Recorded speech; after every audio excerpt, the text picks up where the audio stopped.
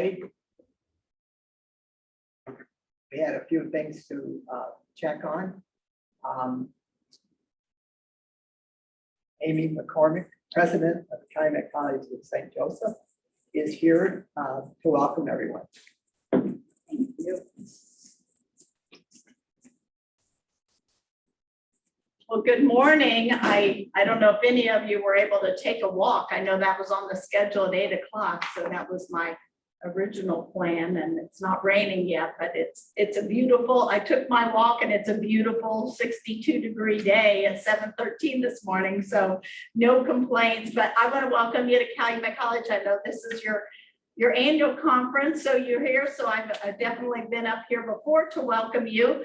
And I'll just comment on a few things since the last time you were here. I don't know if you had a chance to come in and park in the back or if you parked in the front, but you might have noticed our latest addition, which is our mural that showcases our diversity of our students, the diversity of the area, but also the diversity of our flora. So if you look at that mural, we were trying to, it was through an Indiana destination grant, and we were trying to reflect what brings people to Northwest Indiana. So certainly there's the industries featured, Lake Michigan, the pavilion, horseshoe, of course, our great diversity of our students, but our community, but also we incorporated it's around our native garden, of course. So we incorporated some of the flora. And probably the other thing that you might have noticed when you came in was our newest addition to our buildings, which is our new residence hall. And that was opened, well, I guess the ribbon cutting was September 9th. We moved students in on September 16th, and it was probably the most intensive schedule. All of you know what challenging environment it is to construct and get materials probably, or you've heard about it if you're not experiencing it yourself. And so to have it 2 weeks late, I felt grateful. The reason I mentioned that building is because it does have a theme to it that's around living, learning, and serving. So we are trying to get our students out into the community and paired with non-for-profit. So I think about Ollie and opportunities in that way. Our first event is around Wolf Lake. So it's the 5K Girls on the Run. I don't know if you're familiar with that organization, but it's a girl empowerment organization where they run a 5K and pick a mentor, and that is one of our partner non-for-profits. And so our students that are living in the residence hall will be volunteering for that. It's in November, not this, 2 weekends. And that will be a way to get our students out in and around Wolf Lake and being able to Lake George, Wolf Lake, and being able to see some of the area to showcase the assets that we have here. And so our next building that when it will be built is yet to be determined as demand justifies, but part of the theme of the first building is around sports, service, and recreation. So recreation, being out with the nature in the Indiana dunes and out in our natural environment. But our next building, one of the possible themes is around earth, wind, fire, and water. So it is an environmental theme, but it also obviously has a lot of theological symbolism that we can incorporate and aligns with the Pope's most recent encyclical, or Laudato Si, is all about a common home and water. So I think about how those two things, I thought as I welcomed you, a few things came to mind that I think could be opportunities for the future, but Calumet College is excited to host these sort of events for our community, and our real vision is to be a vital and valued resource for the region and beyond. So to the extent we can do things like that, but also have our students out in the community and in the region is what we hope to do. So welcome. I hope you have a wonderful day. The mud puppies, it's always an interest to me. I watch a lot of nature shows at night, and a lot with our Living World and Blue Earth. So but I don't hear much about the mud puppies, so this is a good topic. So thank you for being here. All right. Thank you.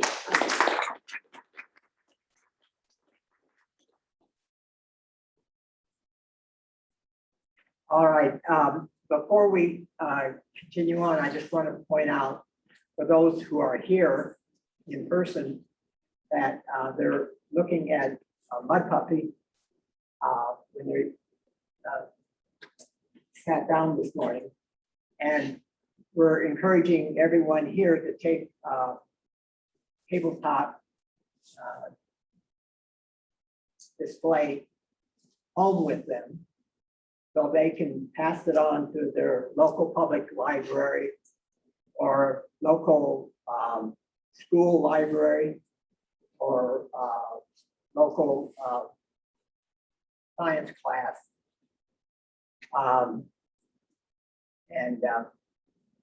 So we can spread the word around.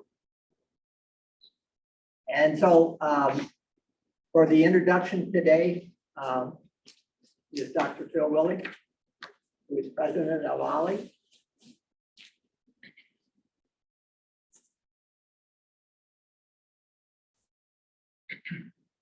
Good morning. It's good to see everybody virtually and in real life. The agenda that we have today, there is a rhyme and reason to this. It's not just random. We didn't just kind of wing this and put this together. OLLI has been a little reflective lately. And what I mean by that is we've been spending a lot of time thinking about what's happened in Wolf Lake over the past couple of decades, which is about how long OLLI's been around.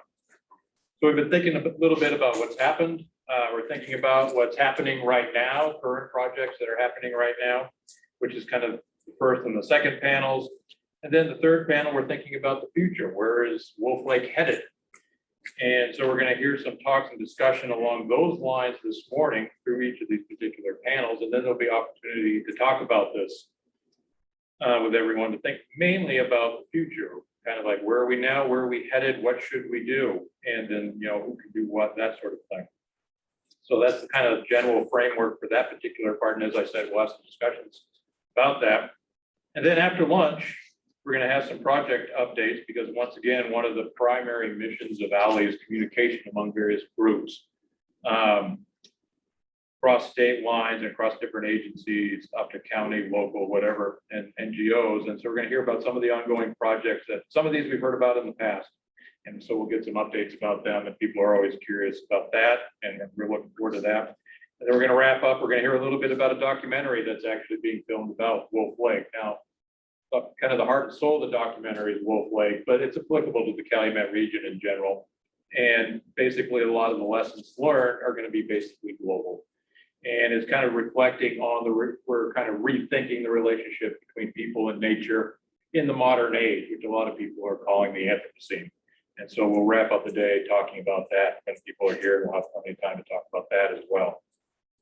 So with that, I have nothing else that I need to say. We can move on to the first panel. Thank you, Phil. The first panel is to talk about OLLI's past. And the first panel, neither of the first two panelists that we invited were able to come today, but I kind of want to take their place. Bob Robertson attended the very first meeting of Wolf Lake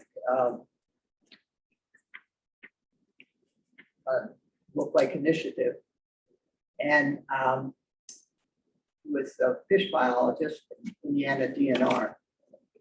And he soon joined our board and was on our board, I believe, for about 10 years.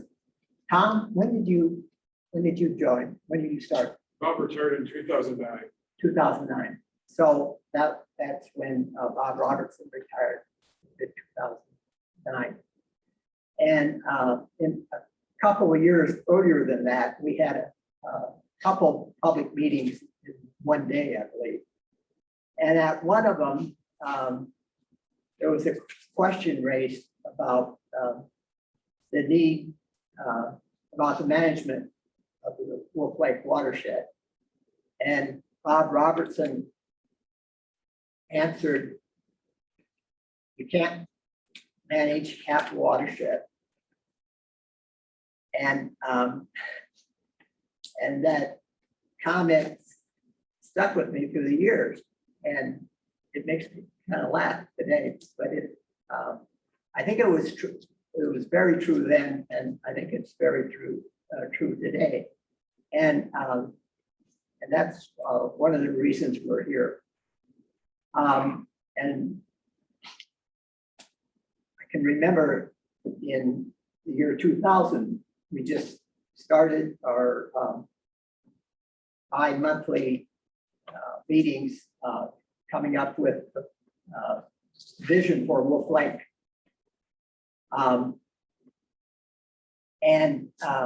It was during the summer of 2000 that he and the fish biologist for Wolf Lake went out in the same boat and went out and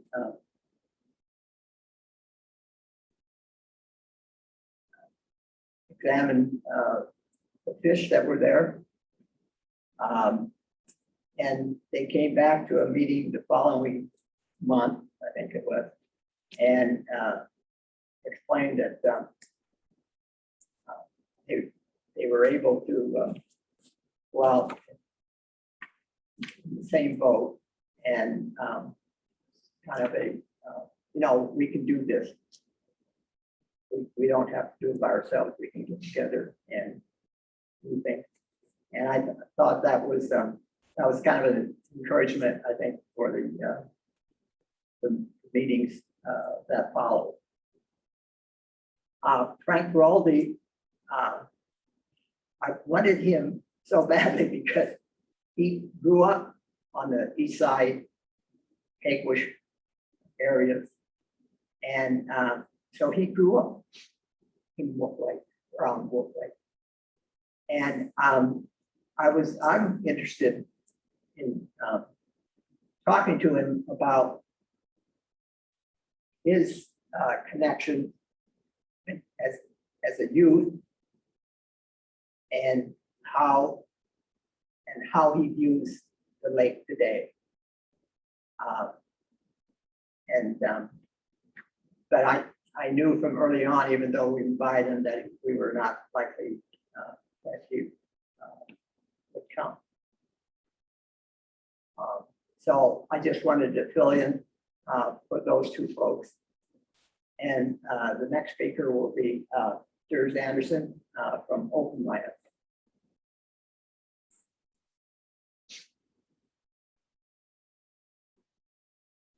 Yeah, thank you, Michael.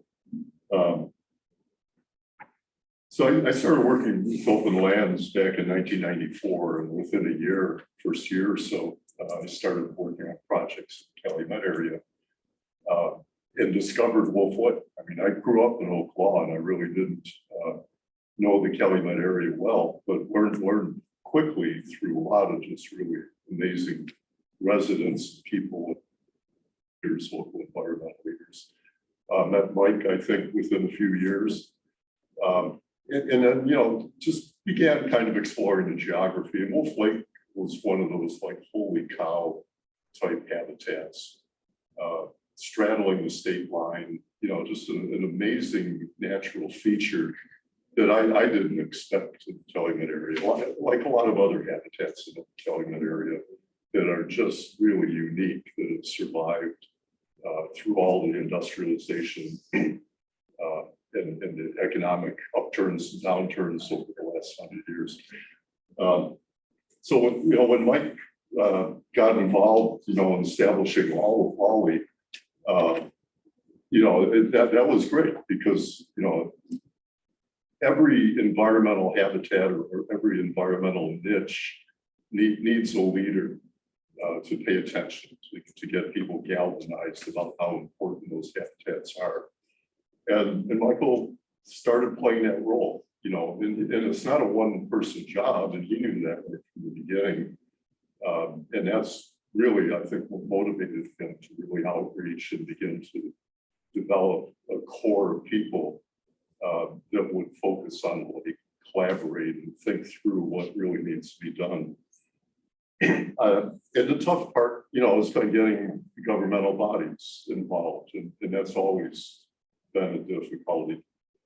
Staff people in different governmental bodies, I think, who have participated in this conference through the years, show that they care about the lake, and they all have their kind of specialties and are trying to protect this lake and restore it.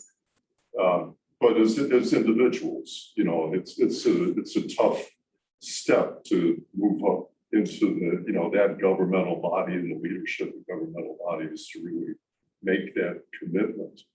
And that's, I think, always been the hope of Ollie, that sooner or later we would get something really formalized across state lines.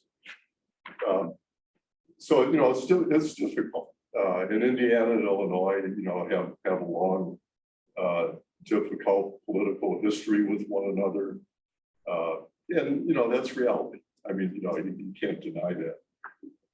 But then, it got me thinking, what's going on around the country, because, these state rivalries are not uncommon. And so I just started doing a little bit of simple research on the web, because I know there are by-state commissions that are focused on environmental issues. I work on long-distance trails, and so one of the agencies I work with is the Bi-State Regional Commission in the Quad Cities. That covers both sides of the Mississippi River. Davenport, Rock Island, 3 or 4 communities there that, and as well as the counties on both sides in Iowa and Illinois. And that organization's been around for decades. They focus on issues, like in economic development, trail development, but they also focus on environmental issues as well. There's also, this is just simple research on the web. North Carolina is a member of 3 different river basin commissions that straddle state lines. The Catawba River, North Carolina collaborates with South Carolina. On the Roanoke River Basin, North Carolina collaborates with Virginia. On the Yadkin River Basin, North Carolina, again, collaborates with South Carolina. In New York, Long Island Sound, the large water body separating Long Island from the Connecticut, New York shoreline. There's a basin commission. The Long Island Sound Commission is totally focused on the environmental health of Long Island Sound. And, they've been around for several decades because they realize that, if only one state pays attention, or if only a few people pay attention, this is too big of an issue, for one person or one state to resolve. We need to collaborate. And then probably, one of the most famous ones, I think, that maybe we all catch in the paper every once in a while, is Lake Tahoe. Up in the Sierra Nevada, straddling the Nevada-California border. Beautiful lake, incredibly beautiful lake, incredibly sensitive lake. It's a huge growing area of population. And where does all the environmental pollution that any urbanizing area creates, where does it flow into? It flows in Lake Tahoe. And so as that area was growing, they realized across state lines, we have to collaborate. We've got to pay attention and work together if we're going to keep this water body in the best shape possible in the midst of all this growth that's occurring. They've been around for almost 50 years, collaborating on protecting Lake Tahoe. And so just because Lake Tahoe is enormous compared to Wolf Lake, there's really no difference. And so, why can't governmental bodies formalize a relationship around Wolf Lake? these commissions that I'm talking about usually are appointed by governors in each state. They're usually not regulatory, they're advisory, but they're collaborating, they're sharing stories and gaining trust in one another. And then because they're able to make recommendations to their state agencies, those recommendations, carry more weight because there's a collaborative backing effort behind it. I know Michael's vision was sooner or later, I hope we get there on Wolf Lake. And it's worth pursuing because sooner or later that has to happen. Instead of two states not wanting to work really closely with one another, we know there are staff people in both of those states with all of these agencies that care about this lake. And sooner or later, I hope we get to that point because a collaborative, committed governmental effort would really do wonders for the long range future of Wolf Lake. So thank you.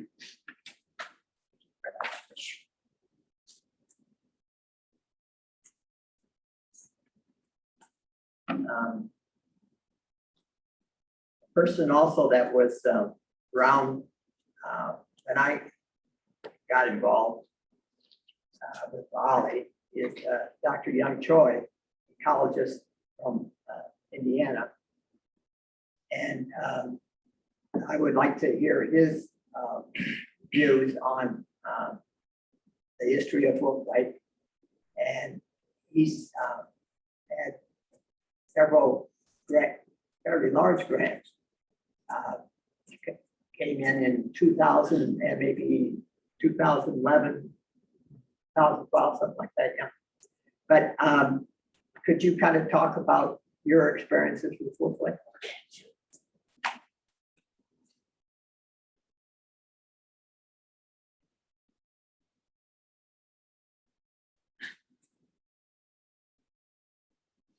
Good morning.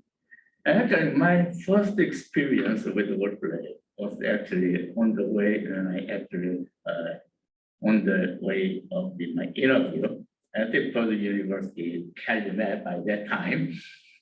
So I was actually driving just from the Chicago, and then somehow I didn't take the I-94 because it was sure I was a stranger at the time.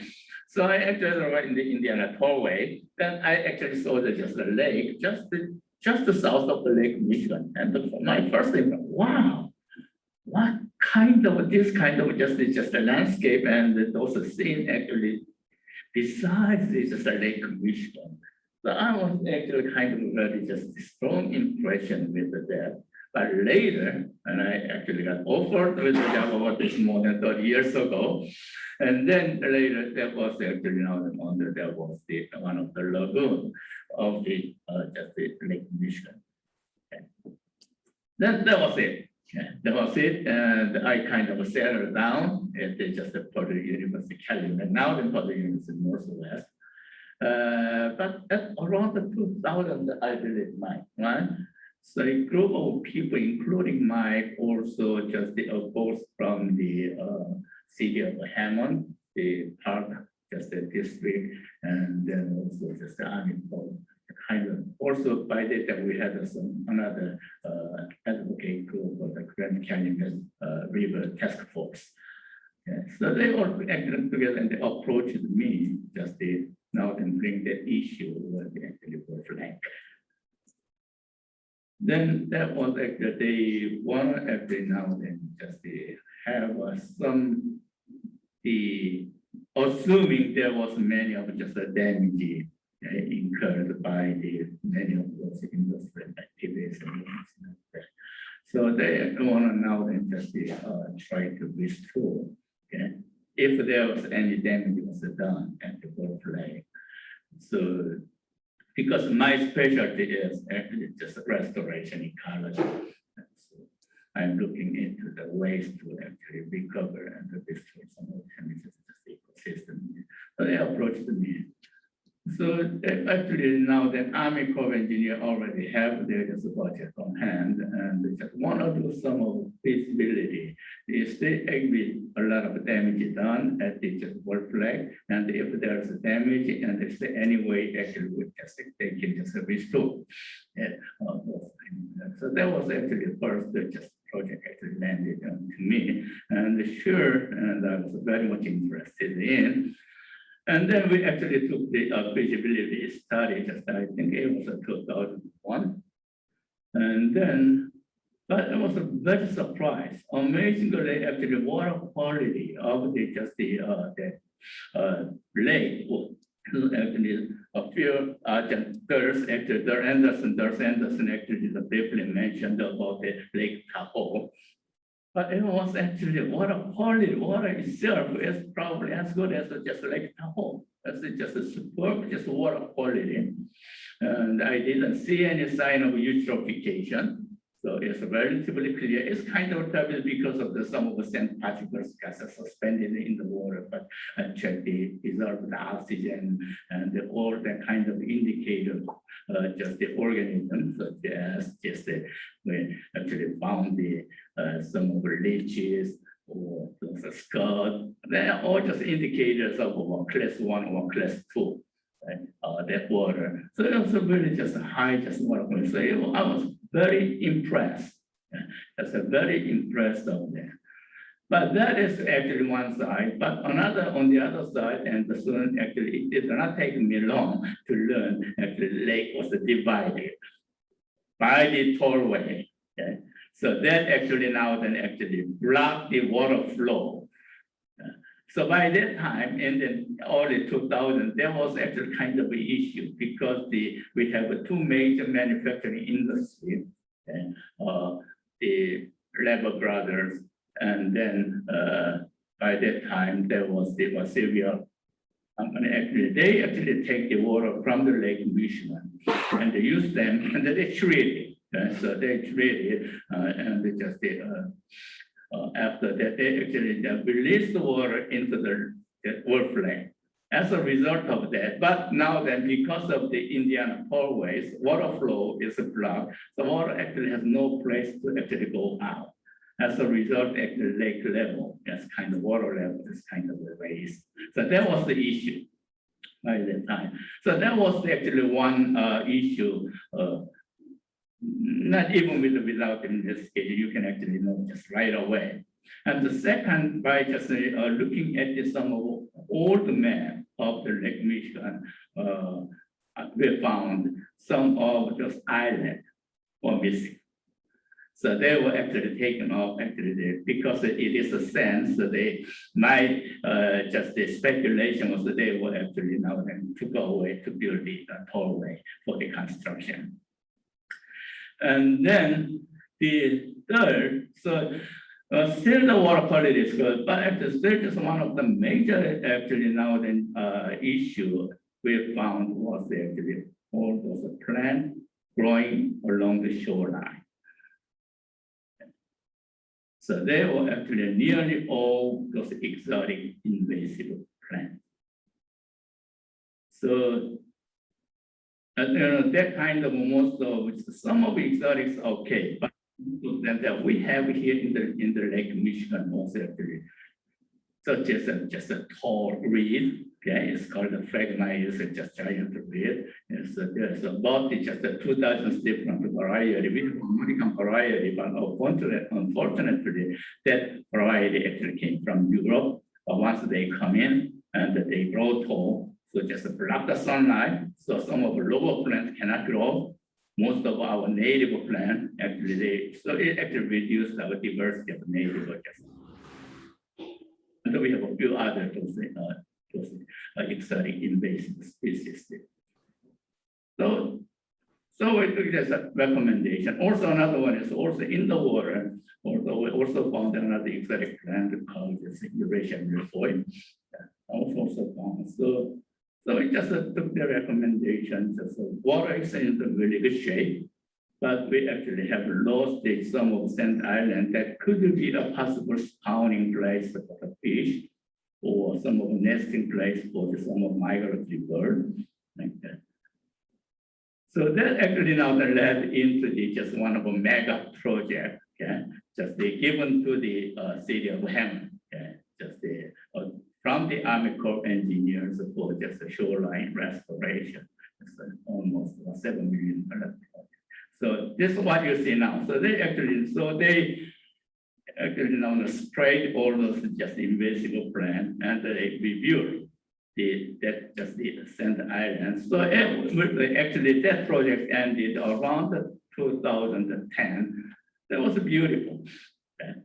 So it's beautifully done. But so then I actually took just assessment of that restoration activity again, just in the period of about 2012. And so how that things got actually changed. So by that time, actually now most of those invasive studies are done. The sand island were actually just great. Actually some of my students have found about the dozens of different migratory species actually built a nest on the sand island. So that was good. But what is happening during the last 10 years, about 10 years, yes, now that it was really good to have that kind of all those just island and the shoreline vegetation that restored. But what was lacking was actually management after that.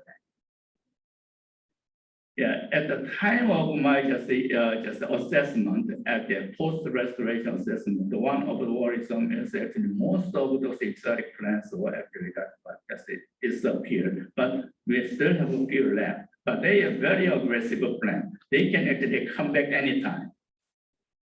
So in the report, actually, I just put that kind of warning. So this may actually coming back. So you actually nearly every year you have to go and get rid of it. Otherwise, they will take over the place again. But there was no management. And again, you see all those exotic plants again on the shoreline. Also, I saw some of the sand island. Again, they also still need you actually because of the wave, they got just continuously got eroded. So you actually in every just about in the regular way, you actually push this sand back into the island. Otherwise, it's gonna be eroded again. But you actually now then said without that just a proper management, you actually see you can actually go up and see there's a manual sand island is getting just eroding out. So that is kind of now the current state. Then what? So recently, Mike actually now approached me again, just for the but still it is good to have our water quality. I assume I didn't do any water tests since after 2012, but I see still actually very little sign. So water just condition is pretty still stable, which is good. So that actually is probably not a better idea. Probably it's necessary now then just to confirm whether that kind of water condition is actually still good. So actually we need some of just new water monitoring, and so probably needed just simply to see that to make sure that the water quality is not degraded. It's not degraded. It's just so. I think they already actually might got some grant for that. That is more than enough. It is not very expensive, so really indicating it's not actually only a few $1,000 you can do it. Also, with our just modern technological advancement, also it is not really difficult to make that kind of some just basic just measurement. Whether so you can actually do it. Yeah, just with 5 minutes. Just on-site training, you can actually measure some of those data. So test just 10 minutes. So I think that is actually one way. But the positive thing, I always try to be positive, to stay with the positive. The water quality is good. As good as laptop.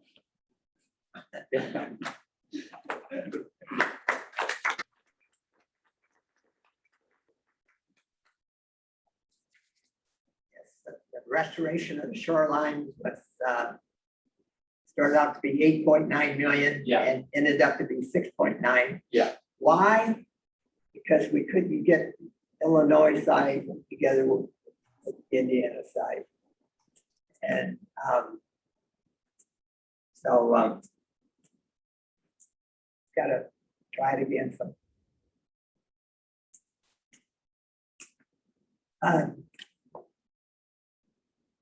Dave Daverton, who is usually attends these meetings. He's on Zoom. Oh, is he on? Oh, Zoom? I'm sorry. I thought you said, yeah, Oh, he's not, yeah. no. No, I think because he's in court. And I don't, and I think it was out of town, so he couldn't make it today.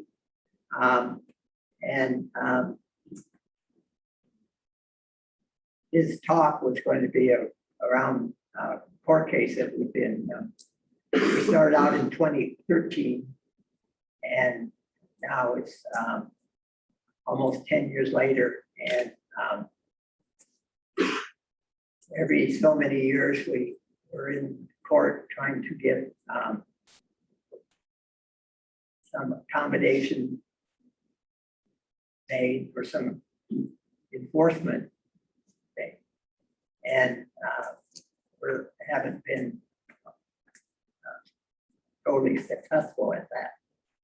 But John Haroff from the 10th Ward in Chicago has been working with the alderwoman over these years. And I would just like to hear from his thoughts on the matter. Do you think for the people who are on Zoom, we could pull up like a Google map? So, because like Stephen Ostrander from CMAP probably doesn't know where Wolf Lake Terminals is. Okay, Do you think we could? Let me see, I can share the screen. Yeah, and then maybe we just pull up a Google map. It might be easier that way. Because I know we got some folks who are less familiar.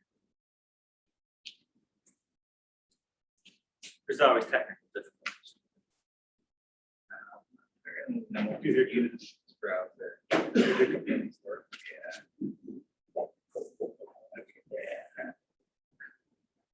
Minor.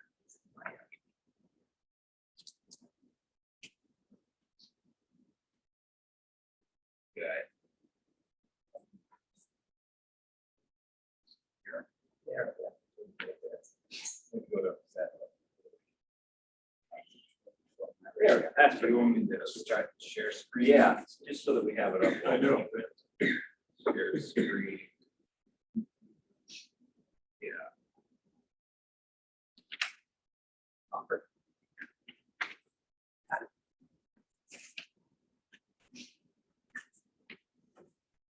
All right, good morning.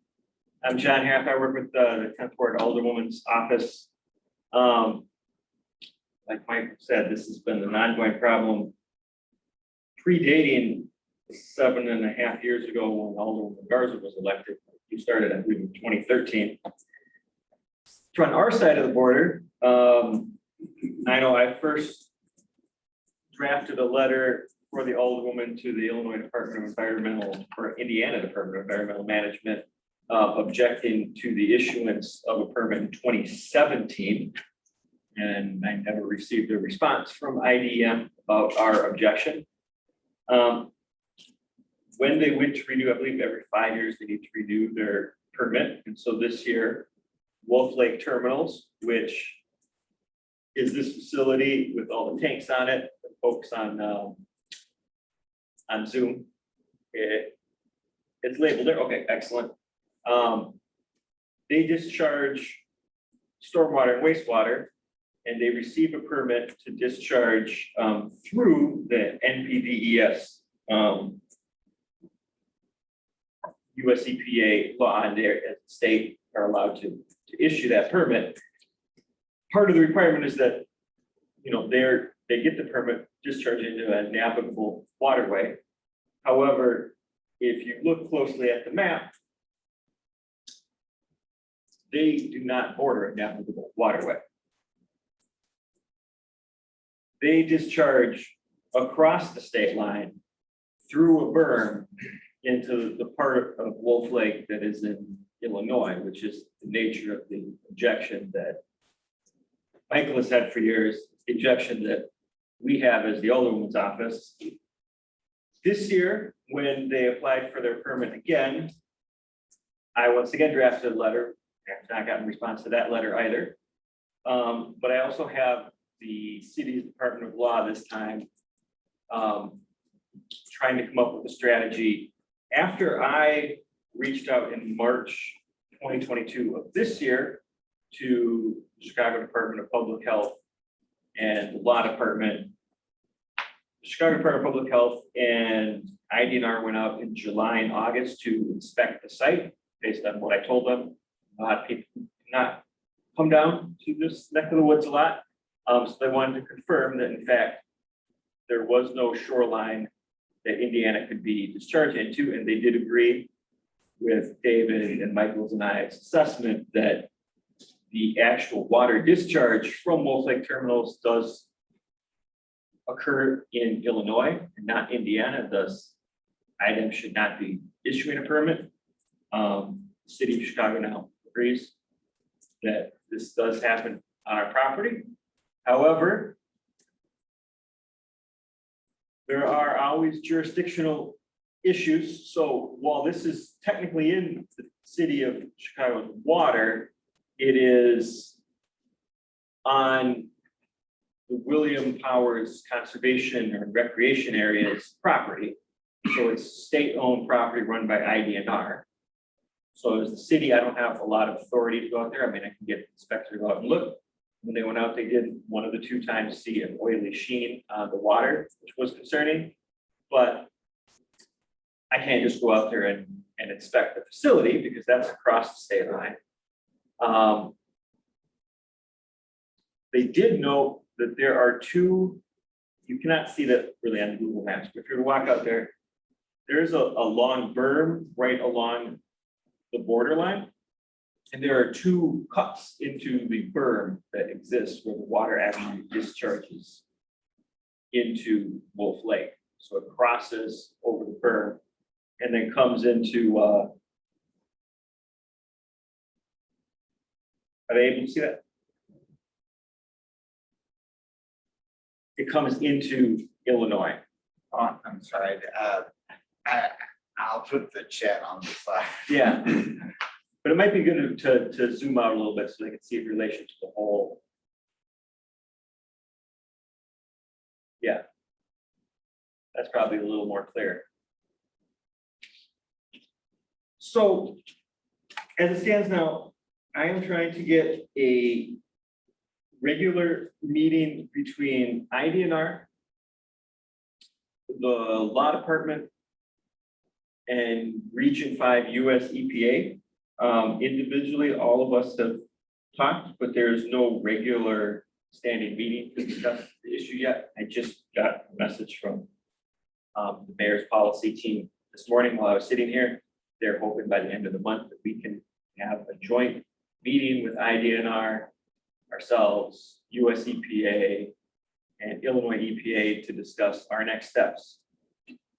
There is a legal strategy, and then there are some other possibilities to address the system that I'm not allowed to talk about. They might involve shoreline restoration, in which case then it would be hard for water to flow into the lake. It's shoreline restoration. But what it highlights to me is that just as in 2017, again in 2022, there is no group of governmental officials that you can go to discuss issues around the lake. When I did this in 2017, it took a lot of effort just to get IEPA to talk to IDNR, to talk to the law department. And aside from a couple others, nothing really came of it. And again, I've started over from scratch this year, trying to get various government agencies just on my side of the border to all talk to each other about Wolf Lake. And to me, it would really be helpful if there was a regular, even if it was just once a year group where we all got together to discuss issues related to Wolf Lake. Because right now it's very disjointed, and each time you try to have a discussion, you have to recreate a whole new committee from scratch, which is exactly what I think Michael has long noted as a problem, right? I think most of us here understand that is an ongoing issue. There's also no way to really share information. Doesn't happen anymore, but side note, it used to be about once or twice a year, I would hear from folks on the Indiana side of the border telling me that the stream in Indian Creek is blocked and causing flooding on our side. I can assure you, although I think we have someone from US EPA who's going to talk later, but the stream this year was inspected. There are no blockages, so anytime there's flooding, it is not related to a slowdown in Indian Creek, because we actually sent someone out there with some equipment to go look at all of the tunnels and bridges that connect Wolf Lake to Calumet River. They're all open and flowing fine. But I think every time there's flooding, we are a convenient scapegoat for folks on this side of the border to say that we have blockages we're not addressing, and that it's not a broader issue. There's someone to blame. If we had a regular convening though of agencies, we could address concerns about flooding, we could address environmental issues like Wolf Lake at one point, and maybe we would all be on the same page. I'm not an attorney, so I can't speak to where David's at in the long running lawsuit over this permit. But as it does state, as I now finally have the law department and IDNR to agree, IDN issues permit into a navigable waterway. They do not technically border a navigable waterway, except for the one that exists in the state of Illinois, which is where their discharge actually goes. So I'm hopeful that we will be able to either have some legal action from the city or some other physical action involving shoreline restoration that will get this addressed. But I can't speak any more to the legal strategy at the request of the law department. I don't have any questions about where we're at. Yeah. Excuse me, I have a question. So obviously the state of Illinois owns William Powers, not the city of Chicago, but then Indian Creek is flowing through the city of Chicago. Indian Creek is entirely within the city of Chicago. And So yeah, it so starts coming out of Wolf Lake, right, in Yeah. IDNR's property. Then it goes through what was now declared a Superfund site, the Shroud property, which is, it's just the other side of Avenue O. Northwest. And then it makes a hook to go north to connect the river. And then it flows through a couple of technically privately owned parcels that you can't do anything with. And then it flows through between PBS Chemicals and Pico Pallet Corporation. And that part was restored to be a more natural wetland, 1999, 2000. Sure. So is the city, can the city make a case that the discharge from Wolf Lake is polluting areas in the city beyond the state park? Personally, I think so, but I can't, I was told not to speak in any way for the law department, so personally, I think so. I think it is also noteworthy that all of the water that goes from Wolf Lake into Indian Creek ends up in the Calumet River, which flows, however weekly, into Lake Michigan. One of the other interesting things is that, you know, the Indiana side of the border is an area of concern. So I would think that would be a factor in the discharge permit, but it does not appear to be so. But I mean, ultimately, all the water is ending up in Lake Michigan. Yeah, it's just odd that it seems like we try various try to apply various laws, policies, whatever. The answer is, well, it's really not in your jurisdiction. And when you're in the city of Chicago, try. I remember Rahm Emanuel trying to sue for Petco in Indiana. I think it was Petco, and being told, no, sorry, that's not your jurisdiction, even though it's all landing in Chicago. So it's just frustrating. Well, yeah, and when the city did reach out to IDEM about this permit this spring, response was, well, I don't know why this would concern you because discharge is in Indiana and it's not. Which tells me that no one in Indianapolis even looked at a map. Right? I mean, even if I did agree, which I don't, but if I did agree that the water was be discharged in Indiana, the lake's on both sides of the border. So I mean, it's still shared and the water all flows eventually through Illinois and then ultimately into Lake Michigan. So it seemed like a weak argument from somebody who had not ever been up here. Can I respond a little bit? Yeah. So the US EPA has delegated a lot of its authority to the state of Indiana, IDEM, and the state of Illinois, IEPA. So they're supposed to solve these problems. But when it becomes a bi-state issue and one of the agencies decides they don't want to solve the problem, you're stuck, you know, and somehow you have to elevate it back up to the US EPA. Prior to the current presidential administration, we had a presidential administration that really didn't care much about environmental policies. So Region 5 US EPA, just didn't want to do much. And I'm not even sure they were approached by IEPA or IDEM. So now we have a different Region 5 US EPA. The fact that, there's some outreach going on, that helps. See where it goes. I think we're in a better spot this time than we were in 2017. I've had a strained relationship with Rahm Emanuel. I mean, he did, make some effort to address it, but I mean, at the time you had a Browner administration that wasn't particularly concerned about Chicago or pollution. You had a federal EPA that did not seem to be particularly concerned. So there was just very hard to get buy-in from Illinois agencies, even though I think people who work there were concerned. I'm just looking in with Indiana Environmental Management and Region 5 also, I think, was told to stand down. We're not in that situation this time.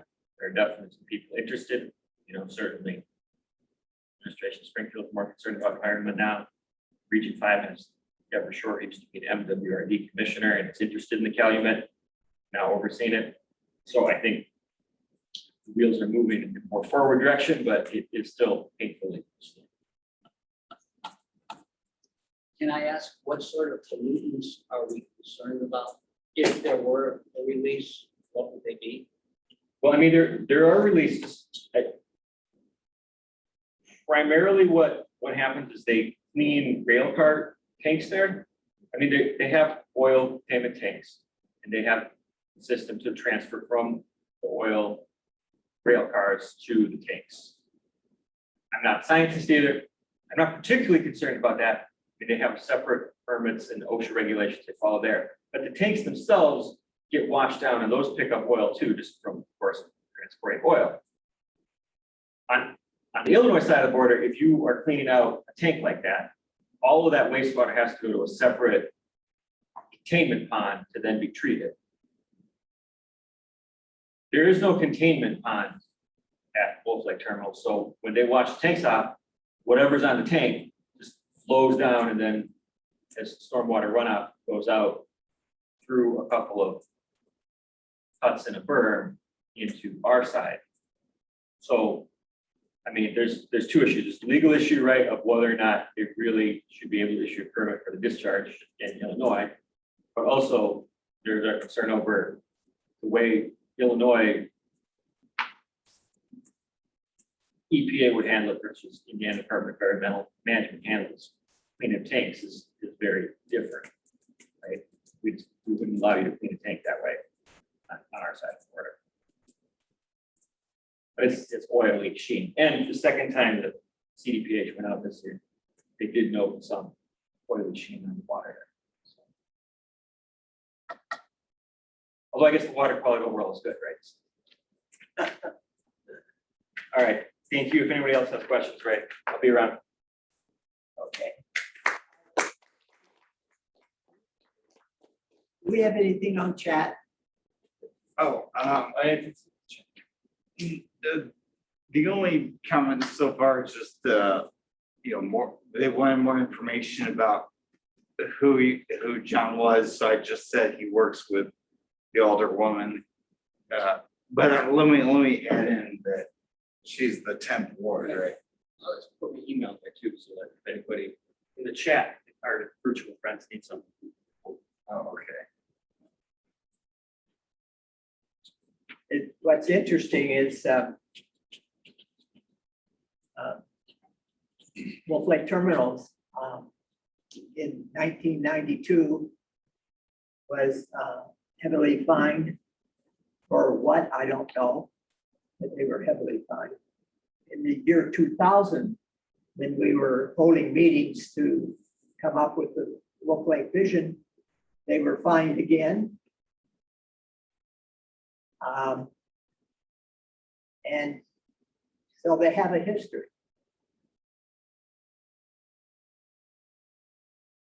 Yeah, I think that it is a certain ongoing concern that they threaten the quality of the water. But at this point of time, number one, it's gonna be actually one of the issues. So Mike and I actually talk about that a lot. One of the issues is gonna be extremely hard, very difficult to detect that the possible this contaminant, because usually they just flush out the tank. And then when they got just flow just into there, there's no question about some would actually move into the lake, which I'm sorry, Wolf Lake, the water. But depending on the amount, because we have a lot of water, so they may be diluted, so very much. So actually, probably still have not reached a kind of detected range with some of the device.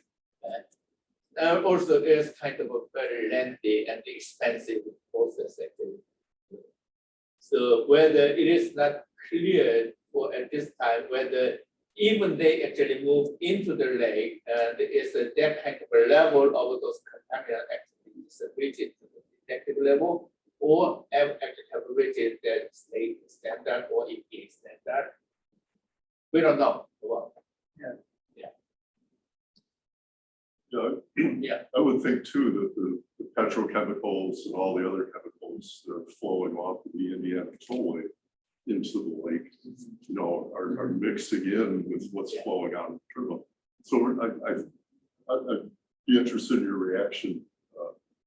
That really almost the installation of a continuous automatic monitoring device just on the Illinois side of the Wolf Lake terminal discharge, so that you can catch it when it happens before it intermingles with the rest of the lake. That's probably the only way you're gonna really catch the Probably the data. only way, but actually nowadays, but it is allowed actually permit on issue. So whether also it's not also just clear whether that is really just a violation of the Indiana state law. So that is certainly just a potential threat. But so far, we didn't see any just really just clear and the harm actually is evident.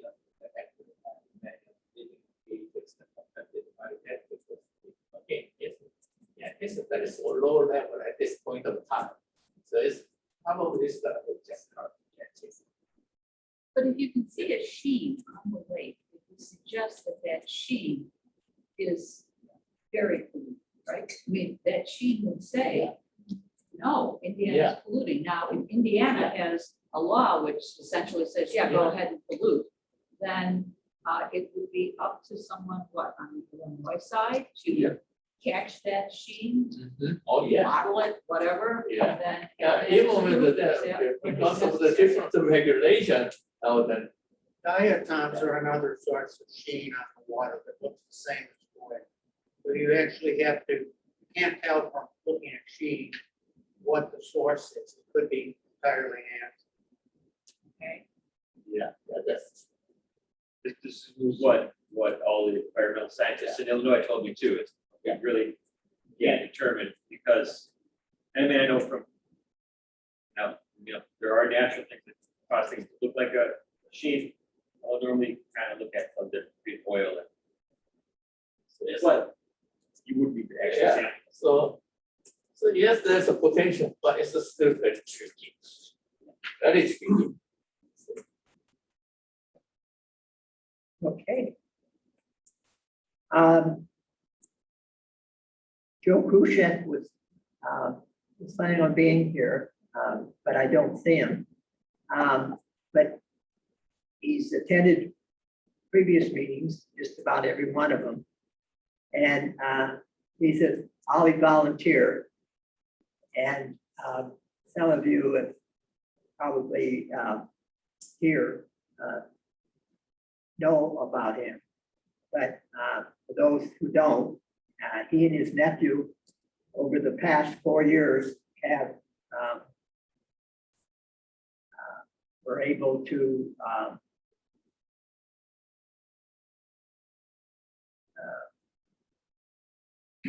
retrieve 1,900 tires from Wolf Lake and joining property.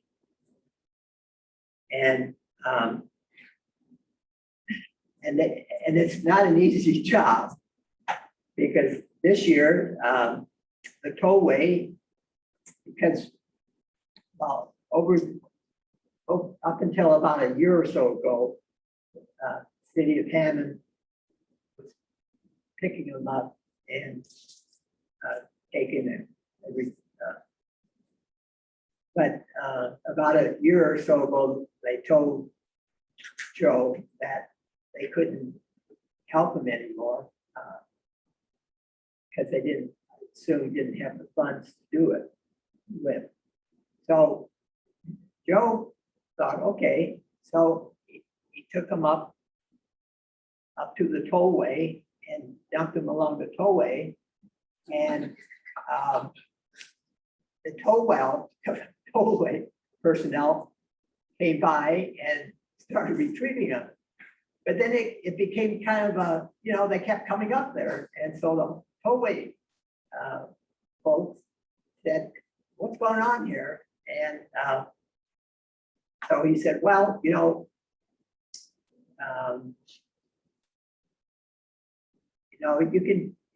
helping us. He said it's actually during certain parts of the year, it's a health hazard for these tires, right?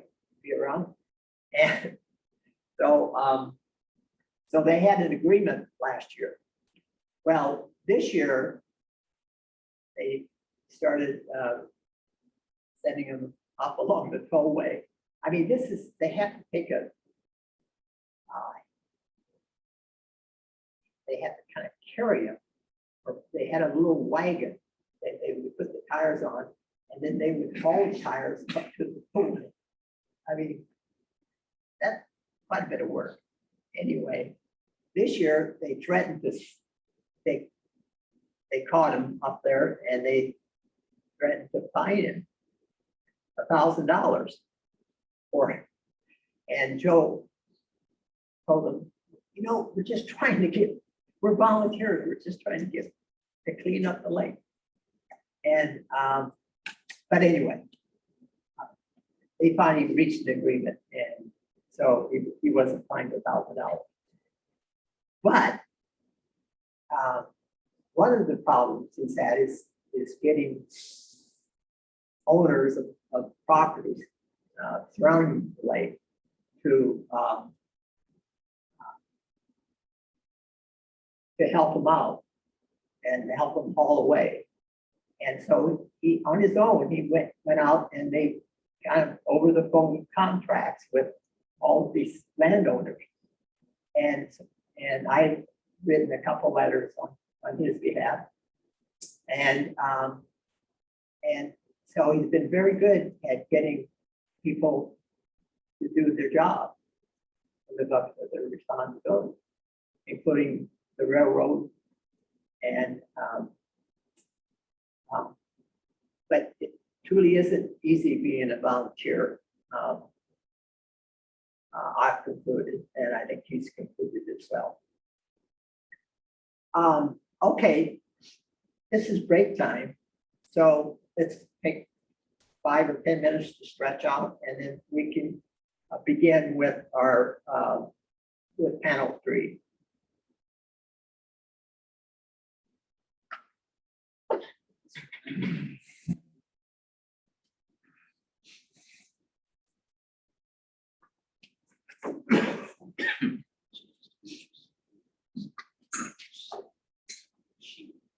62 these days. Are you actually retired or are you still? Yeah, so it's definitely that. Solid truth. A lot of times. But I enjoy it, you know. I thought that was huge.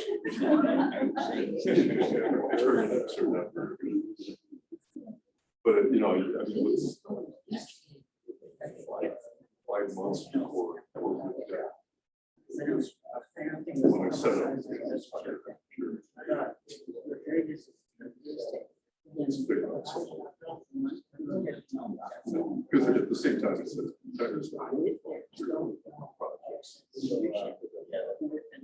still have contractual. So I knew it was.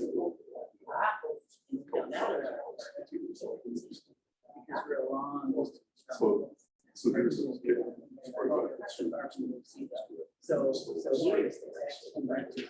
But I don't, yeah, this is before COVID. I said, well, then COVID.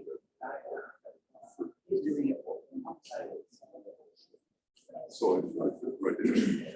All this involved. But I was just,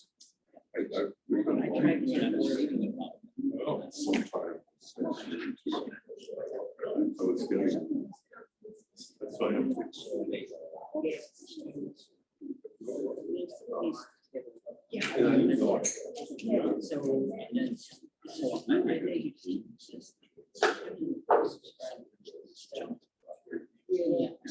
I started. Yeah,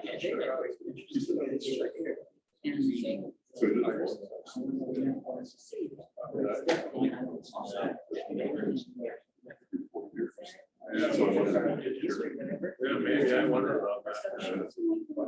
So it was interesting.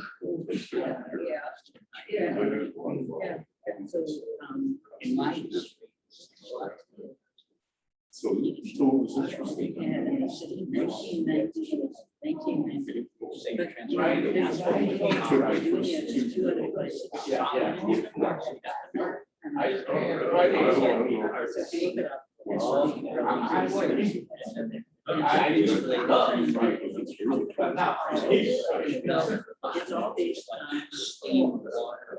But I'm just curious. Yeah, well, we all.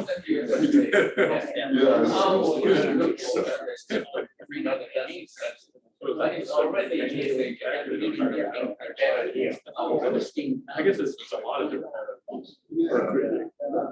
Yeah, I was really surprised.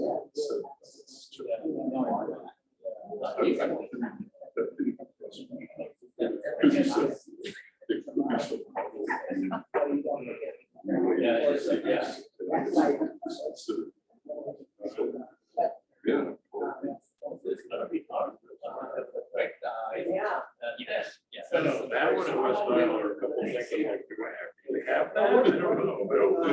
I might just like walk around with these things. So they just manifest. Yeah, I mean, I really like. You don't want to. That's good.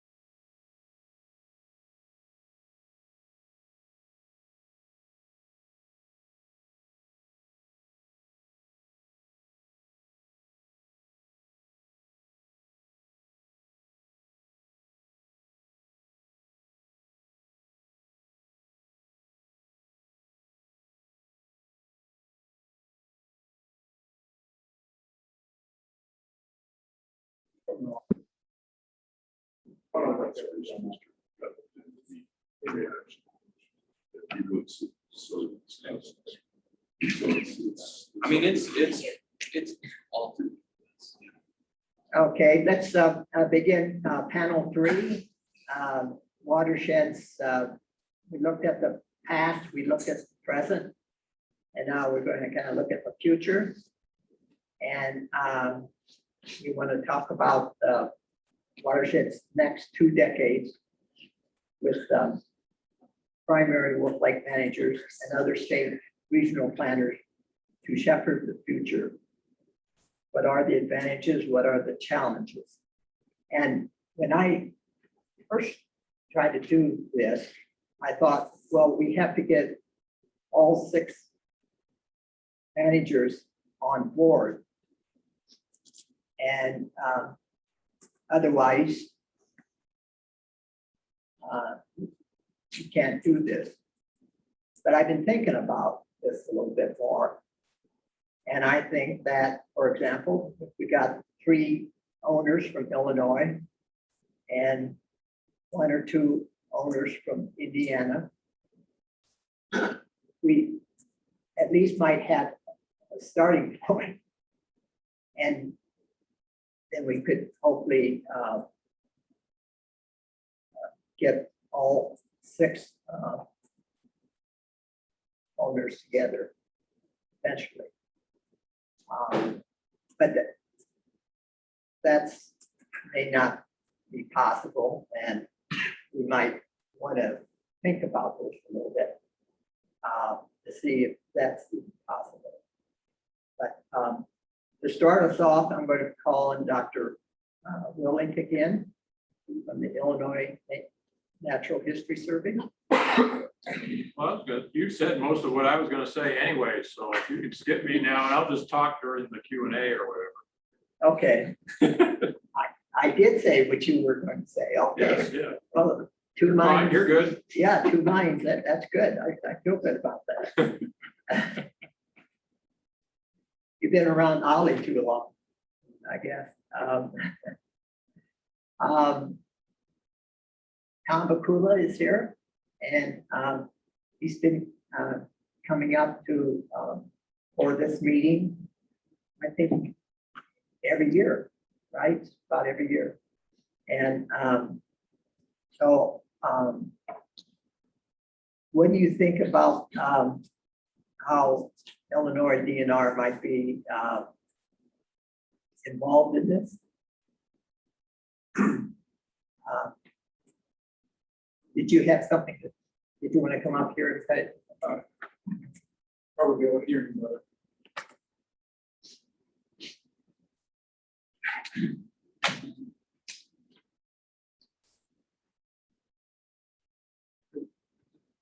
So I'm a fish biologist with Indiana DNR.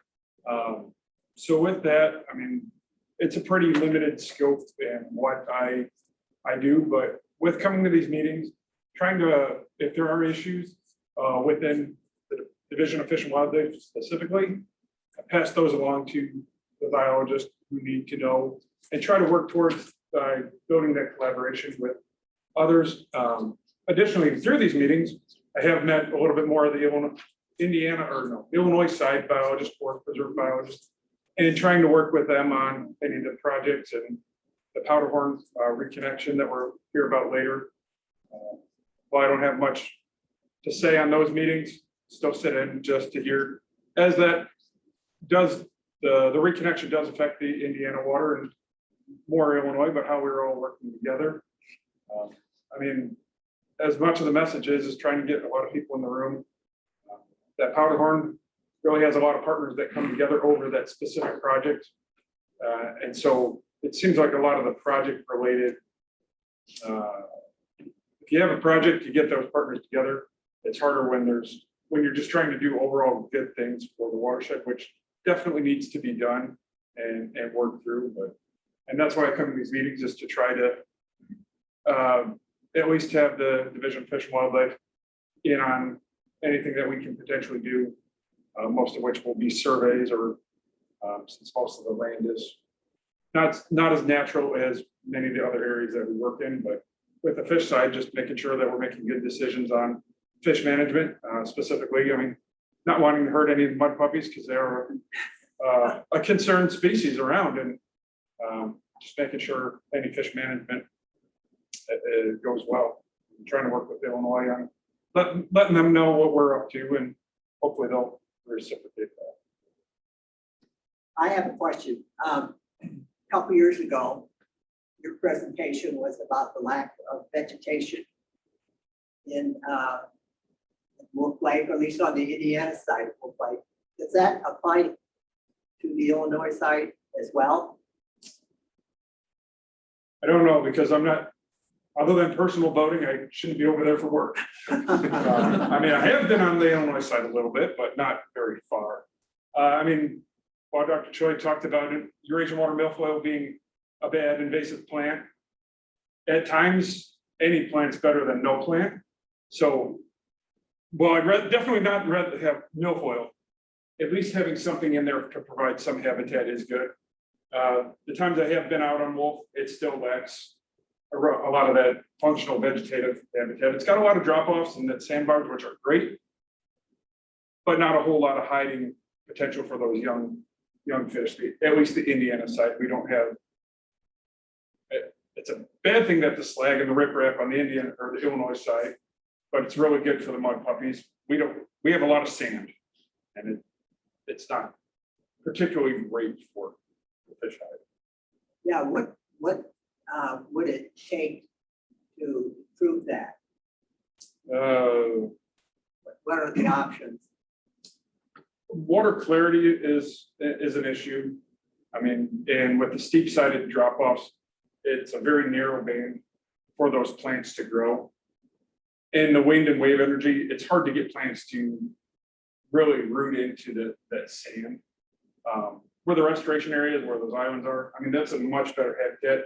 I'm looking at kind of that south portion where the Hammond has the boat ramp and whatnot. I mean, in that bay where the boat ramp is, there is some vegetation there, but it's a lot of it's a clarity issue. And unfortunately, Wolf Lake is among the terrestrial vegetation of non-natives. We have a variety of other non-native fish that definitely do not help water quality. Common carp, while they're not really invasive anymore, naturalized, but the white perch, gobies, and carp definitely don't help keeping that sediment stirred up. And with that, trying to promote some predators to eat on those fish while not negatively impacting other fish that are. Vegetation restoration projects have been tried in many locations. They're very difficult.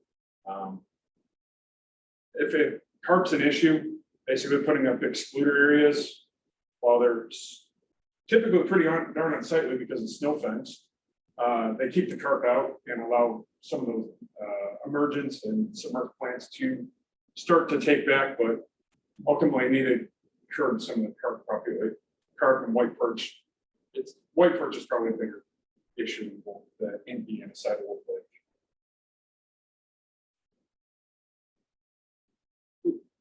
Would it make sense to provide structure for the fish to, when it's frozen over, haul out some, cut down trees, oaks or cottonwoods, whatever, just drop them?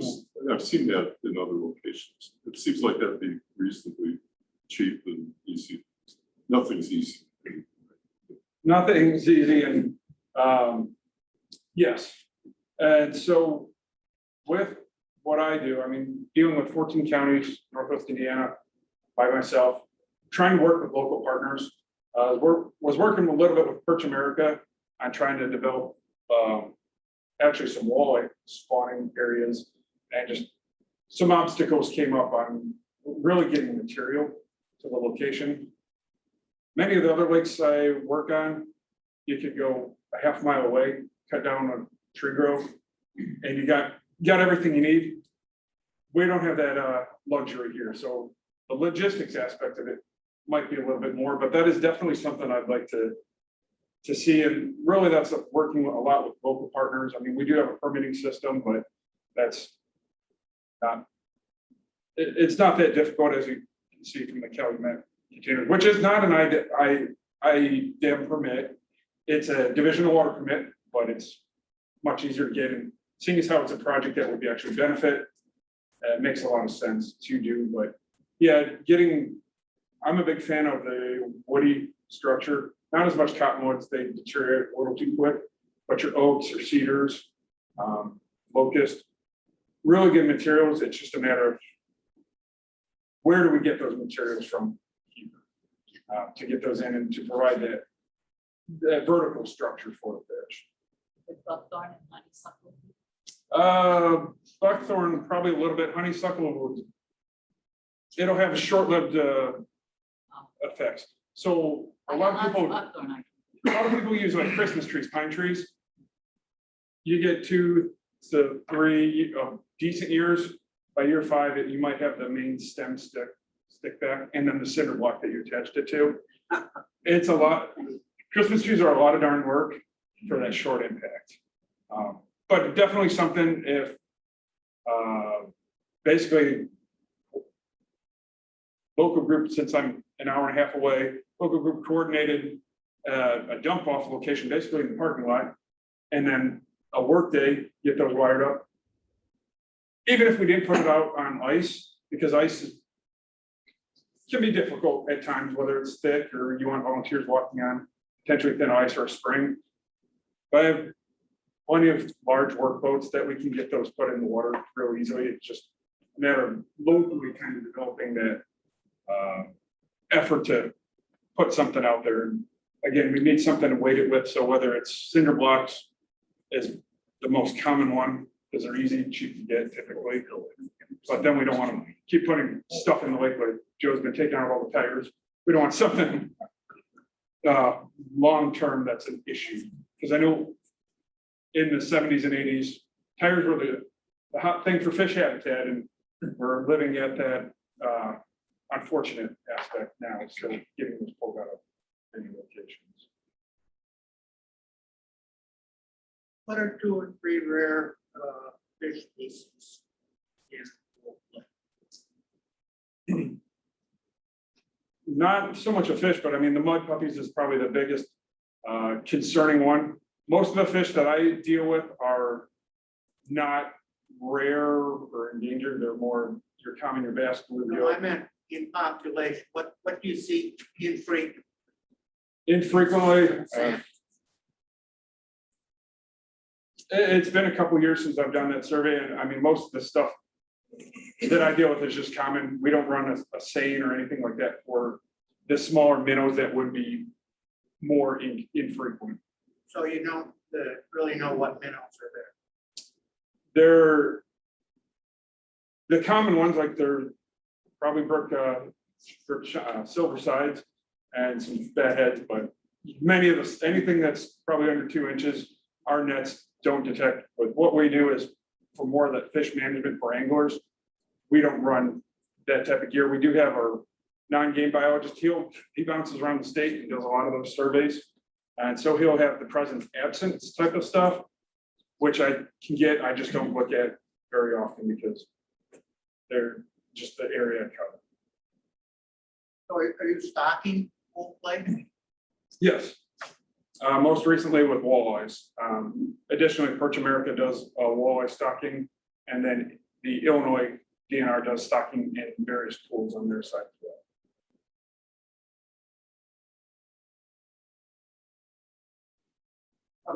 I'm gonna add to the fish conversation, but similarly, we're not sampling a lot, we're not doing seines as part of the monitoring of the connection, so. Probably be hard to put a pit tag in some of the minnows. Yeah. John?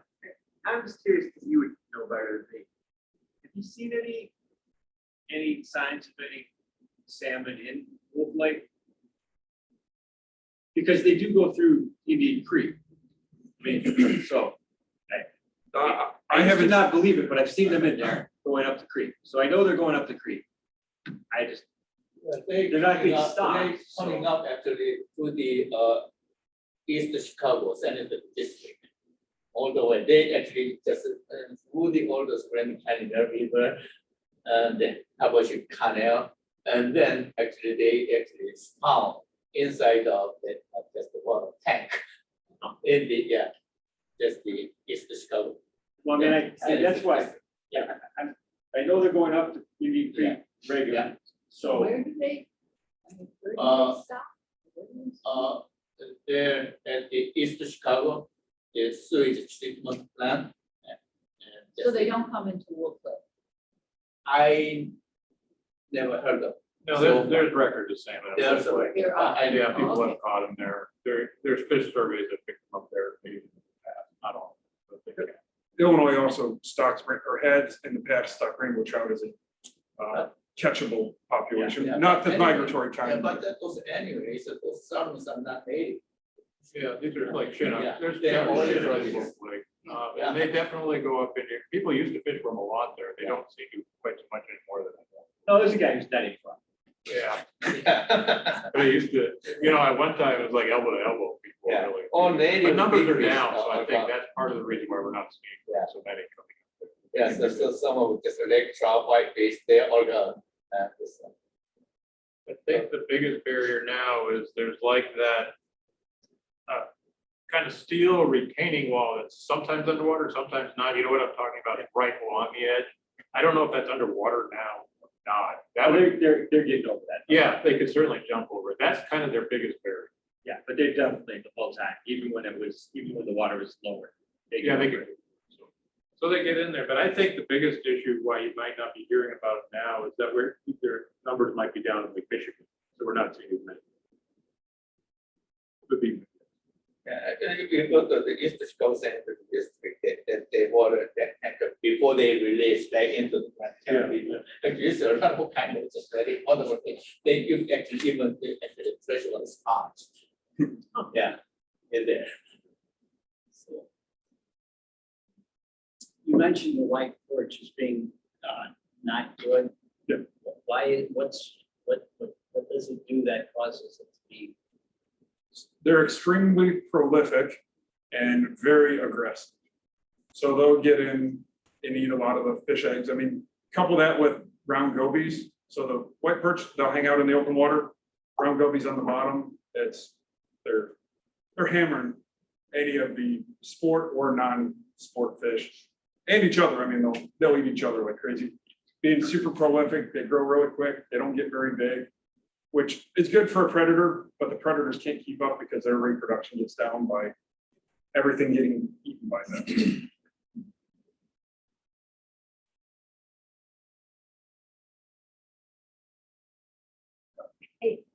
Thank you, Tom.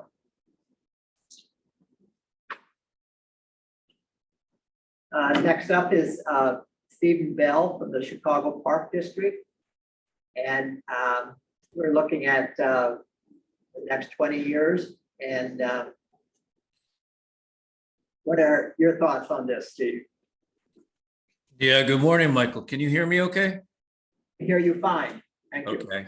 Yeah, I always have a little bit of trouble trying to to do Zoom calls from my office here at Big Marsh. So I don't have my video on. I hope that's okay.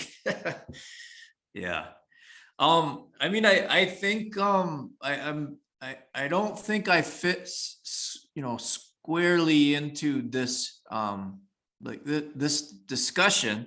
I think it's worth my saying that my role with the Chicago Park District is as the center director at Big Marsh, and managing Big Marsh and the center as a hub for Chicago Park District activities at our southeast side location. So on the Illinois side, we have Steelworkers Park and Marion Burns and Big Marsh and Indian Ridge Marsh and Hegwish Marsh, Whitford Pond, and then Dead Stick Pond. So most of those sites are what I would consider post-industrial sites. They're damaged sites. There's in general, they all have some level of contamination that needs to be addressed, either through materials that have been dumped there or materials that are leaching from neighboring sites or properties, or and or from slag that is a remnant of obviously we all know from steelmaking industry. So from my view here on the ground, I think looking at challenges and opportunities, I think what I see our teams doing here is in the big picture, really addressing how to restore and remediate these sites and address some of the land use history. So that's all the things that we all talk about, right? It's removing invasives, canary reed grass and Phragmites and buckthorn, as horrific as of a challenge as that is, introducing or reintroducing native plants, trying to manage the waterways to support multiple objectives, creating habitat that's suitable for migrating birds, creating habitat that is suitable for primarily native fish populations for breeding and nurseries and feeding, and also looking at these spaces as community assets. So we're managing for flora and fauna, but ultimately we're trying to create spaces where people are able to come in and engage and enjoy and benefit from being out in nature. So that's kind of what I'm doing on the ground. I think from a Chicago Park District perspective, we work very closely with a great set of partners and collaborators whose expertise is in managing wetlands and waterways, and those include the Wetland Initiative and Great Lakes, Audubon Great Lakes, the Nature Conservancy, and Field Museum and others, IDNR and EPA and others are involved, obviously, and that those partnerships and relationships and history, because those partners have been working together for a long time now, together they're able to look at the big picture and how all of these different spaces connect and are interrelated, and also through the power of those partnerships and collaboration, they're much more likely to be able to go out and get the funding that's needed, those larger scale funds to address some of the issues that are happening with these spaces. In the short time that I've been with the Park District, I've come to appreciate how large of a challenge this is. And we have maps in the center where we look at the southeast side, which in that picture is Wolf Lake is right there, and Beaubien and Eggers, and we're all so close, but yet there's so much that separates us, and we all know that wasn't the case a couple of 100 years ago or and more.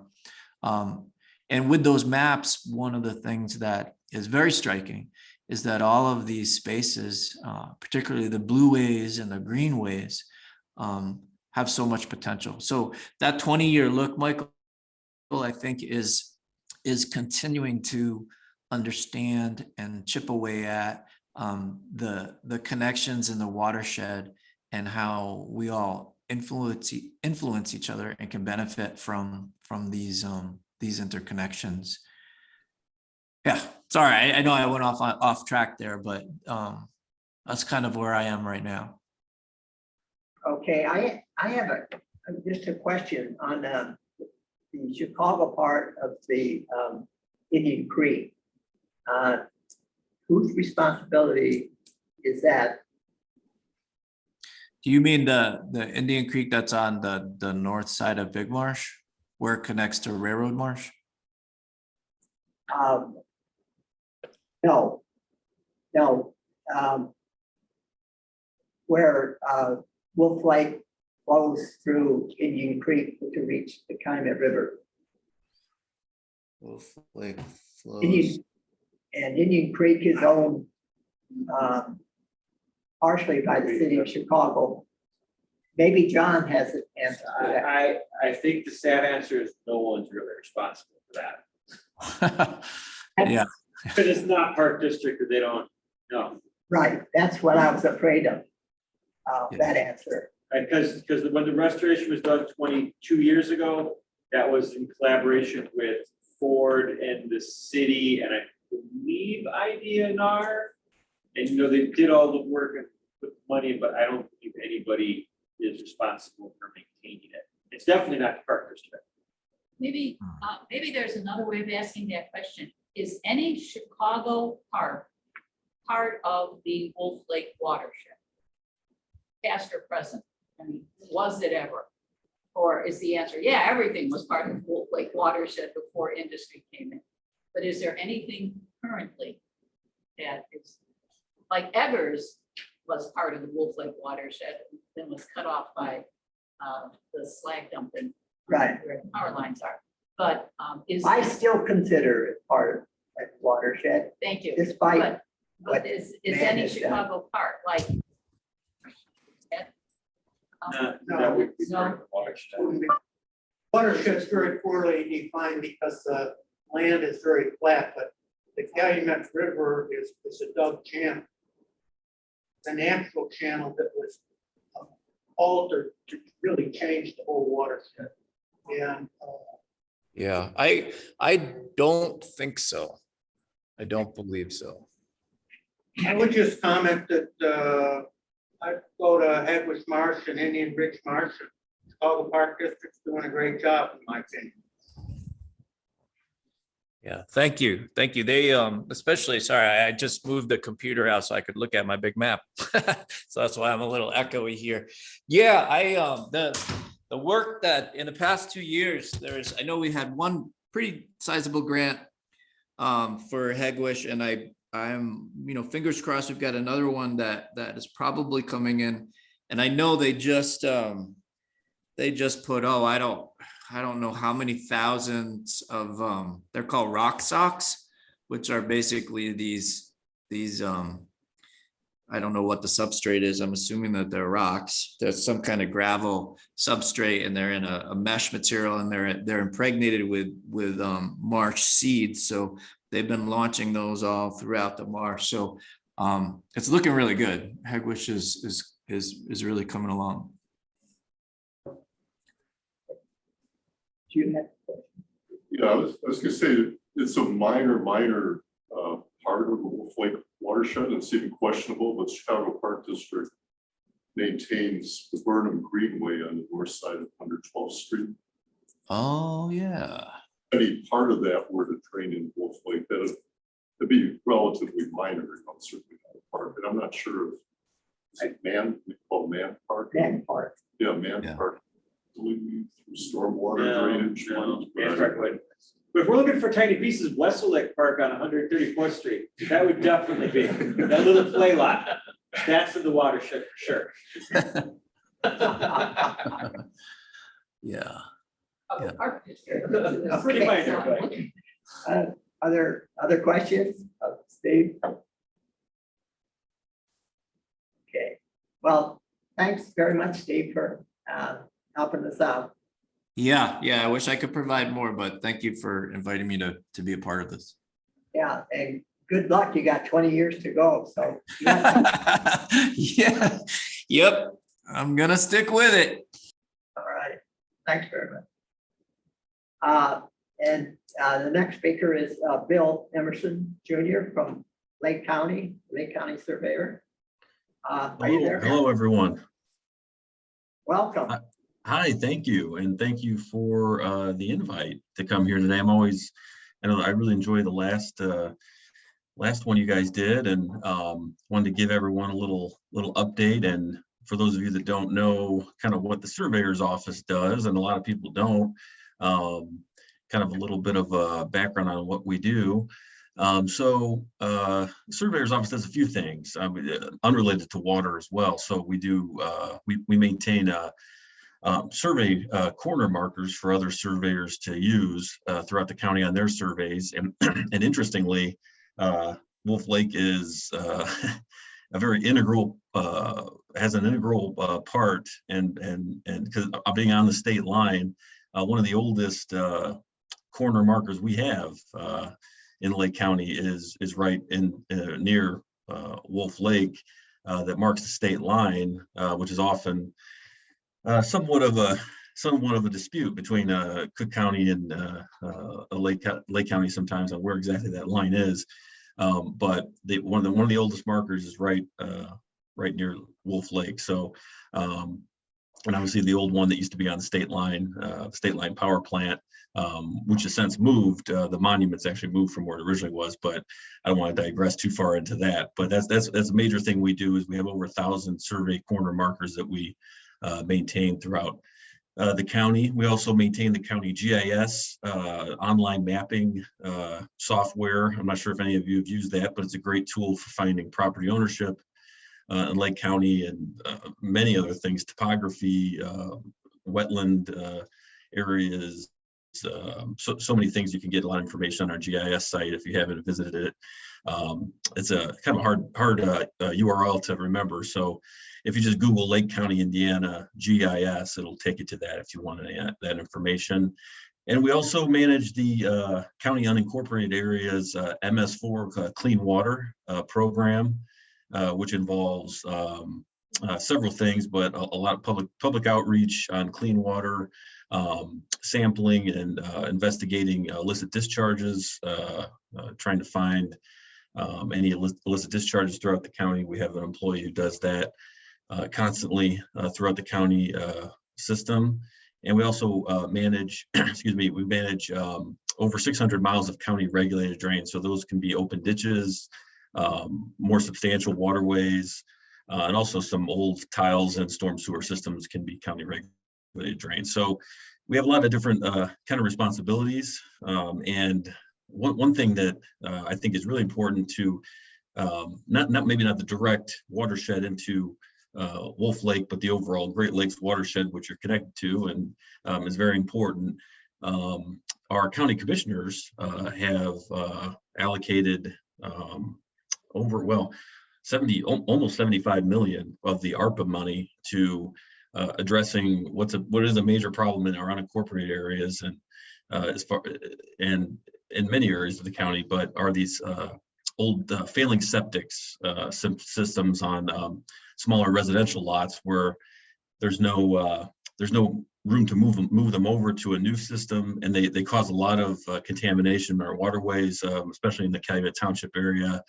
All that water goes to Katy Marsh Ditch and eventually into Lake Michigan. So that's going to be a program that that the commissioners are spearheading. So your commissioner, Wolf Lake's commissioner, Mike Repay, Commissioner Repay, has been really a good advocate for environmental issues and this quality of life issues as well, with trying to remove E. coli contamination from our waterways.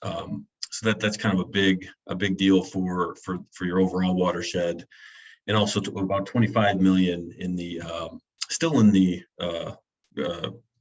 Great Lakes in the Lake Michigan watershed near Crown Point, where there's similar issues going into Main Beaver Dam Ditch to go to the Deep River, and that eventually goes to Lake Michigan. So those are a few of the updates from our office, and we have about $2 million a year that we spend maintaining waterways throughout the county. So a lot of that is obstruction removal, bank repairs, and removing sediment, and trying to keep our waterways clean and flowing. So I see there's a question here in the chat.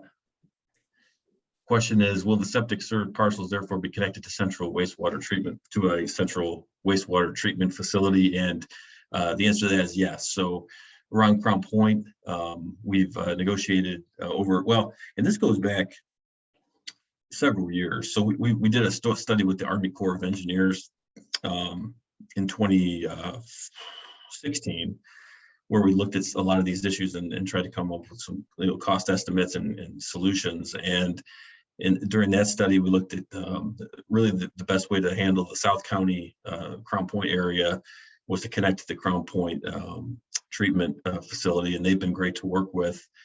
As far as we have to do a west side interceptor to get a lot of these subdivisions connected, and they are actually in the process of going through kind of an overhaul of their own sanitary system So it actually kind of is good timing in a way. And so those would be connected to Crown Point, assuming everything goes to plan there.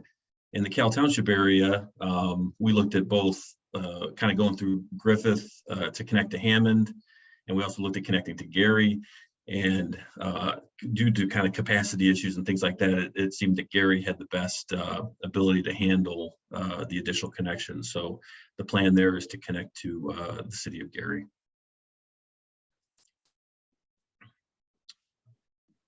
Any other questions? Hopefully,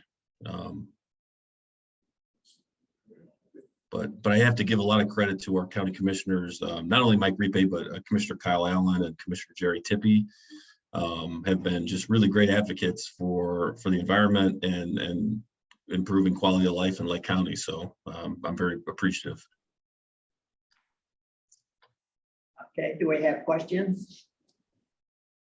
Yes. I don't know the geography in Indiana very well. So are there streams or, you know, anything that's on the Indiana side that's flow into Wolf Lake? I mean, just curious. No. No, I don't believe so. And I think within the city of Hammond, there's probably some local areas that drain, but that'd be a good question for Michael probably. Yeah, I don't think we have any. Thanks. Thank you. No problem. Another thing that I'm really involved in is in NERPC, which is our Northwest Indiana Regional Planning Commission, similar to and I forget the acronym in Cook County, but our sister organization there. I'm the chairman of our Environmental Management Policy Committee, and we've been active in a lot of areas related to the environment, air quality, water quality.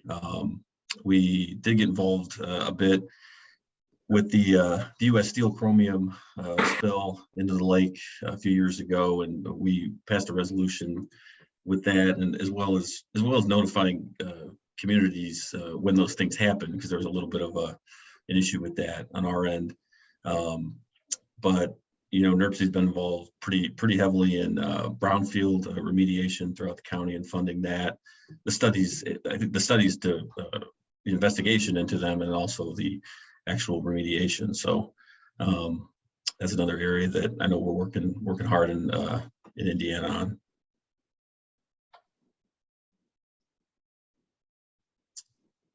And again, I appreciate the opportunity to speak and share a little bit about what we're doing. So. Okay, well, thank you very much, Bill. Thank you. And we want to go from this to the breakout room sessions to discuss ways to establish a team of managers for the watershed. Here's our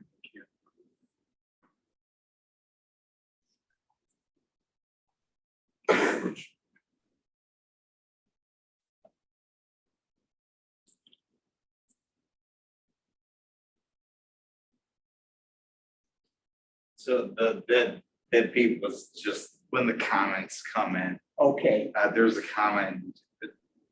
Do we have a map of the watershed that we can show on screen? I could get one.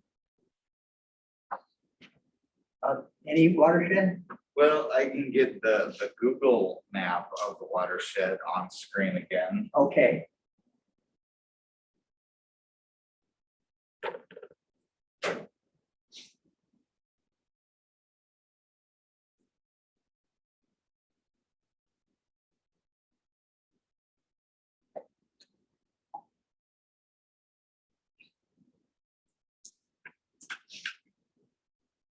Okay, and I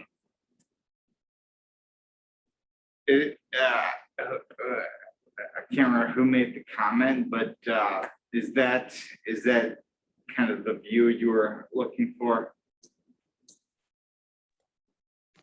Yeah, this is Holly. I work at the Chicago Metropolitan Agency for Planning. And I've been kind of following you got this group for a while, and I'm happy to finally be able to sit in on one of your annual meetings here. So that's somewhat helpful, but I didn't know if there's an actual delineated drainage area, or if not necessarily a drainage area, but a delineated planning area of, the area that you're addressing. Just would be helpful to me for perspective. And maybe you have that in some, other documents that I could take a look at later if we don't have something handy dandy today. There really isn't a map of the watershed. And that's some of the things we've been discussing for 20 years. But there is not. One does not exist. So I would say it's about time that one does exist. But that's some of the things that we're going to have to do in the future, I would think. Yes, it's certainly a very complex area between the built environment and natural areas. So yeah, I can understand that. There's a little story to that. 20 years ago, when we held our first meeting, I think it was in Chicago, we were looking for a map that contained both the Indiana and the Illinois side of Wolf Lake. And one did not exist. We ended up going to the city of Chicago and getting a satellite map of the area because none existed. That was 20 years ago.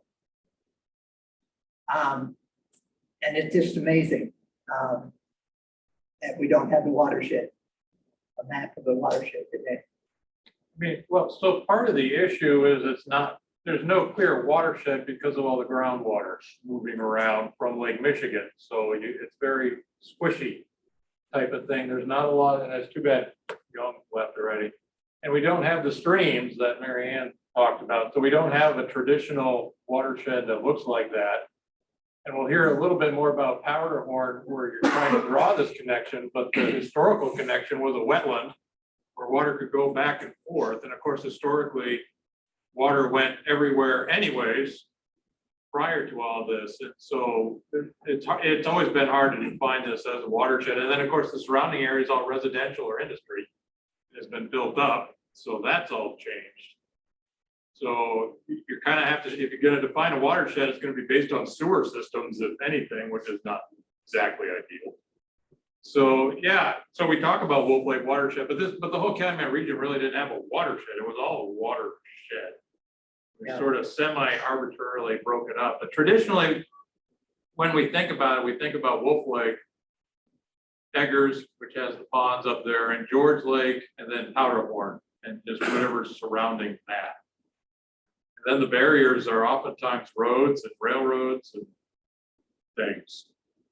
Because Holly, I know what you're looking for, and I know what you want, and the answer is we don't have it here for a lot of reasons. I don't know if she can hear what I'm saying. Yes, I sure can. Yes, totally understood. Totally understood. Right. So that makes the area intriguing and frustrating at the same time. You bet.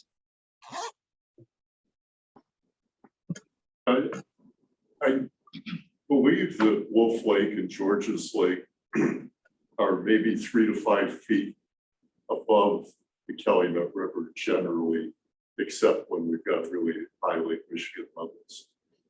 So you'd really have to do an analysis of the whole stormwater sewer system on the Indiana side, which is slightly higher elevation, but not much higher. And then most of what's on the Illinois side of, my guess is the storm sewer system's discharging in the Indian Creek or directly into the Calumet River. But I think what Phil's raising is, a lot of the groundwater that's moving back and forth through the sands that underlie this whole area, just add to the complexity. But if you're looking for stormwater runoff, then looking at the storm sewer systems would be a big start. And as far as I know, that exists. I'm sure the city of Hammond has a good map of the stormwater sewer system, and it would be easy to tease it apart and find it. But as far as I know, we've never done that yet. And that would find it the Illinois side as well. Yeah, and I'm only guessing on the Illinois side, storm sewers probably are going into Indian Creek or Calumet River rather than Wolf Lake, but I don't know that for sure. I'm not aware of any storm sewers discharge into any of those. They've dug big basic thing, they pump to the southwest treatment plant. That's west of the Bishop Ford, or north of 130. Yeah. So there's no storm water discharge that I've ever seen. Okay, Dave? If you go to the north end of the channel on Wolf Lake where Cargill is, after a rain, there's a fence and you can see all the litter from Indianapolis Boulevard is just plugged up against that fence because I think there's a building here, a brick building that's got a mural painted on it, sea fish. I think that discharges into Wolf Lake. Isn't that the pump? And I hate to say it, it's rather disgusting after a rain to go look at it, to see all the articles unimaginable that are in that fencing. And then if you go in the midstream of the Cargill Channel in Forsyth Park, you'll see another yellow brick pump house. And it has a discharge into this lake. If you go by the boat ramp on the south end of Wolf Lake up Calumet, there's another brick building, and it appears it has a discharge that goes into Wolf Lake. Right, those are the three pumps on the north channel of Wolf Lake. From Ham. In Indiana. Yeah. Any other questions, John? I just want to say that there's no storm sewer or overflow into Indian Creek. All those are at 92nd and 130th on the Calumet River, but we still have combined sewers for the most part. So generally, there's no discharge, but if there is an overflow, it's at 92nd and roughly 130th. Yeah. When you say combined source, what does that mean? So your stormwater just gets mixed in with sewage. And then that gets. And then that all goes to the MWRD's treatment facility. Oh, not to the canal. I mean, eventually we'll go back to, actually, no, I think it goes to Grand Calumet from MWRD's facility. But it's treated. It's treated at that point. I mean, at that point, it went through the treatment. Even in a high rain event. We've only had a couple of sewage overflow events in the last 6 years because now with the deep tunnel, we've been able to avoid it happening. On Calumet River itself, there's only been 2. So it's very unusual at this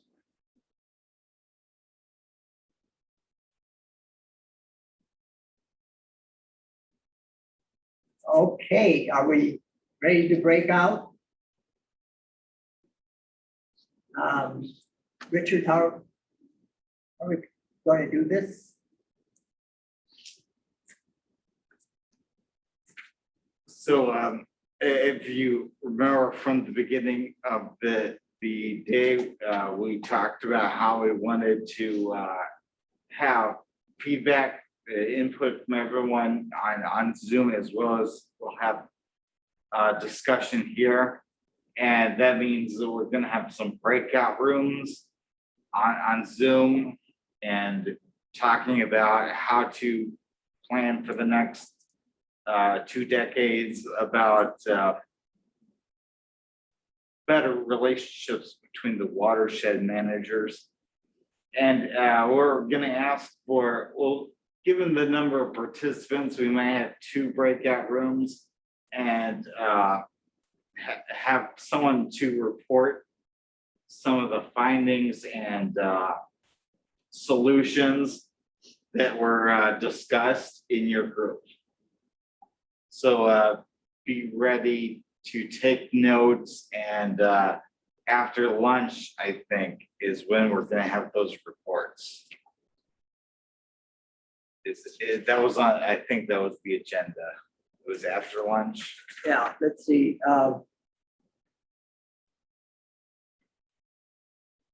Yes, that, and then at 1 p.m. That portion ends, and then we'll try to seek a consensus on feedback from the different groups. Okay, so the reports are the reports right before that, or for lunch? Right now we got, I think we can,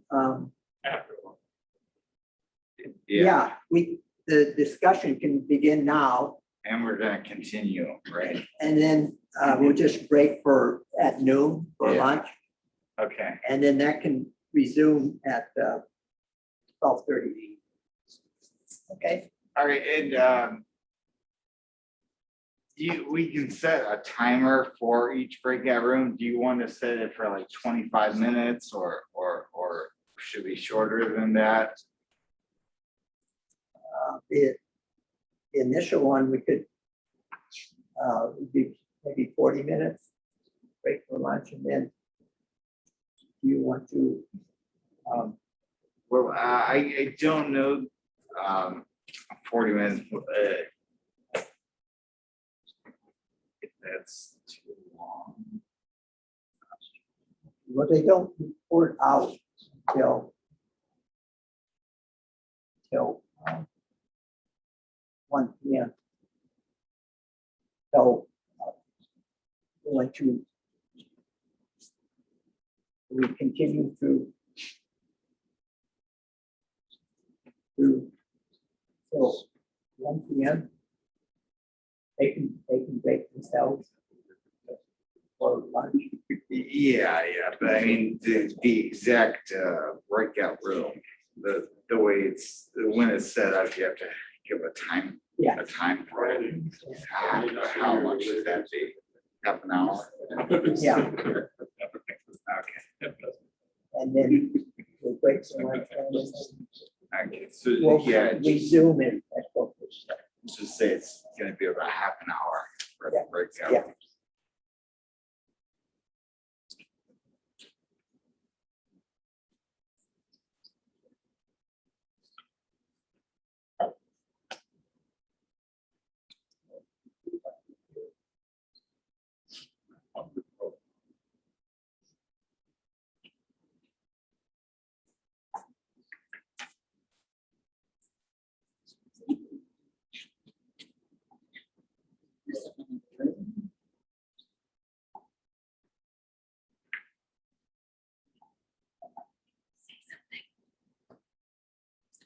Okay, or here the discussion will go until noon. And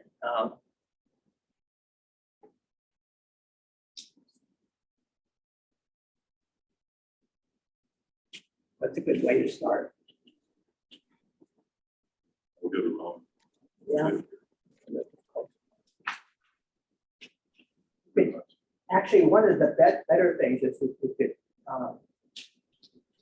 this side could just bring their chairs around. We could always just scooch over that way. Yeah. Okay, why don't you will. So we're almost over then.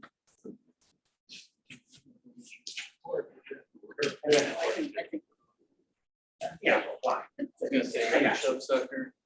Have you got? You got at least one. Okay, so that's, I haven't seen one in 2 years. I'd say that's the rare one that I have started. I haven't picked up a killifish, but that's a sampling space. We got it like about every day when we're doing precision genetics. Right. I would garter. Rare one, but not rare one. Have you got? Oh, no, anyway. Yeah, but not like the numbers in. Our, Yeah.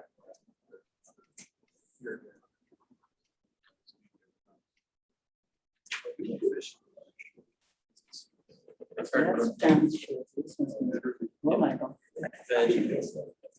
Go ahead. Yep, See you. yep, I got a box around, here, I'll just pop this open and show you. I think smallmouth is the only one collected, but I'm sure black and big mouth are.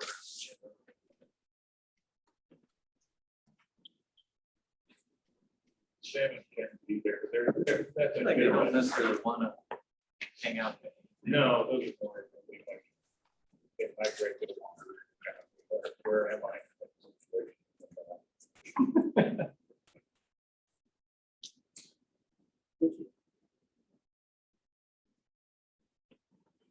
Okay, I don't want to leave this up. Attachments are too personal. From here to there.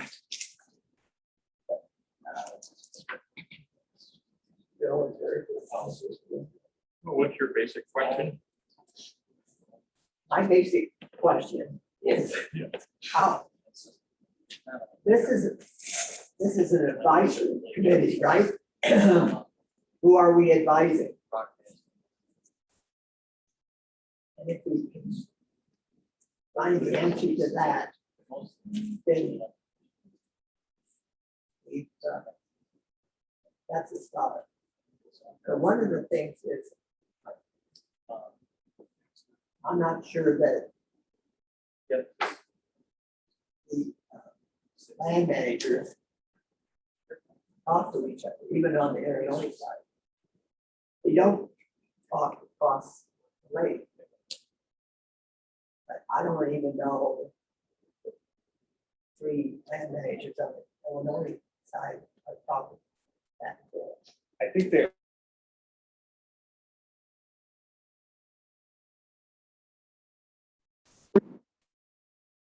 I'm at college for about 2 years, about 35 years, about 35 years. And anyway, so it's just, pretty active in environmental stuff in Chicago, right? Because I used to run into you at meetings around, right? So anyway, we haven't seen. I'm on Mike's list. I get his emails. I was supposed to be here at 9. I was over at Cleveland Cliffs the other day trying to, because they just gave us the money.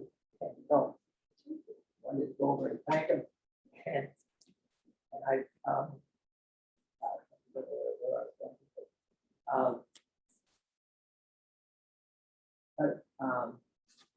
ran into somebody that, worked for the predecessor, Arsenal. And he says, he looks at me and he says, "Oh, you're the guy that sends all those emails." and he says, "I'm finally glad to see you." And so we shook hands, and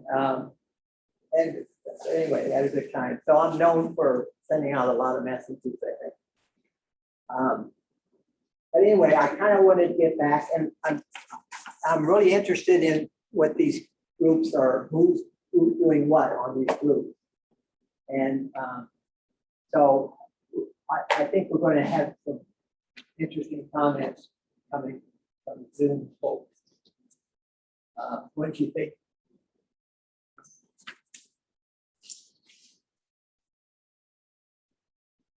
So anyway, where did we leave off? What was being said?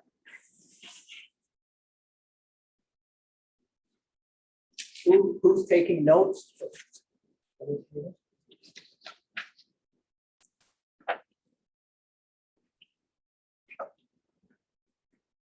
So we were thinking of getting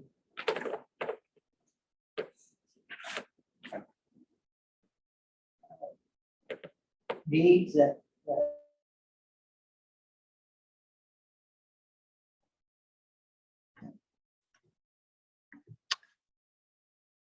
Hey, Michael, would you want me to give a little recap of what we talked about? yes. Okay. Yeah, Holly Hudson from the CMAP and I were kind of in a breakout room talking about watershed, future watershed management and groups that can be, I guess, looked at and can look at the issues that Wolf Lake faces. And we kind of went back to the previous comment from the first session of how, it's a little difficult to determine the watershed, and that may be a good first step to actually determine and a lot of it might be, sewerage and figuring out where, which inlets actually go into the lake and where, the best management practices and, green infrastructure can be maybe installed to help manage, the quality of the lake and the watershed itself. And also looking at plans, and Holly's much more versed in what, funding is available to create these plans and to determine, where the watershed is and what needs to be done. And I'm a voting member on NERC, but I'm not always the best at figuring out which federal funds can be used for what and how related to transportation it needs to be and things like that. So I went ahead and called Kathy Luther over at NERC, who's kind of a regional planning all-star, in my opinion. She's just very knowledgeable, and she jumped onto our breakout session. Unfortunately, she had another meeting she had to jump onto, but she forwarded us a previous plan that was done several years ago. I'm actually just opening it now, and I forwarded it to Michael, to you and Holly. So I don't know how detailed it is, but it might be a good jumping off point to kind of continue the conversation too. And Holly may have some more information to add to that as far as funding and maybe some options looking kind of moving forward for the group to consider. Excuse me. Thanks, Bill. I think, just kind of exploring what, I'm trying to get up to speed myself, what information we have in terms of past plans.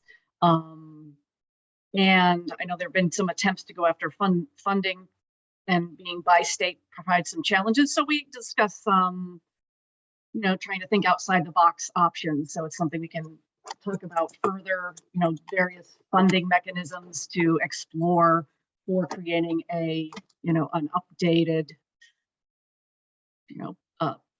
plan that meets the US EPA's nine minimum elements of what they call effective watershed plans, that then creates eligibility for federal 319 non-point source pollution control dollars, again, to implement various BMPs, green infrastructure, that kind of thing that may be of interest to the landowners and land managers over the next, couple decades. So yeah, just kind of talking about potential, I think, continuing the conversation about doing a comprehensive, updated comprehensive type watershed management and protection plan, and explore funding, creative funding opportunities.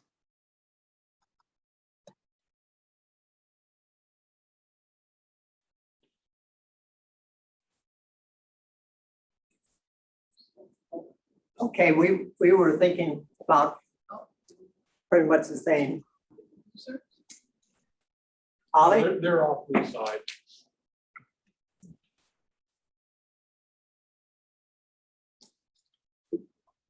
I can say a few words whenever my turn is. Oh, go ahead, Valerie.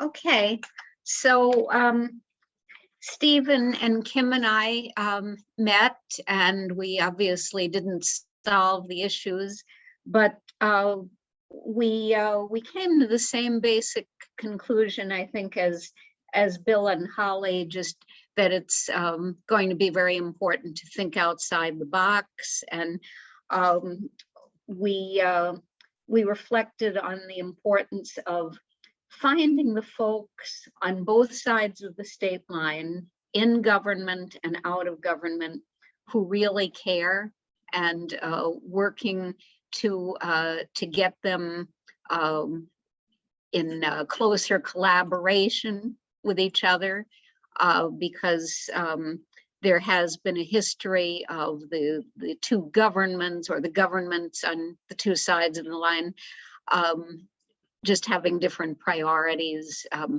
And some folks in government will say that they care, but there always seem to be other priorities that they rank higher. But then there are others, Mr. Emerson, you mentioned Mike Repay, for example, and obviously you yourself are very concerned with the Wolf Lake Watershed. And I think being able to know, if you will, who our friends are and the local governments on both sides can be very, very useful. So.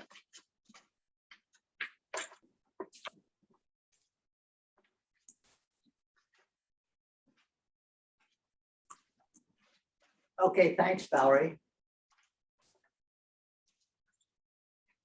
So is that the all three? There are two. There were just two. Yeah, so I don't know if when Phil will come up here, I know you were on there as the moderator. Or, yeah. Did you give a rundown of what we said? They were, no. What did we do? Bill? All right, sure. So we came up with more or less the same thing that both the other groups are talking about, as well as coming up with a plan, some type of watershed plan, looking into that. Once again, we were curious about the map, and that maybe we needed a better map of the watershed, which would include the groundwater, which is a little tricky, but something that we would need moving forward. But once again, looking towards the plan, although we had one addition that to make Wolf Lake more of a lake. I don't know if you want to describe what you meant by that a little bit more. Making Wolf Lake more of a lake. Wolf Lake, the Illinois side in particular, is got barriers, roadways built out into the lake, dividing the lake up into basins, which some of them you can get from one basin to another through large culverts, and others you can't. And it would be, to make it more of a lake would be to remove these barriers that have been built out into the lake, dividing it into basins.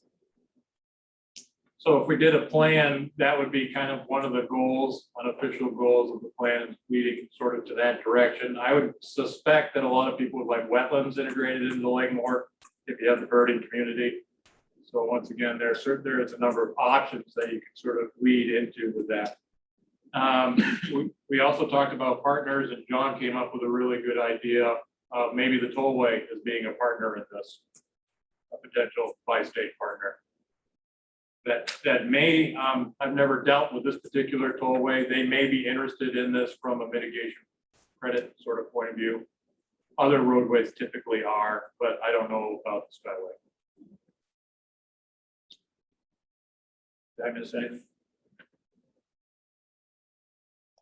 Pretty thorough. Like, which tollway group would it be? So it'd be the Skyway, which is independent from Indiana. It's independent from Illinois. It's its own. That's good news. Yeah, could be, or maybe. No. For Wolf Lake, I think it's the Indiana Toll Road. Oh, is that the toll road right there? Yes. So it is Skyway Indiana. ends at the Illinois-Indiana border. But it's not Hammond, which is not showing any interest. Right. Which is really the key. So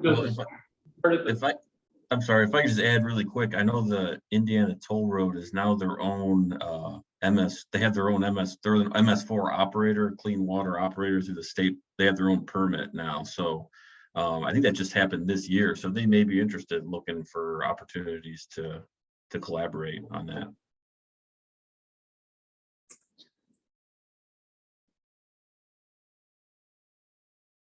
as far as I know, we've never approached the tollway of any type before, project-wise. I could be wrong about that, but I don't think Holly has ever done that before.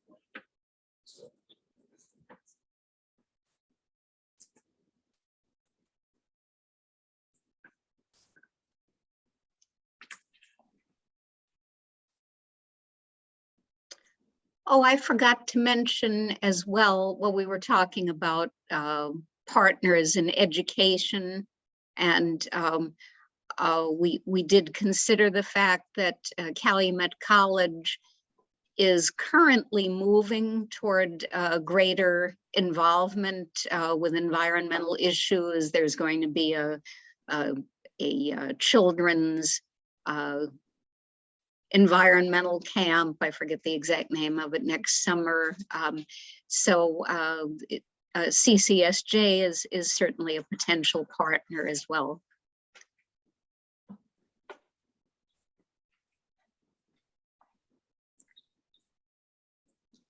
Valerie, thanks for giving the notes on that. Appreciate it.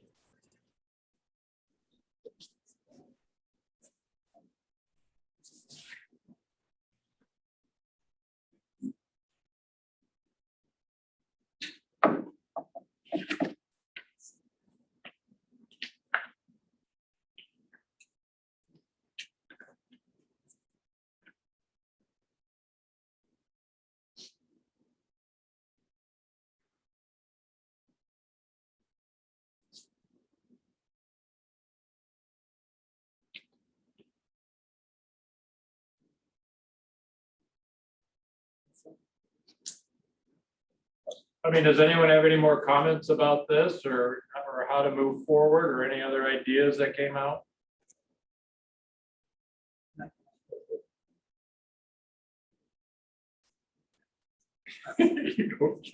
Horrible thing.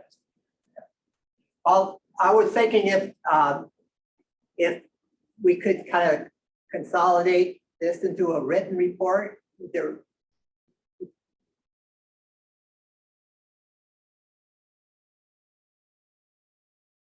Is that asking too much? Well, or you're recording? Did you get recorded? Well, Yeah, you're recording, so we can this recapture all this. discussion, the reporting after the lunch, That should be enough.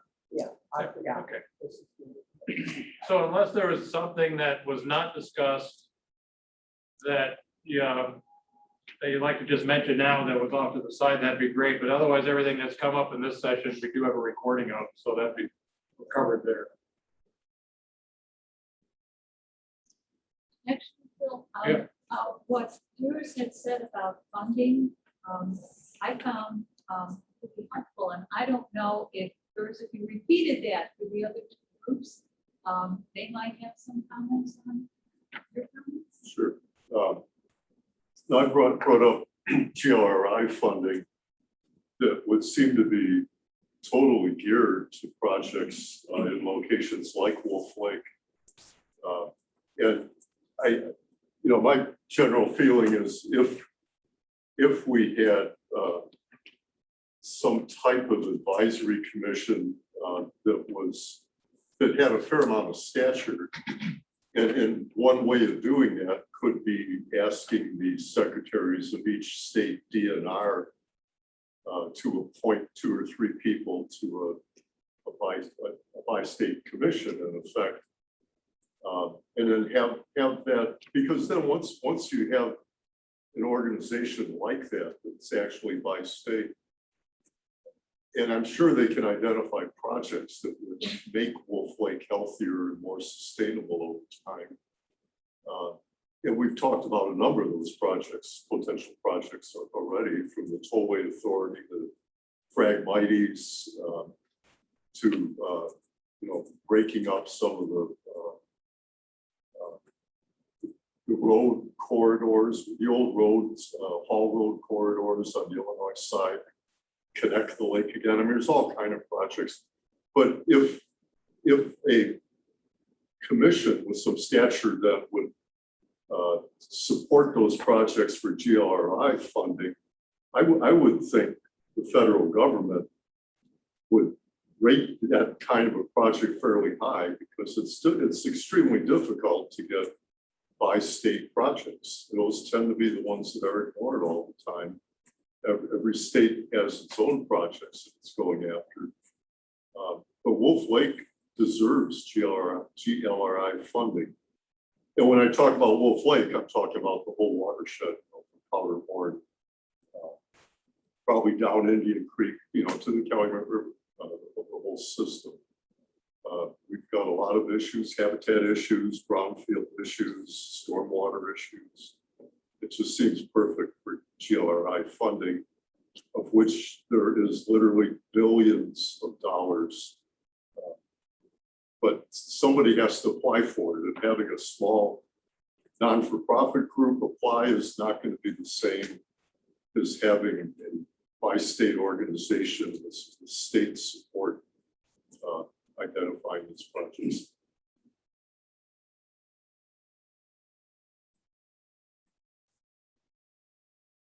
And I think my closing comment on all that was that I can't imagine any secretary of an IDNR turning down a multi-million-dollar GLRI grant opportunity. Why would they want to do that? You know, it seems like that's exactly what they want to have happen.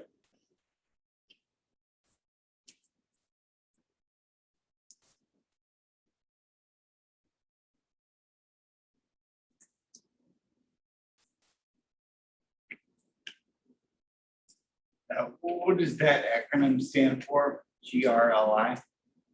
Great Lakes Restoration Initiative.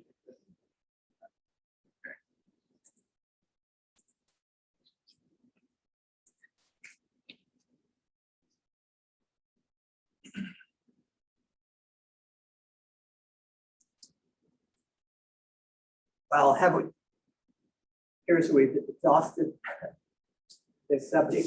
So just to kind of reiterate that, are you suggesting like this is a way to get around the fact that maybe we need to look at other options than just getting the 6 partners, the 6 managers that we were talking about at the beginning?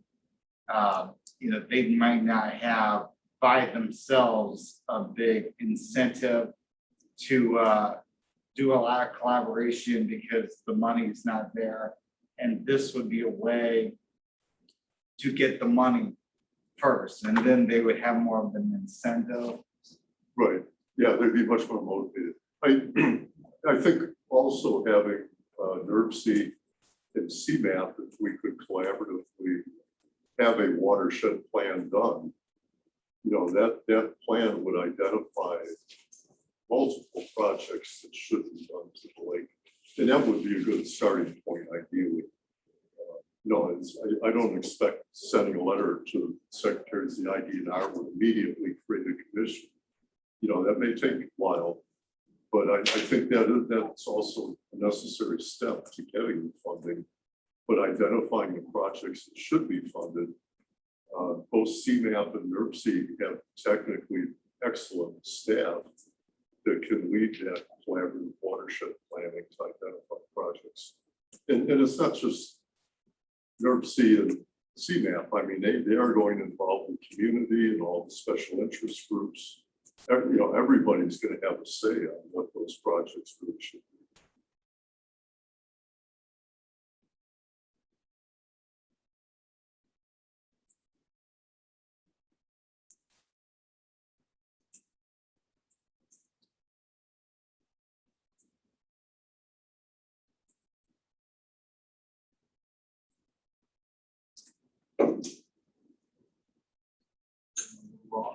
Yeah. We have enough people I'm here. just waiting for everybody. Okay, well, thanks, everybody, for bringing this discussion to a close. You have the breakout? Yeah, so everyone's back now. You might, I know we got reports from some people. I don't know if everyone could return from lunch. I mean, it's just 1 o'clock now, so you might want to ask again to see if anyone had any comments from the. Okay, are there further comments of those on Zoom? No. So they're all Yeah, they're back. They're all back. All right. We're a little bit ahead of ourselves. So, Dan, are you ready for? Okay. This is Dan Spencer. We'll be talking about the reconnecting of Wolf Lake and Powderhorn Lake. We've had this discussion for maybe the past couple of years, but I've been out on my bike and I've been keeping track of the of that project, and I think it's about 100%, right?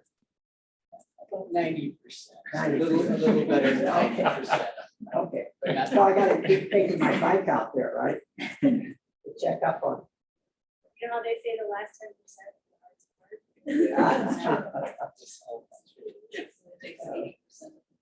Yes, exactly.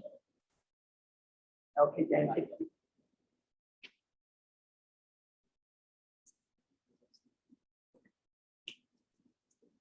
Dan Spencer from the Cook County or Forest Preserve District of Cook County. I guess that. We, Oh, Richard. Oh, yeah, yes.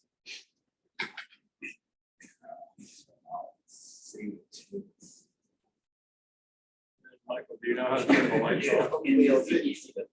Yeah. Okay, my It's like this. You want- Yeah, I'll get it. I don't know how either. I just asked. Yes.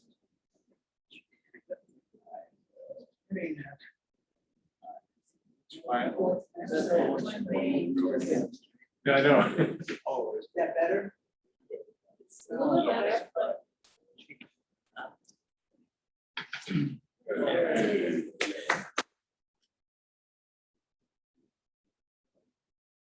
Better without the light.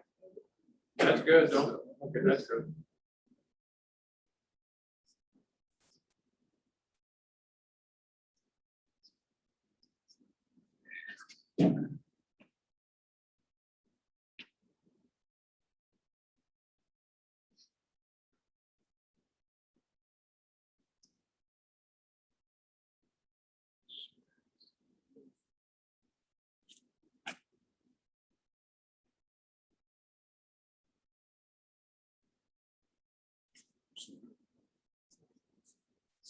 So if you want to just kind of wave at me when you move it forward, does that work? You can stand over there and I'll. Okay, so. Just out here. So my name is Dan Spencer. I'm the regional ecologist for the southeast part of the Cook County Forest Preserves. And so I'm just gonna give a little brief overview of the Powderhorn Restoration Project. Oh, would it be better if Dan's good at the microphone? Or the, speakers on.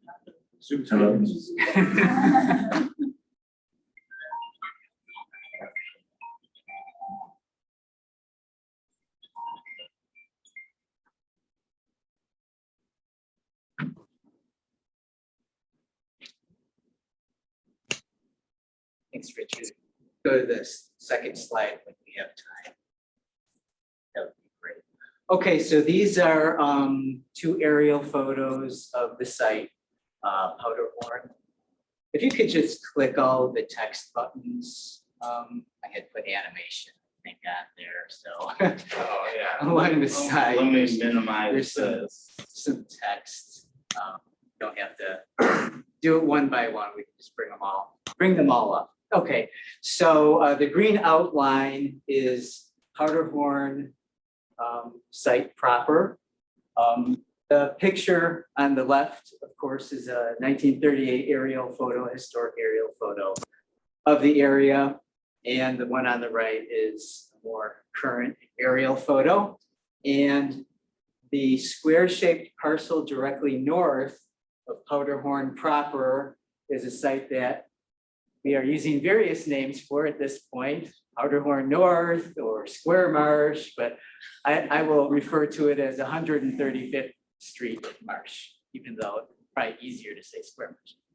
And then these two rectangular parcels directly north and west of that, I will refer to as the Harbor Point parcels that the Forest Preserve also currently owns.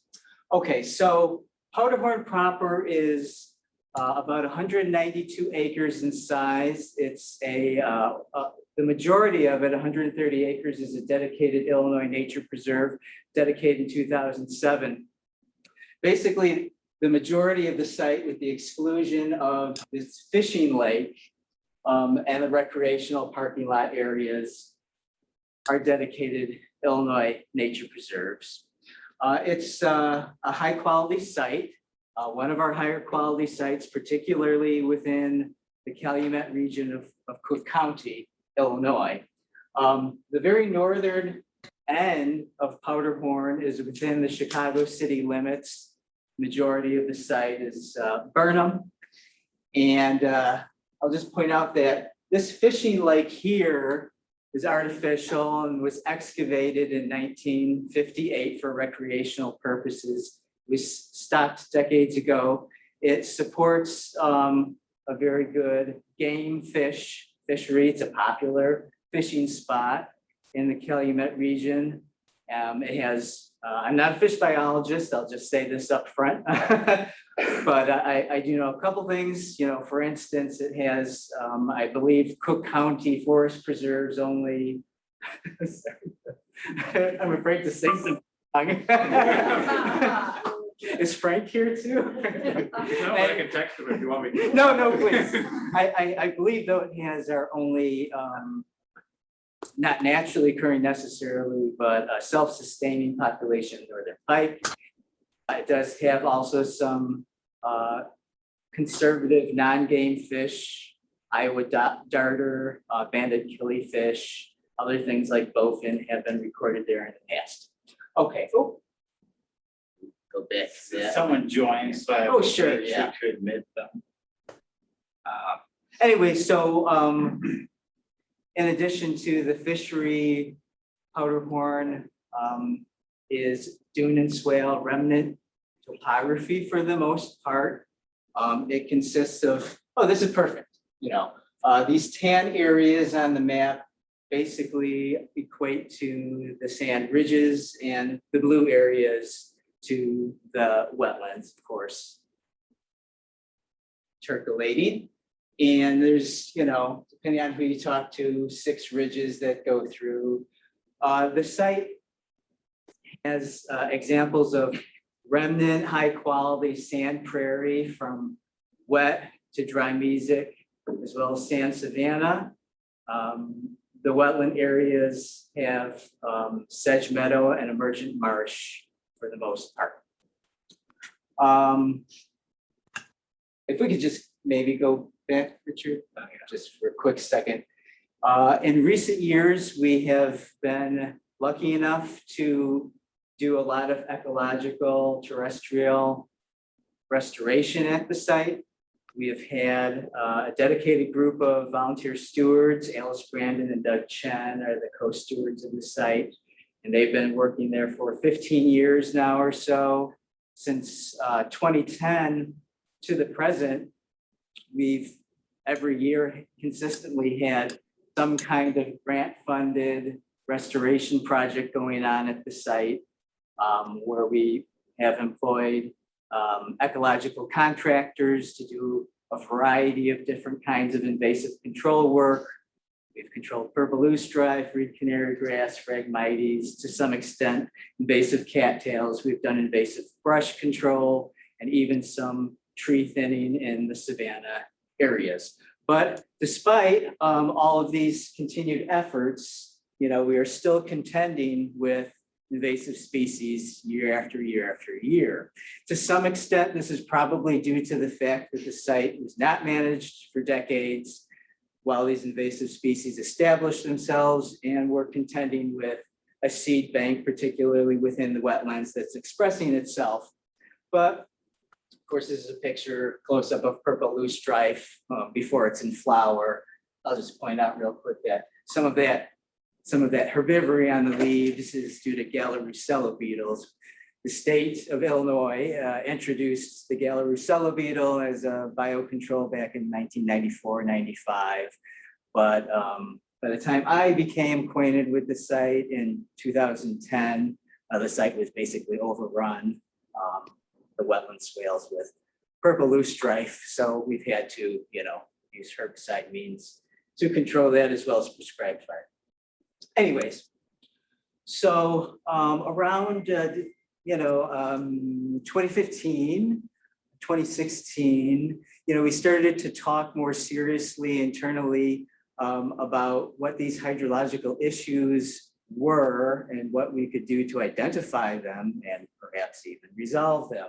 We had some fruitful discussions with the Army Corps of Engineers, Frank Feraldi, Robbie Slawinski, an ecologist with the Corps at that time, gave us a lot of good advice and direction. And we were also able in 2016 to get grant funding from the Illinois Coastal Zone Program to hire some hydrological contractors, Hay and Associate, who are consultants. They did hydrological investigation at the site. Initially, we thought perhaps the site was receiving a lot of polluted water input overground from areas surrounding it. It's surrounded by railroad on the north, and on the east, by roads and industry, on the west, residential areas, beyond that, more railroads and roads. So the site is basically dammed in, right? So it's not surprising that we came to the conclusion with the help of the consultants that, basically we're dealing with a water impoundment situation at Powderhorn.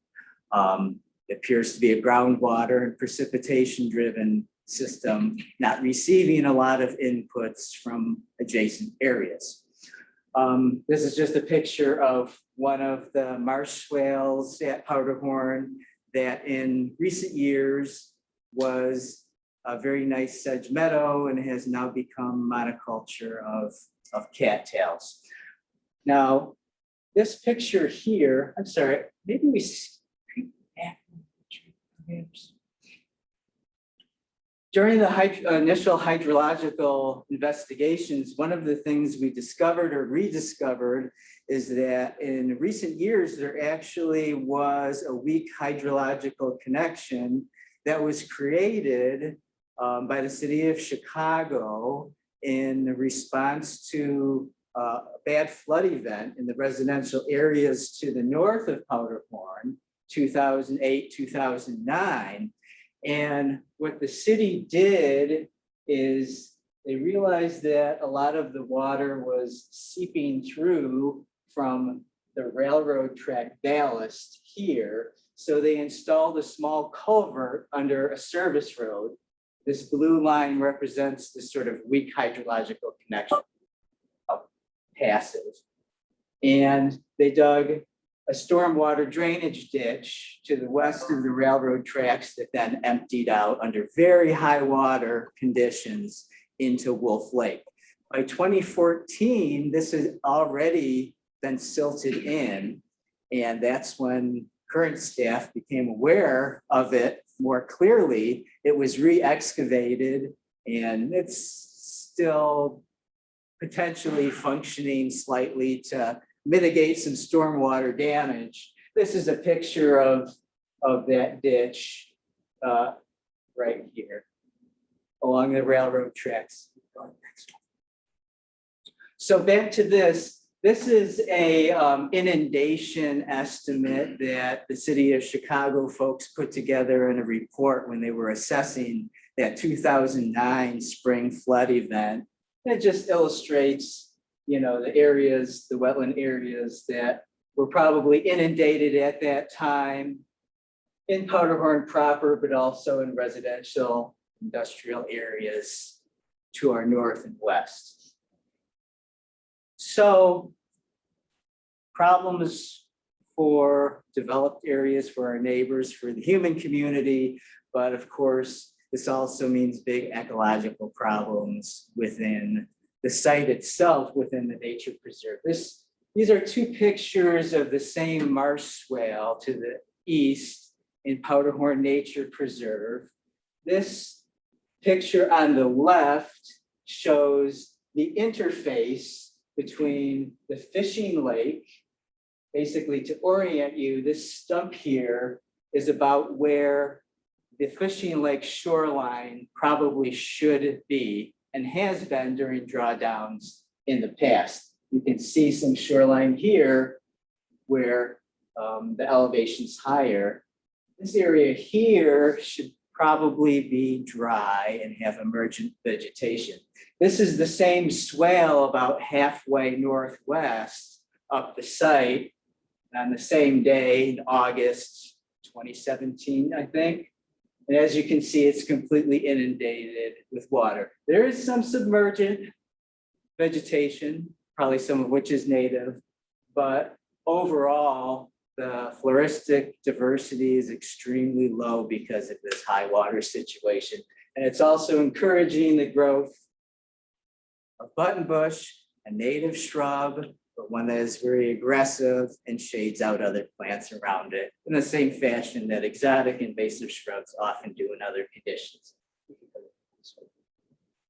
Okay, so this is a picture of a marsh swale, the first or the westernmost marsh swale within the nature preserve, closest to Brainerd.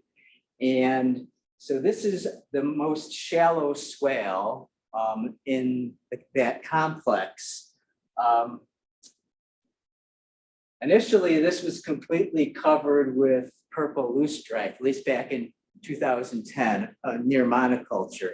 So as you can see, in intervening years, we've almost eliminated it, but then we had a flush of buttonbush. And so we had a very dense buttonbush car, which, you know, in some cases might be okay, but in this case, we were losing diversity of plants because of the density, the high density of buttonbush. So a few years ago, we did a thinning project in this swale. We thinned out the buttonbush heavily, and this is what it looked like afterwards, much more diverse and open. Now, we've been lucky in the last couple of years in that it, you know, it's just happened to be very dry. And so we've been able to maintain it in this state since then, but it's not a sustainable situation since we have no control over the hydrology of the site. Okay, so that gets us to the current project. In about 2019 and 2020, we started a form of partnership with Audubon Great Lakes. They were able to secure a NOAA grant for us that allowed us to continue to use the consultants, the hydrological consultant, Hay and Associates, to take the plan they had already put together for us and put that into an actual action plan, an actionable plan, and then fund the implementation of this project. Okay, so now I'm going to get into what we decided to do, which is create a drainage structure, okay, a water controlled drainage structure. The picture here, this is like an as-built picture of the structure, which I wasn't sure if it was terribly clear, so I just kind of drew in with a blue line the footprint of it from Powderhorn to Wolf Lake.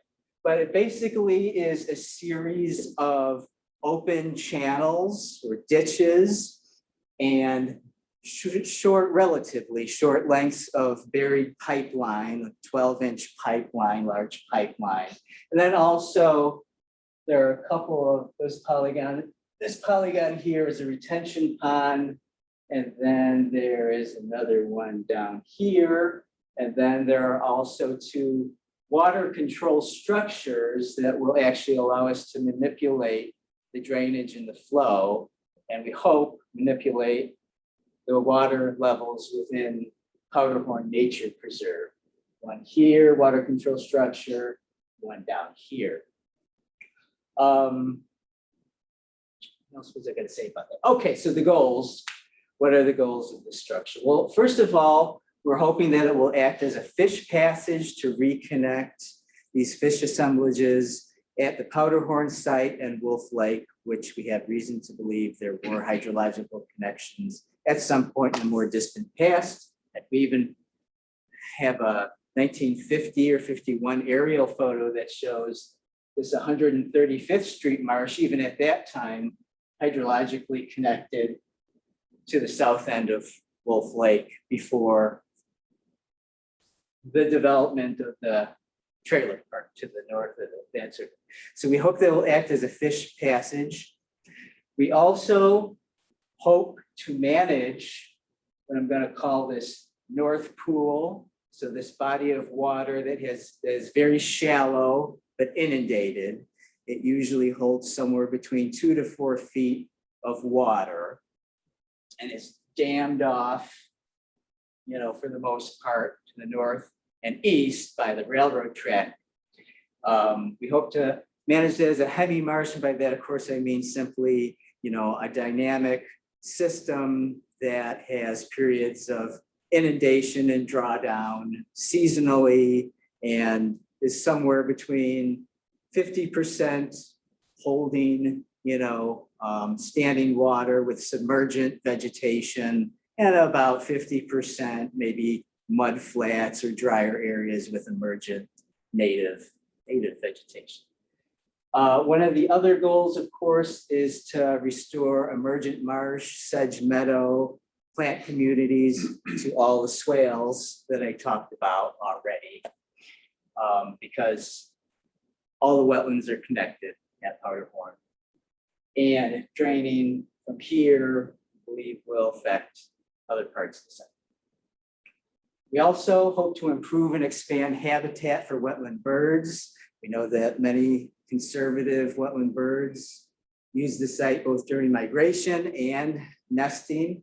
We're lucky enough to partner again with Audubon, Great Lakes, and other Calumet organizations on the Illinois side back in 2016 again, and this continues to this day on marsh bird monitoring, which is being done on both sides of the state line, of course, by Audubon at various natural areas. So we're able to get some better quantitative data of just, you know, what the avifauna has been in recent years at Powderhorn. And it's good, but we believe that with this project, we can either expand the amount of habitat or improve the amount of habitat that exists.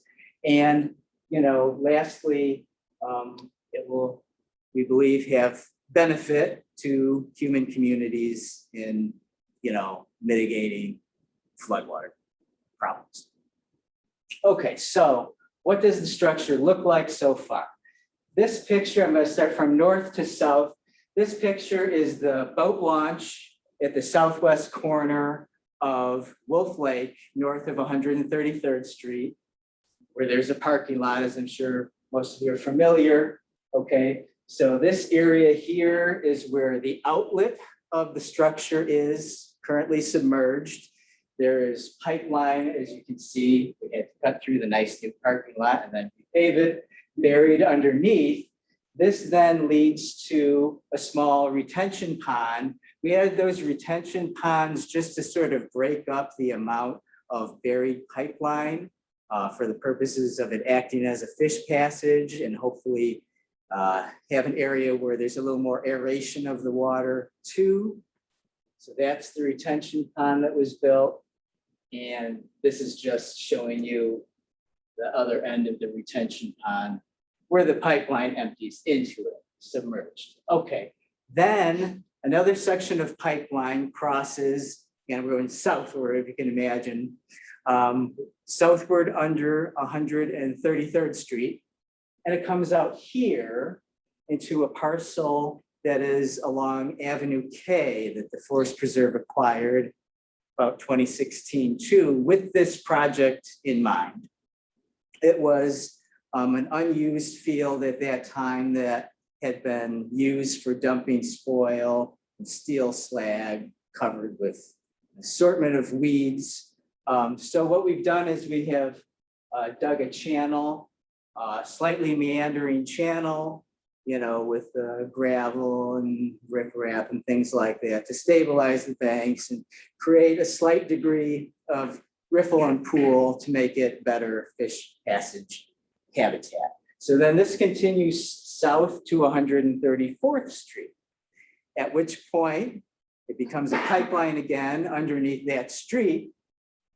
And that pipeline then opens up just south of 134th Street into the northwest corner of 135th Street Marsh, the next parcel south, that we also acquired relatively recently with strategic this idea in mind, right?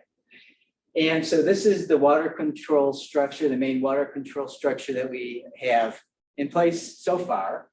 And it, you know, consists of a series of removable boards. This is the bottom board in place to give you a sense. The boards go in these slots on that side facing this channel here so that hopefully we can manipulate water levels. And then it also has this valve here so we can just open the whole thing up if we wanted to, if water levels were exceedingly high, and just let it flow full flows.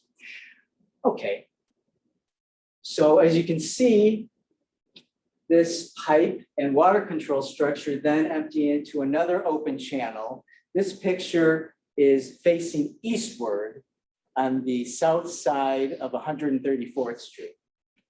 It runs parallel to the north edge of the marsh, and then it makes a curve and empties into the marsh itself. So we have incorporated that 135th Street marsh into this drainage system. And then, so that's the marsh, 135th Street marsh right here. And then this is the south end of 135th Street marsh. It becomes a buried pipe again. Then I just added this map again. It's hard to explain. It'll empty into another little retention pond again, another little water control structure. And then the last leg, which this is the part that's not complete yet, a buried pipeline where the inlet will be in this north pool of Powderhorn, running under the railroad tracks into that, you know, that's Powderhorn's north pool. So the one thing, if you could just go back for one quick second, Richard. So like I mentioned before, we're about 90% or more complete. One of the little bumps in the road that we've run into, construction began, by the way, back in November of last year and has been going on intermittently since then. And so one of the hiccups we've run into more recently is that there, in addition to the last leg of the pipeline, or first, you're looking at it, it's the inlet, going under the railroad tracks, there's also a BP petroleum pipeline buried just north of the railroad tracks. And that has been a bit of an issue. BP would like us to bury that pipeline deeper than the plan calls for. So we're in negotiations. Hopefully we'll get that resolved and everything turn out the way it is supposed to. And yeah, just to go back to the last slide. So this is that north pool during probably a typical high water period over the last 10 years. This is actually it this year, because it's been such a dry summer, much closer to what we're hoping it will be. Nature has been helpful to us in that it's already gotten us, in some cases, where we might, close to where we might want to be hydrologically in the shallowest west swale, a little bit in this north pool, but hope to do much better. So that's basically the nuts and bolts of the project as it is so far. Does anyone have? Yes, Terrence. So the 135th Street marsh, 40 acres that we bought, had some bad brownfield aspects to it. What did the Forest Reserve District do to clean and polish the cross? Is it? Right, I don't know about costs, but that's a good question. If we could bring it back up, maybe I could point something out real quick. So along the south end of the preserve, north of the railroad tracks, we've had contractors clear out a large swath of invasive brush and also some trees too, to open up the area. They were advantageous trees. And then at the northeast corner, so just south of 135th Street, we are hoping to have a parking lot there to have access to the public.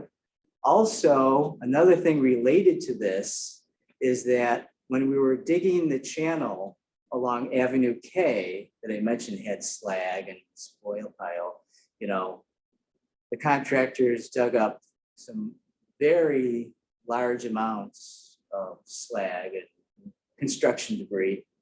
I think more than they thought there would be.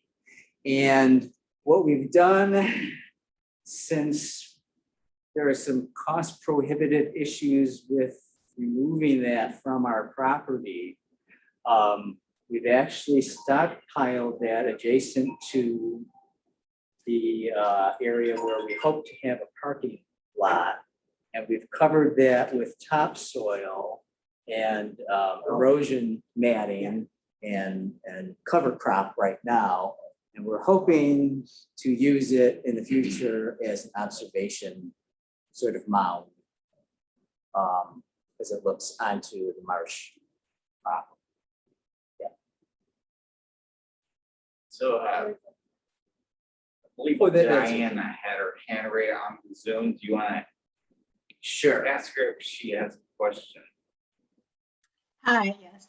Hopefully you all can hear me. I have a question again. Thank you for following up on that. I had a question specifically about the 133rd Avenue K segment. What was that process like with the Forest Preserve acquiring that land? Was that who was the owner of that land before that? And thank you for expanding a bit more of like what he did with the collection of the slag. I'll be honest with you, Diane, that's a little bit outside my area of knowledge as a field botanist. But I can find out for you from our planning and development department and get back to the group that information. I believe that it was an OSLAD grant that helped us to purchase it, but exactly who the owner was, I am not certain. Sorry about that. No worries. Thank you. I believe the predecessor owner was the previous owner of the mobile home park. Yes, that you're right. property It that just got hit me. sold I to knew, the new owner. I guess I did know that and I forgot. It was yes, because there's a parcel, you kind of saw two rectangles on that map right next to each other.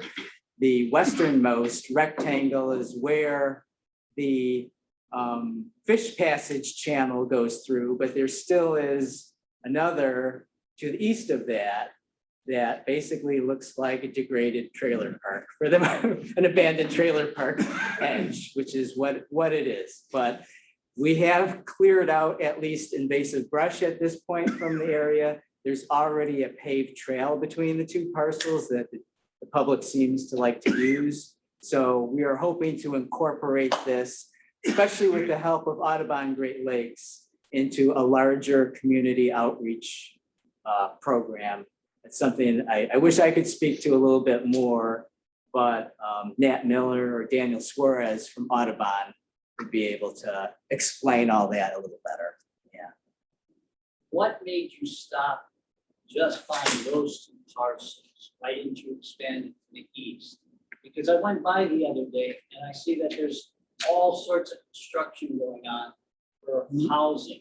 Right. It seems kind of contrary to what you're trying to create. Yeah, I believe it was because those were the only two available to us for sale. So you couldn't convince those people to sell it at a higher price? I wish I could tell you the answer to that one, but I'm not really sure, because I am not involved in negotiations like our legal department would be. And I realize that, but I think all this great work you put into it, and It's that little sliver. I do know what you mean Adjacent though. to it, we're pouring these huge concrete pads for Right. houses. I know, I agree with you completely. My sentiments are exactly with yours. One little tidbit I do recall is that, at some point in the recent past, Kim Freeling with the state was looking into trying to purchase at least some, if not all, of that property that you're talking about, the trailer park, to incorporate it into Wolf Lake, you know, and, you know, who knows, possibly with ideas of ecological expansion or expansion of facilities, or maybe even a project like this, you know, we had gone east instead of northwest, you know, northeast instead of northwest, but apparently that fell through. All the details I don't know of that. I can add a little information. There Oh, was a thanks. collaborative plan by Harbor Point Estates that included building houses on lake shores of Wolf Lake. And this was an elaborate plan that came, then there was the housing crash. And it was when the housing crash came that they were forced, you know, financially to sell property to the forest preserve. So I don't know now, instead of housing more of a boom, they probably able to now reactivate parts of their plan that they had originally, but there was an elaborate plan for that whole area to be high level, expensive housing. North of 134 up to collapsed in the house. Maybe we should be happy that it's only trailer park, but that's just me being trying to be optimistic about a situation that's not. Are there any other questions? I don't see any more on here. So it's not actually connected yet. Correct. Yeah, it's not connected to Powderhorn yet. That's the last piece that needs to be accomplished. Just, I know there's a lot of people with ATVs that go drive through the creeks, just, you know, popular people with ATVs. What your thought about putting a bunch of rocks to stop people from being able to do that? Yes, we have been discussing that. We have, you know, there are some Jersey barriers over on the corner where there's a haul road of that 130, well, I'm sorry, I should be more specific. Southwest corner of 135th Street Arch. We've been trying to keep illegal traffic of various kinds out of that area. But, you know, to the south and east of the marsh proper, the property, the parcel consists of very disturbed mile land area, which also has series of 2 tracks and roads that people have made long before it was forest property.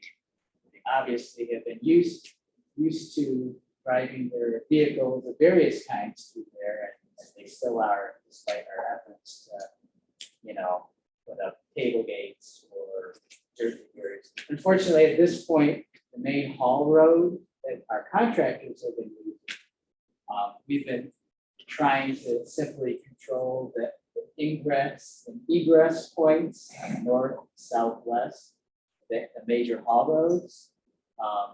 But there are a lot of other possibilities and opportunities to access the site outside of that haul road, unfortunately, especially for someone with a UTV. So it's a very real issue that I'm trying to contend with right now. Mainly just so we can get the construction done, and so that no one's interfering with the contractors if they're doing the construction. But I'll tell you, I mean, just, well, I don't know, I think it was this spring, I was over there kind of looking at the progress of the work at 135th Street Arch.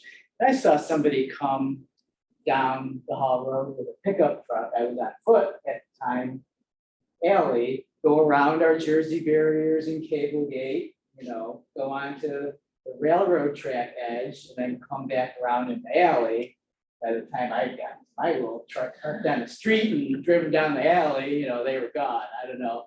Keep going north to 134th, did they go into a garage right away? I don't know, but I know the contractors that we put they're out there and others that. Well, fortunately, we have not been able to get law enforcement out, nab anybody yet this time. Currently, there's about 10 to 30 feet of exposed shore on Powder Horn Lake because of the Yes. low water level. But there's still water in the North Pool. The North Pool still filled as far as I could see with water. So will lower the water further by connecting it to Wolf Lake, you'll have more exposed shore along Powder Horn Lake? Yes, potentially, because Powder Horn Lake, I believe, is at elevation 584 feet above mean sea level, which I think is the That's the same as. maximum elevation.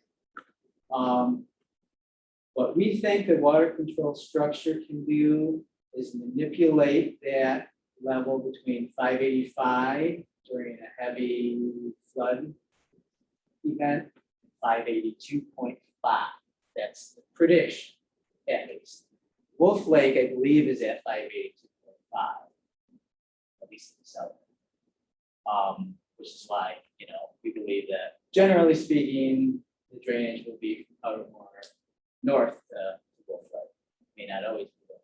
But anyways, so those are kind of like numbers.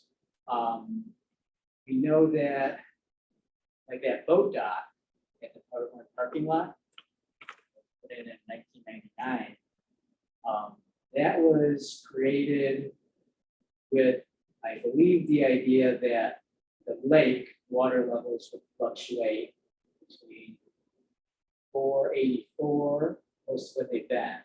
Probably not right now, this year. And I'm sorry, 584 and 582. So boat docks should still work if we time drawdowns based off of predicted precipitation for a year correctly. Our intention is to maintain a hydrologic connection between the fishing lake at Powder Horn and the North Pool, particularly in the spring.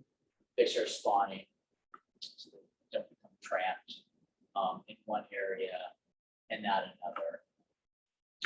But possibly then do a drawdown later in the growing season and perhaps allow a recharge in the fall. But yeah, we'll have to see how it actually works when it's complete. Is the west ditch that the city, I guess, had created along the railroad tracks, is that still going to be active? It's still going to be active, yeah. I mean, it's up kind of outside of our control, you know, our authority.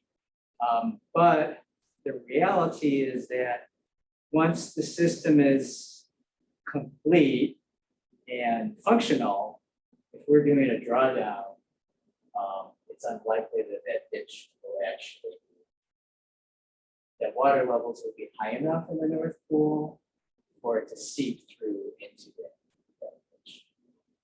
But I guess you could say it might be a backup. Water levels are higher than our models predict. So kind of related to that, so even though it's not connected right now, are you seeing any water movement through that? Yes. Yeah, so right now there is water movement through the pipeline from Wolf Lake into that retention pond. And then south of 133rd Street, there's water in that little meandered channel. And then a little bit of water in that channel that runs south parallel to 134th Street. And I have seen fish in there. I don't know what they are, but there are fish already using it. That's the small that's Yeah, So you must have a watershed map for Powder. we do. Yeah, I don't think I have it on a slide though. Yeah, no, but Michael, Yeah, some obviously research would be not listening. I was just gonna add one thing, because I saw it on the agenda. So the natural history survey is also going to be part of this project to track fish movement once the, so we will have more data on how fish are. Right, yeah, exactly. I forgot to mention that. Thank you We so don't have any much. report on that, but I saw that. So Right. It's next in line. next to that. Oh, okay. Okay. No fish movement. No, one, you said the new parking lot, this tentative overlook, where were those again? Where were you thinking? If it goes through, it would be at the northeast corner, just off of 135th Street of that's where March, yeah. There's kind of already like a spoiled pile. Sure, yeah, I know what you're talking You mean about. 134? Right. I hope I didn't say it wrong. You said 130. Oh, sorry. Well, the road goes like this. No, it goes like this. I should have just said square marsh. Thank you. Okay. Thanks, Ed.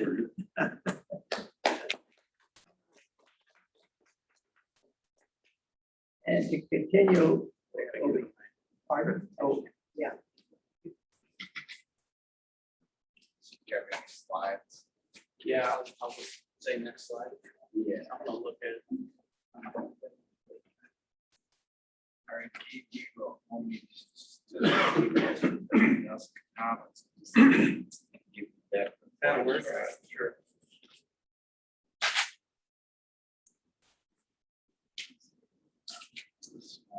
This It's there.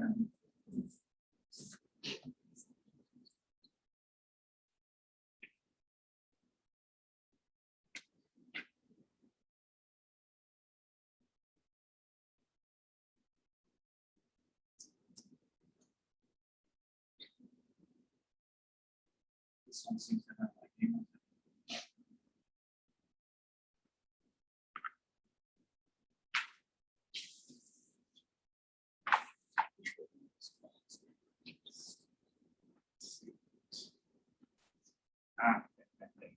It'll- Chart.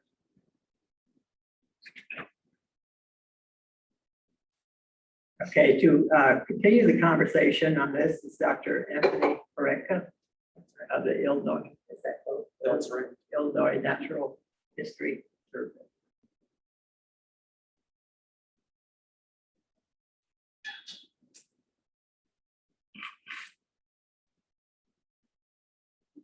All right. Yeah, I can take this off. okay. I just wanted to my, Yeah, that. and that'll from work. That.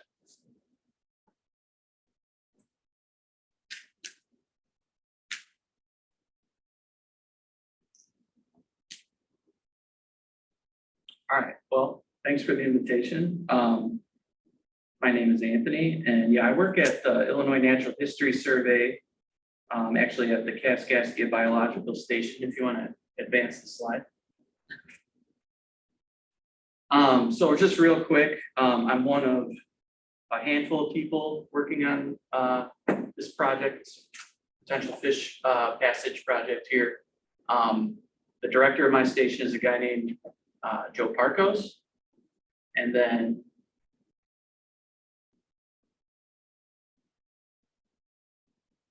sorry, that's all right.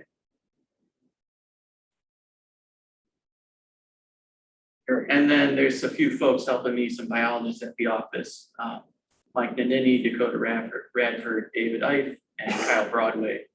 And then I'm also working pretty closely with Steve Sillick, Jim Phillips at Forest Preserve District, and then obviously Chip O'Leary brought us in.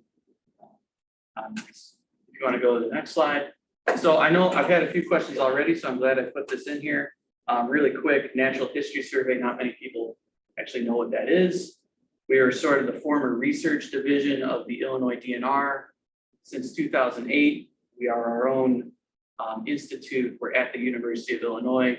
We still operate in the same capacity.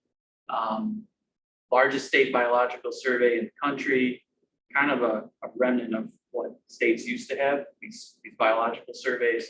And so it's a group of researchers. We investigate kind of all aspects of ecology, life history of the flora and fauna of Illinois. In 2020, we got involved in this project. Some members of the Forest Preserve District, which I've been working with on another project, reached out and said, hey, we'd like to figure out how to characterize fish assemblages between both of these lakes. There's a plan to reconnect them and then look at fish passage. And so that's how we got involved. You want to advance? And so we developed a scope of work in 2020. It had these 5 objectives that we're still working on. The first one was to assess water quality before and after reconnection. In my realm, or in when I'm talking about water quality, I'm purely just talking about things that affect fish populations, not exactly like, you know, ecotoxicology, but, you know, productivity of the system, potential for algal growth and, you know, nutrient limitation or excess nutrients. We also think, we know that because the system's going to move water, plankton are really, really important to look at. So any feebly drifting, you know, passively moving particle, whether it's phytoplankton or an animal. So we know that zooplankton, so small crustaceans, are going to move through this system. I'll get to a slide later. They're not the same between the 2 lakes. There's similar players, but different numbers of each, different taxa. And then obviously a big thing that everyone's interested in is fish reproduction. And so early life stages of fish are planktonic larval fish state life stages. We think there's a strong possibility of this thing's moving water. Those passively drifting animals are going to move through there as well. And that's actually objective 4. Objective 3 is just to, again, understand the status and abundance of the fish communities, of the fish species in each lake before and after the reconnection, and 4, quantify reproduction. And then 5, that's the sort of big one, is assess functional connectivity. And so that's just a fancy way of asking, do fish move through the system? This just real briefly, I don't want to dwell on it. These are our sort of sampling schemes. This is a cartoon. So we're working in the Powderhorn fishing lake that we heard about. It's just too difficult to run a lot of these gears in that shallow marsh. And so like the index site where we're sort of continuously sampling things like for water for nutrients and plankton, along with some other sites for plankton, is about as far north as we can get on Powderhorn. But our Wolf Lake sites are basically concentrated in that southern basin. We do look for fish. We have some netting and some electrofishing occurring in the middle basin as well. But it's just kind of concentrating these areas near connection points. So just kind of getting into this. This is all from, we were out in 2020 with the idea that, hey, this is going to be done in 21, early 22. And obviously we're still waiting for that. So we're going to jump back out and do a lot more work, hopefully next year. But we were out monthly from, the plan was May through September, and we'll be out May through September again. May of 2020 was a big sort of holdup with COVID and university restrictions. So we did not get out May of 2020. But to characterize water quality here, we're looking at things like Secchi depth, which is that black and white disc you might see on signs, you know, at around lakes, but we're using that to measure. It's a surrogate for turbidity, but water clarity, temperature and oxygen depth profiles in each lake at a consistent reference site, and then, you know, total phosphorus, which might be limiting, might give us an indication of, you know, what trophic status of the lake, and then chlorophyll A, which is a surrogate for algal abundance, phytoplankton abundance. And then we're also doing some bathymetry mapping of Powderhorn Lake proper each month that would be compared to a post-connection period. And so I'm just going to kind of go through these, some of these things pretty quickly here. This is what some of the typical depth integrated temperature and oxygen data look like. Powderhorns across the top, Wolf Lakes on the bottom there. the areas of Wolf Lake we're working on, Wolf Lake's really shallow. We don't have, even at the deepest point we're using for an index site, it doesn't stratify. And so by that, I mean, there's no sort of that big curve where oxygen will fall out or temperature gets a lot lower with depth. So it's just kind of continuous top to bottom. Powderhorn Lake has a deep hole in it. Actually has some depth in both those sort of two parts of that kidney shaped basin there, but it stratifies. The take home here is there's suitable temperature and oxygen conditions for fish in both lakes, and we don't anticipate that changing, obviously. You want to advance to the next slide? Here's a question about what do the red and blue lines mean? Oh, I'm sorry, if that's not on there. Temperature is on the red and oxygen is on the blue. So I apologize for that. I'm stealing a lot of the images you're seeing are from the report that's on the website, the Wolf Lake website. Okay, you can go to the next slide. So yeah, again, this is coming from the report. So a lot of tables, which I don't love for presentations, but it's what you would see online as well.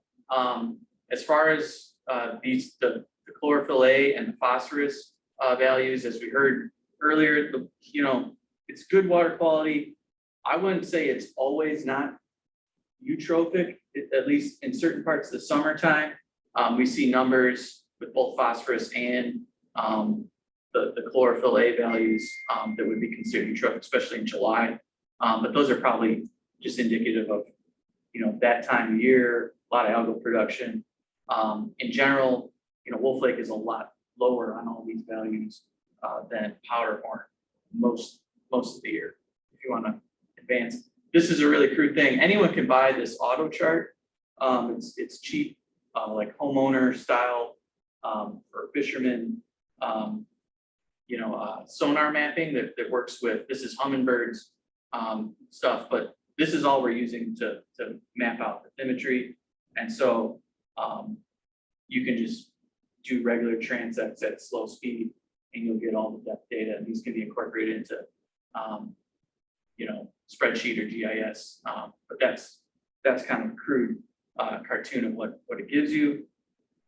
As far as zooplankton, which was our second objective, so these are tiny crustaceans, primary food base for all fish. A lot of fish like sunfishes, bluegill, eat zooplankton all throughout their life, but all fish when they're young eat zooplankton. And so important thing to track, and again, something that's probably going to get mixed to some degree between the two lakes. Again, we're collecting these each month. We're using a vertical tow, this little net, it's called a Wisconsin plankton net. It gets towed through the water. And then the sample is brought back to the lab. If you want to go to the next slide.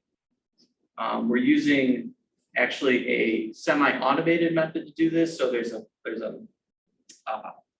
machine that takes pictures of everything in the sample and counts, who's there, how large they are. This is a stock photo from the FlowCam website, so I don't want to scare anyone with what you see on the screen here.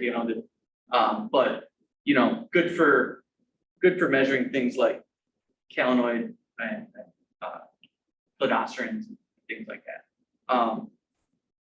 Again, I don't need anyone to really stare too hard at these tables. This is what some of the summarized data look like. The two lakes are just a little different. If you want to go advance one. A big difference is there's a lot more Gaffnea, so a large crustacean, maybe familiar to anyone that, like, if you know anything about zooplankton, that's the one that kind of will pop up on a Google search a lot of time. A lot more of those in Powderhorn Lake compared to almost no Gaffnea collected in Wolf Lake, which was kind of interesting. And then a lot more rotifer tags. So we're not breaking out rotifers. They're really, really small, short lived, a lot of like quick generation time. Zooplankton, a lot more in Powderhorn Lake. Other than that, the plankton community is similar. I think when we collect more data, we'll do some coordination work and see how these sort of parse out. But time periods. If you want to advance. Fish surveys, we're using kind of a combination of gears here. Standard boat electrofishing was conducted in June and September of 2020, and we've been out since then to tag some fish. I'll talk about that. Boat electrofishing is kind of doesn't target anything in particular. There is a size limitation, a depth limitation to the gear, but we tend to not get as many panfish and specifically crappie species with that, and people are interested in that as a sport fish. And so we also set these nets called fyke nets, and they're just large frame nets that are put off the shore that do a better job of collecting crappies. If you go back just one, I want to point out there. So this is the typical kind of dip net of fish in both these lakes. You're gonna run into things like bluegill, which is the big fish on the bottom left of the top picture, and then a lot of those little yellow perch. Wolf Lake, we did run into some of these lake chub suckers. So that was an interesting rare species. I'm gonna go ahead again, apologies for a table, but this is what you'd see in the report online. This is each one of our surveys, and then just the total number of fish collected here. This is Powderhorn Lake. A lot simpler fish community compared to Wolf Lake. We collected, I think, 12 species. One interesting thing, and if he advances when he's done talking to Michael, a lot more black crappie in this lake compared to what we caught Wolf Lake. And then a lot of grass pickerel, so like a small pike. So if you advance the next slide, just want to point that out. But if we go to Wolf Lake, we're collecting about twice as many species. If you want to go to the next, a lot more of these ones at the top. We're not fishing with minnows, so I'm not doing a good job, characterizing those fish. But fish we didn't catch in Powderhorn that were present in Wolf were Brooks Silverside. I'm sure they're in, or not present in Powderhorn. I'm sure they're in there. Brooks Silverside, Lake Chub Sucker, smallmouth buffalo, rock bass, and interestingly, green sunfish. We didn't collect any green sunfish from Powderhorn, but I think that's just just go out again and we'll probably collect some green sunfish.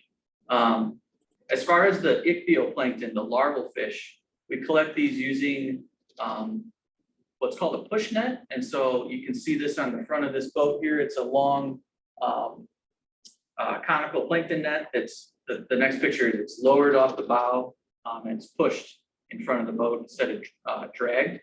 And any sort of free swimming larvae are going to that we encounter are going to get funneled into that net.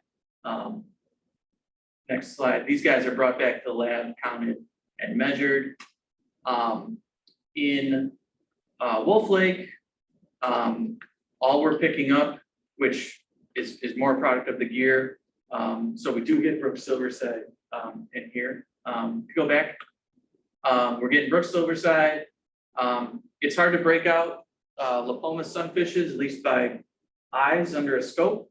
And so, but that's all your bluegill, red ear, different sunfishes. Don't normally get largemouth bass because they're usually balled up in nests, but we did run into a few of those. And then perch, or what's most likely yellow perch, and maybe some darters, but it's hard to break out the Persidae, that family, but that includes yellow perch. And if we got on May, we'd probably get a lot more of those, or earlier in the year as well. By the summertime, they're kind of done. Larval fish kind of reflect the adult and juvenile fish collection. So Powderhorn, a lot less going on. We only collected cyprinids, which are minnows, and then Lapoma sunfishes. So didn't see reproduction of persids or the other fish that are on that table. Okay, fish passage. So this is, we've tagged some fish, but I'll give you the sort of background here. We're gonna have 4 right now of these antenna receivers, and they're gonna get deployed once the construction is finished. We don't really want to put things out until this is done because it's expensive gear and we don't want to walk away. And I'll go over these connection points, but with 4 of them, we can get pretty good directionality data. We'll have one in Wolf Lake, on the outlet side, one near Wolf Lake, in the intervening habitat. There's a lot of good opportunities. The way the system actually was finalized compared to what I saw a little earlier with all these little pools and open pools and the way the ditch was made. A lot more opportunities than what was planned, I think, with a lot more buried pipe. And so there'll be 2 points in between, and then there'll be a point on the Powderhorn Marsh side. And so the fish are gonna get tagged with pit tags. I think this group has heard a little bit about pit tags because the mud puppies have these tags. So that stands for passive integrated transponder. And basically it has no battery. They're uniquely coded. They're excited or energized by these antennas that have their own power source. That tag is then picked up by a data logger, and I can either go out and download it, or what's really interesting about this system, if you want to go to the next slide. Well, I got that on I guess the following slide, but I'll just say what's really interesting about this system is it has a cell modem in it, so I don't have to go out and look at it. But so in anticipation of what we thought, the pipe connection was going to get finished this year. We got out, we tagged 180 fish in June. And these are those fish here. These are just in Powderhorn because it was initially it's like tag some fish in Powderhorn and see what they do. And so we managed to basically fish the whole shoreline of the lake, got out with some other biologists at Cook County Forest Preserves. And 18 black crappie were tagged, 109 bluegill were tagged, 7 brown bullhead, 14 largemouth bass, 5 pumpkin seed, which is another sunfish, 1 moormouth, which is another sunfish, 2 yellow bullheads, and 24 yellow perch. The tags are really small and really light. They're only about 12 millimeters. But we still limited it to fish above 70 or 75 millimeters. So about 2.5, 3 inches was the minimum. We didn't want fish bigger than 300 millimeters. A 12-inch pipe is just not big enough to pass a lot of these large body fish. So you're wasting a tag putting that in there. Excuse me. So here's the what this antenna system looks like. And this is just at our shop. And obviously, just on the pavement, but it's called a Litz cord. It's from a company called Biomark. They specialize in these types of systems. We're using this as a pass-by design. So this antenna that looks kind of like a ladder is a loop, and that will get laid down at the outlet of all these culverts at these 4 points. And the nice thing about a pass-over design, or what it works well with this system, is we don't have a lot of water depth here. We're not trying to get fish to go through a window or a box. And so the antenna will be tuned to where about 1 meter, 1.5 meters of water above that, we should reliably pick up fish. And we got 30 meters of antenna on each one. So it's gonna pick up anything that swims by it. These are about the nicest ones you can buy. You can make these out of speaker wire if you want, but if you really want to leave it, and I'm down near Champaign-Urbana. I can't go up there and repair, small wire setups. If you want to go back just one more. The system's solar powered. It will have batteries in it, so I don't have to maintain power. It'll actually have 2 panels just on a wooden frame. I didn't want to have anything really too permanent. William Powers wanted a permit even for this. They wanted me to get a land use permit as if this was a permanent structure. I said, no, this is just a piece of wood that's going to sit out there. But we got our permit, and then the guts of this, which is in a much fancier box, are just going to be hidden in one of these job boxes. And so it should look like, outside of solar panels next to it, it should look like a pretty nondescript utility box at these sites. If you want to advance. So like I said, these connection points really give us good places to do this. If you want to go to the next slide. So, these folks here, that's just a few of us. That's Steve Sillick. If they're wondering what this is gonna look like, that's what it's gonna look like. And so, excuse the crude cartoon, but solar panels, a gray box, and then you'll see this antenna submerged in the water. And it should be able to hang out through most of the cold months. We probably will remove them in the dead of winter, just to make sure everything's doing okay. And so we don't have to get out there and worry about batteries in winter. That, if you hold on to that slide, this is what the actual internal looks like. It's kind of blurred out because the focus is on my computer there, but there's 2 car batteries in there. This is a cell modem, and this is a computer that records all the data. So it's a pretty snazzy little setup. The data are going to be available. It's kind of like a closed URL, but I'm going to share it with the Forest Preserve District, and they can do whatever they want with it. We want to put it online. We basically should have real time, fish passage data if somebody's good enough with websites to get that on there. But I can always share data in real time. So that's pretty cool. And the tag, this system should pick up anything with the pit tag, including the mud puppies, if they venture that far, and then the blandings, turtles, and other things tagged up there through the FDA. That work you guys know about that? Okay. There's some USDA. Yeah, I'm sorry. FDA. So if you want to hang out on that one slide. So just next year, we're gonna deploy antennas. We're gonna tag some more fish. I'll definitely get out to Wolf Lake and that southern basin and tag fish there. There's already fish moving into that newly created channel in those pools. And so that answered the question when we visited the site. That answered the question of should we even tag fish in Wolf Lake? And so yes. We'll get in the intervening habitats that channels shallow enough to where we'll do some backpack electrofishing and just sort of opportunistically tag everybody that we run into. I've got about 1,000 tags to throw at this right now, and they're pretty cheap. And then in 23, we should resume monthly data collection for all those other lake variables, continue doing adult and juvenile fish surveys in the fall.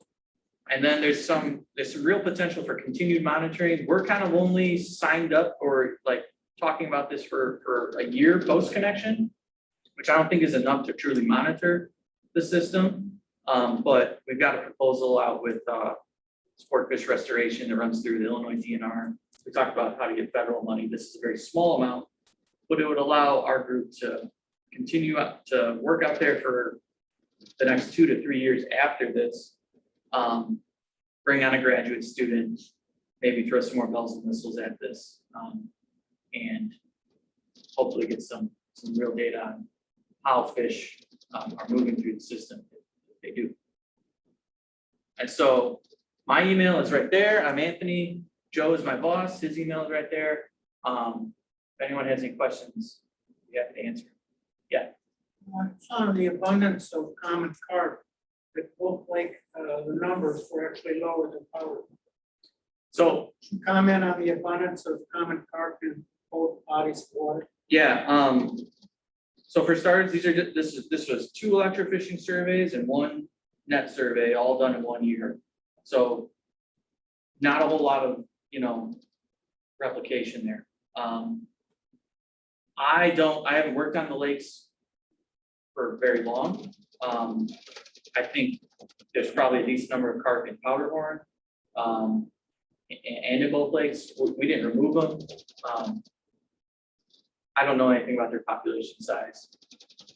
I mean, they're there. But there's quite a bit of vegetation in both the fishing lake and the other lake. Usually the carp do a lot of damage. They do. I think there might just be too much vegetation in Wolf Lake to really, at least on the Illinois side of Wolf Lake, to really be affected by that. I don't know. It's not all native, but I think certainly the Powderhorn's a lot more turbid, which is a combination of factors, but carp are probably contributing to that. So I'm sure they're rooting around in there. But I don't think they're totally, destroying the Tom, do vegetation. you see a lot of carp? Saw a decent amount, especially the corn channel. Yeah. Was a little better. It didn't stand out to me as like, there's a ton of carp here compared to some other. I don't see, I mean, they're there, I don't see it overwhelming. It looks I like, don't know yeah, why. we collected only 9 the whole year from Powderhorn Lake and only 3 the whole year from. So, what if a fisherman catches one of these fishes with the tags? Yeah, unfortunately, with this type of tag, with no external tag, that fish is gone from the system. Do they eat it? Do they eat the tag? Yeah, No, what's the the tag tag? is actually floating in the body cavity. A lot of these fish are really, really small. So there's 2 ways, there's probably more than 2 ways, bunch of ways to do everything, but with a large fish, you might implant this tag in their musculature, which could theoretically be filleted out and encountered by someone, eating that fish. These fish are all implanted with a tag in their body cavity. And so a syringe holds the tag, just insert it gently in the body cavity. You don't want to run into any organs, and it's popped in the fish's body. I don't know how much harvest goes on here. There's no creel that I know of at this site. I work on a handful of other forest preserve fishing lakes. There doesn't seem to be tons and tons of harvest. It's certain user groups. A lot of the fish we tag are really, really are small. So I think the probability of them being harvested, at least in the next year or 2, is low. But they are fish people who like to catch and eat, like bluegill, crappie, perch. But I don't know if anyone's harvesting those little yellow perch like this.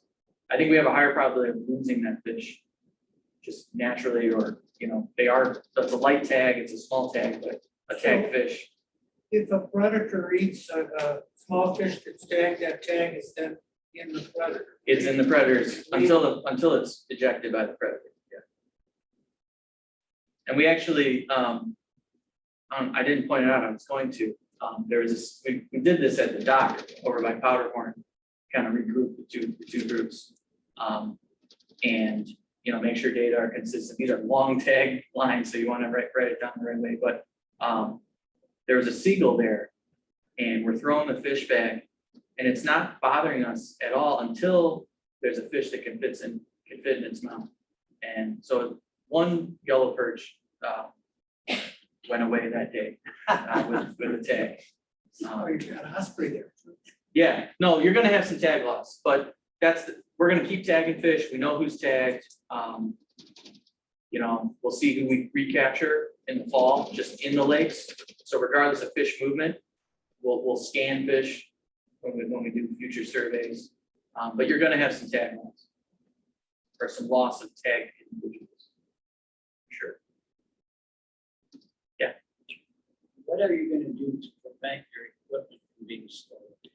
So outside of it being, in these types of areas where they're, this is a preserve for the most part, a lot of public use though.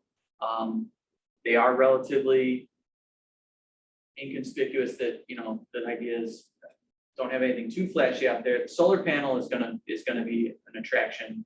I don't really have a good way of keeping the solar panel there if someone wants to steal the solar panel. The box and the guts in the box are very expensive.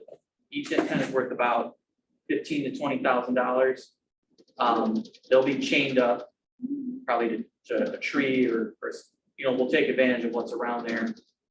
It's not easy to walk away with this stuff. It's pretty big, but we're gonna see. We're gonna probably get some insurance on it. We have a high voltage sticker. It's probably gonna be put on the box. There was a question in the chat. Where can the report be found online on the INHS website somewhere or So elsewhere? it's on, I hate to just describe it as the Wolf Lake Initiative website, but it's on the website that has all the information for this meeting and the Weebly website, if I'm right about that. Yeah, it's on the Ollie website. Yeah, that's gonna be www.wolflakeinitiative.org. Okay, it's on the left-hand side. There's like the Autobahn link, there's us. Yeah. Is there another question? What's the name of the report that they can look for? I believe it's just called, I have it up here. I believe it's just called the INHS Wolf Powderhorn Annual Progress Report. You have a question? Yeah, I didn't quite get a look at the issue. We didn't, so we did not collect any round goby. I'm sure they're in there, right? Again, I think with continued sampling, maybe we'll run into them. Some of these fish you're just not going to get very regularly with electrofishing gear. We set some minnow traps or other things to collect small-bodied fish, which we've talked about. I really wanted to get in the intervening, the square marsh habitat, but it's pretty treacherous. It's kind of sinky and deep, and you don't really just want to step in there with waders. And it's kind of difficult to navigate with a boat and a motor. So there's interesting things you could do with backpack electrofishers and canoes and things like that, but we haven't explored that. You're not picking up the small bottom fish, so you don't have a lot of the darters or the gobies. Yeah. Some of the blunt nose minnows live along the bottom, a lot of the bottom, small bottom. Yeah. Missing from these particular methods. So seine at that boat launch. Yes, yeah. We run a beach seine or, kick net around the shore. When we were out there, we were trying to find some killifish with Phil, and we basically electrofished the whole lake, didn't get any. And I gave him one of my dip nets that had a long handle, and there were killifish, a matter of minutes. So they're there too, which is their species of interest. But a lot of these are too small for your pit tag. You probably could tag the gobies. But some of the darters would be a challenge. We could probably tag all these fish, whether or not they'd survive. With that 12 millimeter tag, I mean, I don't know what it weighs, but it's really light. Yeah, that's why we didn't want to go below like 2.5 inches. Now, are you worried about gobies? Yes. Okay. I don't think we're-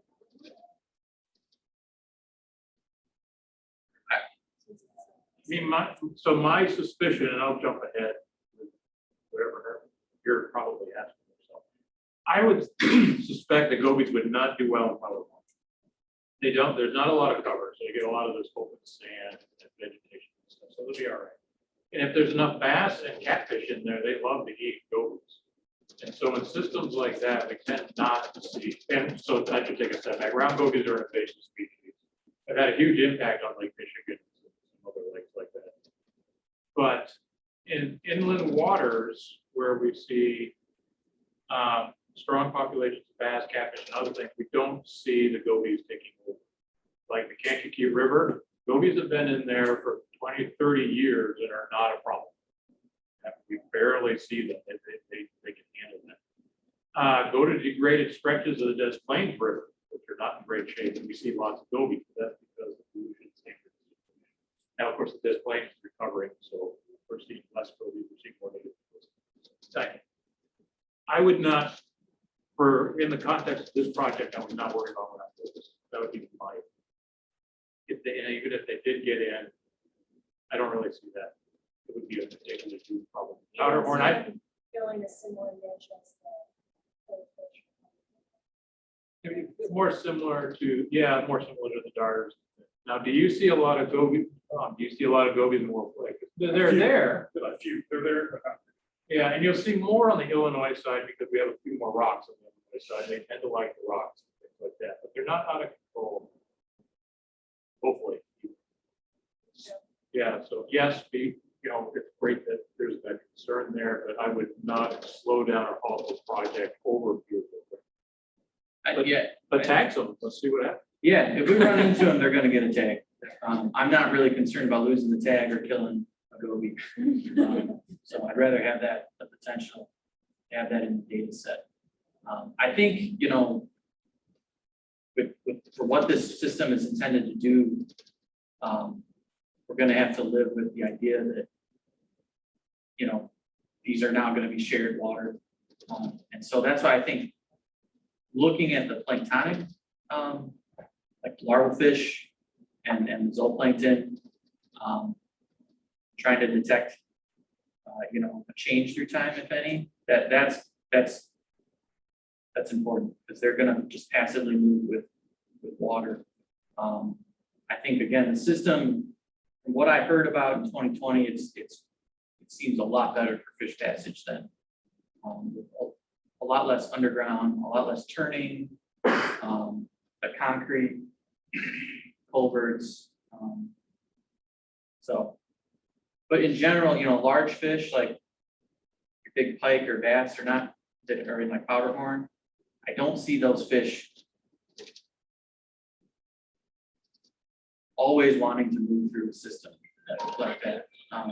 They might get in one, and that's why it's nice to have the 4 antennas, so we'll know, did this fish stop, did it get stranded, things like that. But generally fish like air above them and not sealed culverts.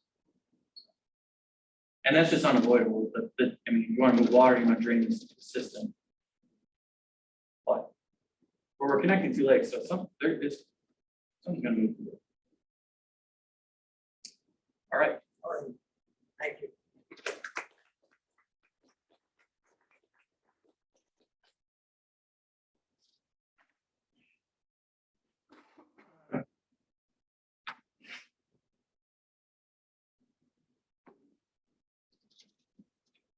Update on the Indian Creek Superfund site by Lauren Bubba. Are you there, Lauren? Hey, I'm here. Can you hear me all right? Yes, we can hear you fine. All right, great. As you said, thank you again for having me again this year. My name is Lauren Bumba. I work for the EPA Region 5 office out of Chicago in their Superfund program. And I've just got a relatively short update this year on the Shroud property site, which I'm gonna try to share my screen really quick.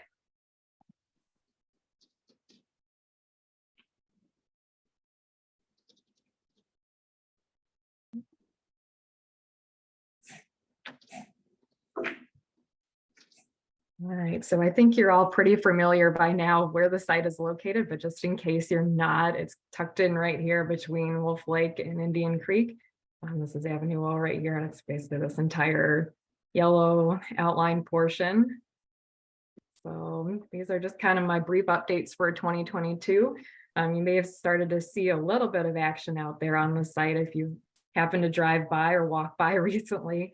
As kind of I think the Forest Preserve update alluded to on their end, we've kind of been struggling with a similar issue for the Shroud property site for a number of years in terms of trespassing on the site, ATVing, people, you know, hanging out on it and, you know, kind of stirring up a lot of dust. So one of our big to-dos this year was starting to secure the site.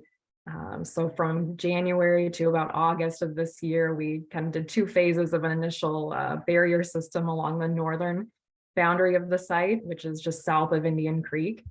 So we've got some pictures of that, and you can kind of see it progressing through the winter here.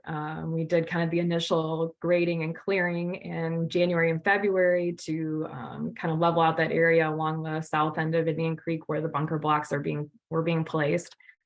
Just to make it as level as we could.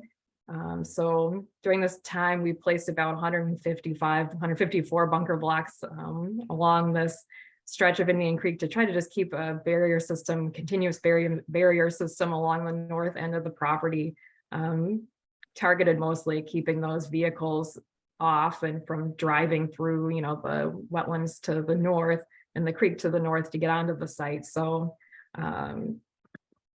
this was completed in February when all the blocks were kind of placed, interconnected, and then anchor pins were installed into the ground to keep some of those vehicles from trying to remove or move the bunker blocks by tying them to their vehicles and whatnot. So they're all pretty secure. They're the biggest size bunker blocks we get, I think. So hopefully they're going to stay put for a while to kind of cut off that access point from the north side of the site. Then this past August, we had a fencing contractor come out and they had to do some more clearing again. You can see it's a little bit different looking than the first round of work, but they did some clearing to kind of just clear the area to place the fence. There's a chain link fence on about a quarter of the portion of the bunker blocks. Really the goal here was kind of just to block off the main access points for the trespassers. I've got a better map here in a minute to kind of show where the fence is, but just try to keep people from, going over the bunker blocks, trying to prevent people from, bringing, like a dirt bike or something onto the site as well over these bunker blocks. So this was completed in August. And you can kind of see here, this is just kind of a general outline of where in the yellow the bunker blocks are now. And then the fence is the red, which is on top of the bunker blocks in these areas. While this is kind of going on, I think John alluded to this earlier, our on-scene coordinator just kind of did a quick visual inspection of the 3 culverts that are under the main access road to the Shroud property site. You can see kind of left is the north and right is the south and center is the center pipe. And, keeping in mind that this was just a visual inspection, they really were using a camera to kind of just look in there, look for any obvious, collapses or, bends or blockages in these culverts. You can see here that all 3 of them appear to be, open from what we could tell. We did kind of do a walk as well of, the creek near the site, just to see if there's any obstructions that we could spot from basically these culverts to the east, which we didn't see anything, but we couldn't get close enough to the passageway under Avenue O to really get a good look of what's going on in there. But this is just kind of the preliminary, making sure that there's nothing obvious going on under these culverts and that nothing got damaged as we were bringing some equipment, nothing particularly heavy across these culverts, but we wanted to make sure that we didn't, inadvertently damage anything with this fence construction as well. So that was kind of the first update for this past year, was completion of this fence and bunker block barrier. The big other activity that's been happening for pretty much all of 2022 was the contracting process to begin the remedial investigation at the site, which is really where I come in and do a thorough, effort to investigate all the different contaminated media at the site. And I guess biggest accomplishment this year is awarding this contract, which means that we have the funding to begin and complete a good portion of the work that we have planned at the site. So this is about a $2 million contract that was awarded in August of this year. And we're just, getting going right now with the first site visit with the contractor, which was in October, and a lot more to come, I think, on that end. But that's a kind of big milestone for the site, is, having the funding to move forward with the investigation at it. So along those lines, for 2023, these are just a couple of kind of our big planned activities for the year. And, we are happy with the progress on the north side in terms of the access barriers, but we're also coordinating with the city of Chicago to install kind of a similar barrier system on the south side of the site. The city is going to be installing that hopefully in the next year to keep people from kind of going through the south side onto the site as well through the neighborhood. And with that, we're also going to be installing some security cameras on the site to hopefully really try to cut down on these ATVers and users of the site during this time, and then also complete a gate on the site once all the barrier work is complete.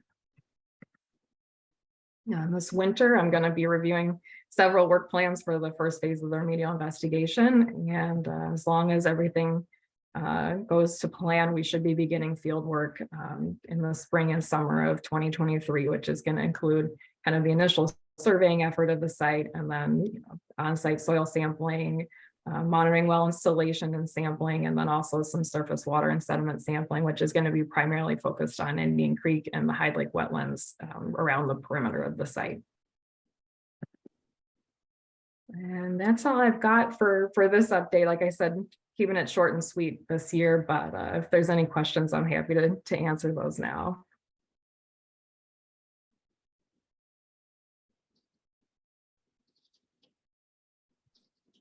This is Stephen Ostrander with CMAP. Just one question is, we've talked with some of your colleagues about the community kind of engagement process. How is that going to figure in or not to the contract work coming up? So I think in terms of the community engagement piece, we're definitely looking at doing, a lot of outreach when the sampling gets started. I think it's a little bit soon right now. We've kind of been going back and forth on timing on that aspect, but I think that's going to be a big piece of what we're planning in the spring, kind of once we have those plans developed with the contractor to kind of go over with the community and make sure that, they're aware kind of like what's going on at the site, what they may be seeing in terms of the work coming up, and then also kind of just begin that engagement process so that they're aware, that the remedial investigation has started and there's going to be, a lot more to come in terms of, the reports and whatnot after that. Great, thank you so much. Yeah. Lauren, are you planning on any hydrology work in the area? Great question. So yeah, we've got kind of an initial effort planned as part of this phase one to start looking at the hydrology of the creek in particular. I think a lot of it's going to be driven kind of by some of our initial results of seeing kind of where the site contamination has made its way to. We still kind of are trying to get a good handle on that. And then I think there'll be more to come on that hydrology piece as part of, this either this first phase or, a second phase of the investigation as well. All right, thank you. Why wouldn't the EPA have community engagement before they built up barriers to the site? I think we have, to the extent we could. I think during COVID we did a mailer, I think in January of this year, to a lot of the residents that are near the barrier system. We've briefed the Alderwoman's office several times, I think, on that. And then, in terms of, the website as well, we've got updates on there just in terms of the progress, at the site as well. Was there something in particular you had in mind, though, that we could have done better? Well, I would say talking to the immediate neighbors involved in it isn't really community engagement. Well, it's very limited community engagement. Right. So do you think there'd be a bigger interest level in terms of having, kind of a community, meeting in terms of the barrier construction? Many meetings that involve change are held at the Headwish Library. Right. Right. Yeah, we've kind of gotten that location flagged for sure. What kind of contamination was found? So most of the contamination we are looking at is waste from the Republic Steel operations and LTV Steel operations, so primarily metals.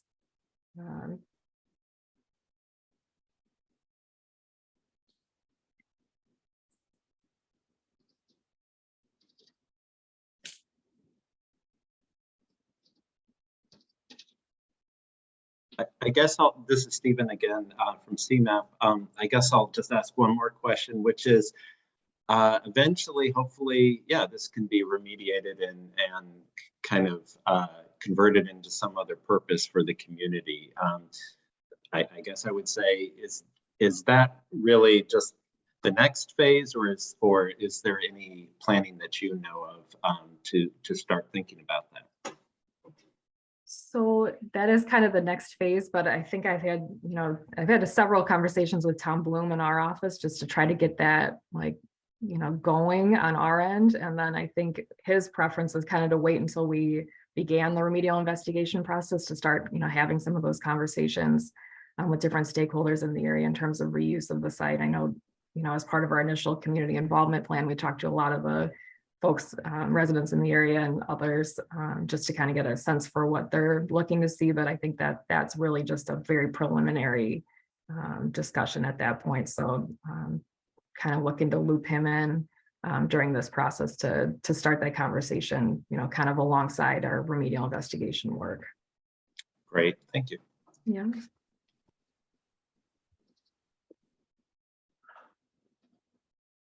Okay, if there's no further questions, Lauren, thank you very much, and we'll see you next year about this time.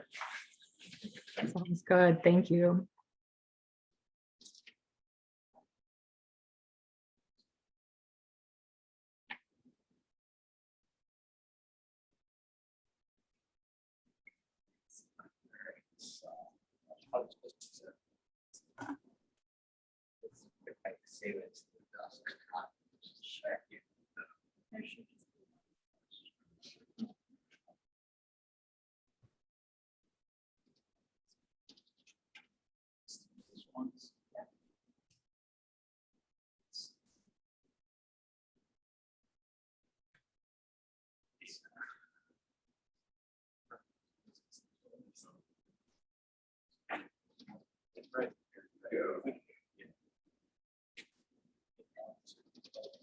Okay. Okay, we're moving a little bit north to Eggers Grove, and this is Becky Collings, senior ecologist with the Forest Preserve District. Thank you, Michael. All right, I'll try to be brief as I can since I know we're getting towards the end of the day. Thank you for inviting me. My name is Becky Collings. I'm the senior resource ecologist with the Forest Preserve of Cook County. I'm going to be talking today a little bit about Eggers Grove and some of the marsh restoration work we've done there over the last 10 years. And then I think Marianne is going to follow my presentation with a report on all of the cool plants that she's finding as the steward of the site. So I'm going to cover these three things: an overview of the site and its past land uses, kind of our three-phase restoration that we've done of Eggers Marsh, and then we've also been partnering with Audubon Great Lakes, as Dan mentioned, some of the work at Powderhorn. There's also been ongoing bird monitoring at Eggers, so we'll be through that data too. I think everyone in this room is probably familiar with Eggers, but if you're not, it's a 150-acre forest preserve on the southeast side of Chicago. It was acquired by the Forest Preserve District in 1919 from the Eggers family, so it was an early acquisition for our agency. It's about a mile southeast of Lake Michigan as the crow flies, which is important for its the migratory bird habitat that it provides. And historically, we believe it was hydrologically connected to Wolf Lake, so it's definitely part of the watershed. I'll talk a little bit more about that. Since the site was acquired early in our history, it does have some remnant oak woodlands and oak savanna. I'm not really going to talk about those today, but there's been a lot of restoration work of some of the terrestrial communities at the site as well over the last 10 years. I'm going to focus mostly on the wetlands at the site and its importance for breeding marsh birds. There's another parcel that is south of Eggers called the Wolf Lake Overlook. It's also owned by the Forest Preserves of Cook County. It's about a 100-acre parcel. And I'm not going to focus on it too much, just to talk a little bit about its history. It was formerly a Nike missile site, and then it was rented to the Forest Preserves after that use ended in 1965. And then the Forest Preserves also acquired another piece of that property in 1968. As you can see in these photos here, the one that says 1938 on it. This marsh in the southeast corner of Eggers continued into this parcel south to Wolf Lake Overlook at that time. Here in 2018, you can see this is filled. It was filled with like popcorn slides sometime, we believe, in the 1940s. So if you advance the slide, this is an early aerial photo, like someone took out of an airplane that we had in our archives at the Forest Preserve. So this is 112th Street. I drew this in what I believe is the state line. So you have to imagine someone on an airplane looking south from 112th. And this is kind of the marsh that we saw in those aerial photos at that time. And so you can see it kind of extends from Eggers all the way south towards so this is just another view of that same image or kind of same thing. I tried to draw here the signature of the marsh in 1938. And then you can see by the 1951 aerial photo that Wolf Lake Overlook property was filled and the marsh has shrunk to its kind of current footprint, which is about 40 acres in size. If you could go back one second. One slide. We believe in the 1940s that the Forest Preserve installed a drainage structure at the north end of this marsh, which I kind of drew in there with the black line on the image on the right over here. So this is kind of piecing together different pieces of history, but we believe after this Wolf Lake Overlook parcel, this wetland was filled here, this kind of elevated water levels in the marsh and pushed water into other parts of Eggers Road. So the Forest Preserve installed a drainage structure on the north end after that in order to keep the marsh from flooding other parts of the property. You can advance the slide. So that functioned, we believe, from about the 1940s when it was installed to the 1970s or 80s, and then it began to fail. It was not maintained by the Forest Preserve kind of after that time. So this is a photo I believe Dan took of the pipe in 2012. You can see it. A tree had fallen and part of the pipe was uprooted. It had rusted out. We believe the inlet had silted in. And this kind of corresponds with some of the changes in vegetation and bird community that we saw at the marsh. So this site was known to be a great location for wetland nesting birds. But then as this system failed, the plant community changed, the bird community also changed, and we're seeing fewer and fewer wetland birds nesting at this location. So this is a photo of kind of what it looked like at the start of the restoration. By about 2010 or the early 2000s, the site had really gone from a hemi-marsh, like a system with emergent vegetation, open water, and mud flats, to solid stand of Phragmites or common reed surrounding an open water pond in the middle. So that wasn't really supporting a lot of much of anything. So the first phase of our restoration project started in about 2011, and the first phase was focused just on this swath of common reed. You can kind of see here in the signature, all this green was that Phragmites. So the first phase was just to remove those invasive species. And then you can see in this photo by 2018, oops, sorry, you can go back. That was fairly successful. But what we ended up with was then, instead of having a hemi-marsh with emergent vegetation and open water and mud flats, we just had an open water pond essentially after the Phragmites was removed because the water levels were still artificially high. Similar to Powderhorn, there's an impoundment here at the south end. Its natural hydrology was altered. So it's basically like a bathtub that was fed by groundwater and precipitation. And there wasn't a lot of fluctuation in water levels of the system. So the second phase of our restoration was to look at the hydrology and look at reactivating that drainage system the Forest Preserve had installed in the 40s and at first we thought maybe we could repair it, but turned out after some design that was not going to be possible. So if you can come through some of the points. After funding, a design phase and several rounds of grant funding, we were able to install a water control structures and drainage system in the summer of 2019. It involves essentially a drainage pipe that goes from the north end of Eggers Marsh towards 112th Street to the City of Chicago sewer system.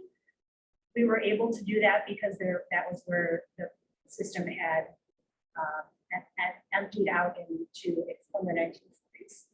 So again, the goal was to be able to fluctuate water levels and bring back hemi-marsh and then also support those wetland nesting birds. So so then the third phase of restoration was installing, kind of revegetating the marsh and installing native plants. So we've done this in several phases as grant funding has allowed, and we've kind of pieced it together. We did not have a big single influx of money, but we've been able to install about 30,000 native plants in these 3 different events. One of the challenges of revegetating the site has been if you can go back. It's deep muck, so it's physically hard to get into the site to plant really far out. But we've also had some recovery from like the seed bank of other vegetation. Okay, so just quickly looking at the bird data. So I kind of mashed together a few different data sets. In 1998, Mike Ward from the University of Illinois, he did a survey of this marsh. And so I kind of used his data. In 2012 and 2013, Doug Stotts from the Field Museum and I did some surveys of wetland birds at the site when that's when it was really dominated by Phragmites or common reed. And then Audubon Great Lakes and Walter Marskiewicz, if I'm pronouncing his name correctly, started doing these point count bird surveys in 2017. So I kind of plotted all those numbers on the graph, and you can kind of see it's all over the place. I would focus mostly on, advance the slide. Those are really from like recent history, and you can see in 2019, which is here, is when we installed the water control structure. So this is all the species that were surveyed on one graph. The last bar chart is all the total number of wetland birds that were surveyed. And this is just during the breeding season. So we're just looking at birds that might be using the site for nesting. So the numbers are a bit all over the place, but we kind of, I think, had our lowest numbers in 2012. That's when that was at Phragmites and reed infested site. And then we've seen some improvement and some bouncing around since then. Another thing to point out, I know these are codes, so they're a little hard to read, but the species of wetland birds, like the suite of birds, has changed. So when Mike Ward did his survey in 1998, yellow-headed blackbirds was the most common wetland bird using the site for nesting. And those we have not detected there since 2012, I think, or 2015. And that was just one single individual, so I'm not sure if it actually ended up reproducing at the site. This is a bird that's more northern in its distribution, and I think not very common in our region anymore. We don't have it at Headwish, Marsh, or other sites in the region. So I don't know if its disappearance from Eggers Grove is really reflective of the habitat or just shifts in the species range, and it's just no longer present here. So this year, these are all photos from this season. We saw the most of it, emergent vegetation we've really seen, I think, since the project started. So it was very hopeful for me because we're kind of getting that distribution of vegetation and water that we've been hoping for. And we're still kind of determining when's the best time to open this drainage structure to lower water levels. We've done that earlier in the season, the past few years, to facilitate these flood plantings. But I think going forward, we can just maybe do that a little bit later in the summer and have a little bit more flexibility at when we're lowering the water levels. And then we're going to continue monitoring the birds so that we can use that information to help guide how we're managing our birds. Pretty good. Pretty fast. Any questions? Yeah. I think you're rid of the Phragmites.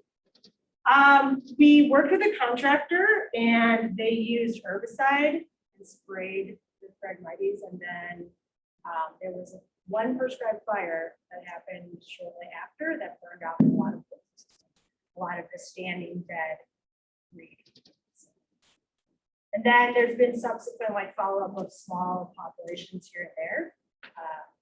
But that first initial treatment was pretty successful. The MWRD storm sewer you connected to, do you know where it discharges? Does that go into the Calumet River or is it somewhere else? I don't know. It was under 112th Street. I'm not sure. Are the turtles being monitored, and what impact do you expect on the turtle population of the insects? Our staff are not monitoring turtles, but I know USDA has done some monitoring of turtles there. I'm not aware of any rare species that are currently at the site.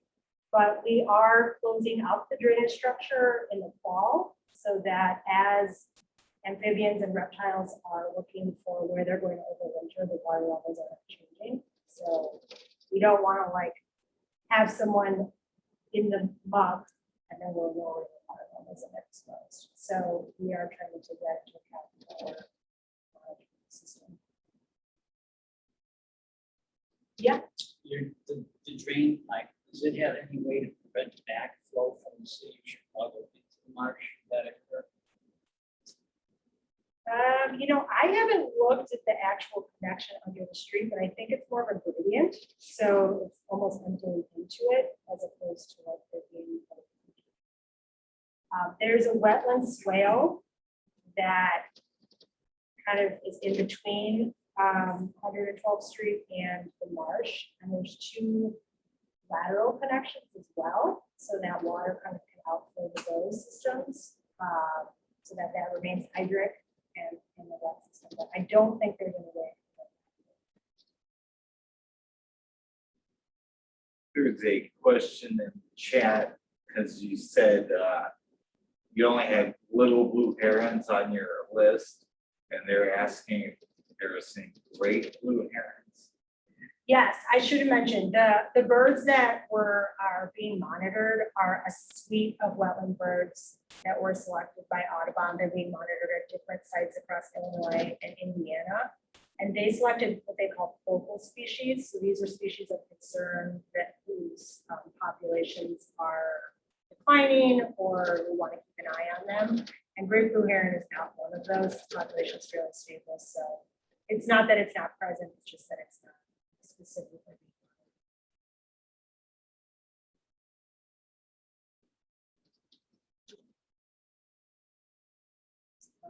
All right. Thank you very no other much. questions. Thank you very much, Becky. And Kozlowski, and she'll be talking about vegetation. Yes, how and, that's been affected by the changes. Yeah, this is a regeneration of vegetation at Eggers. My pictures date from March 2020 through just a few days ago. And what I was just trying to do, first of all, the caveat, the disclosure.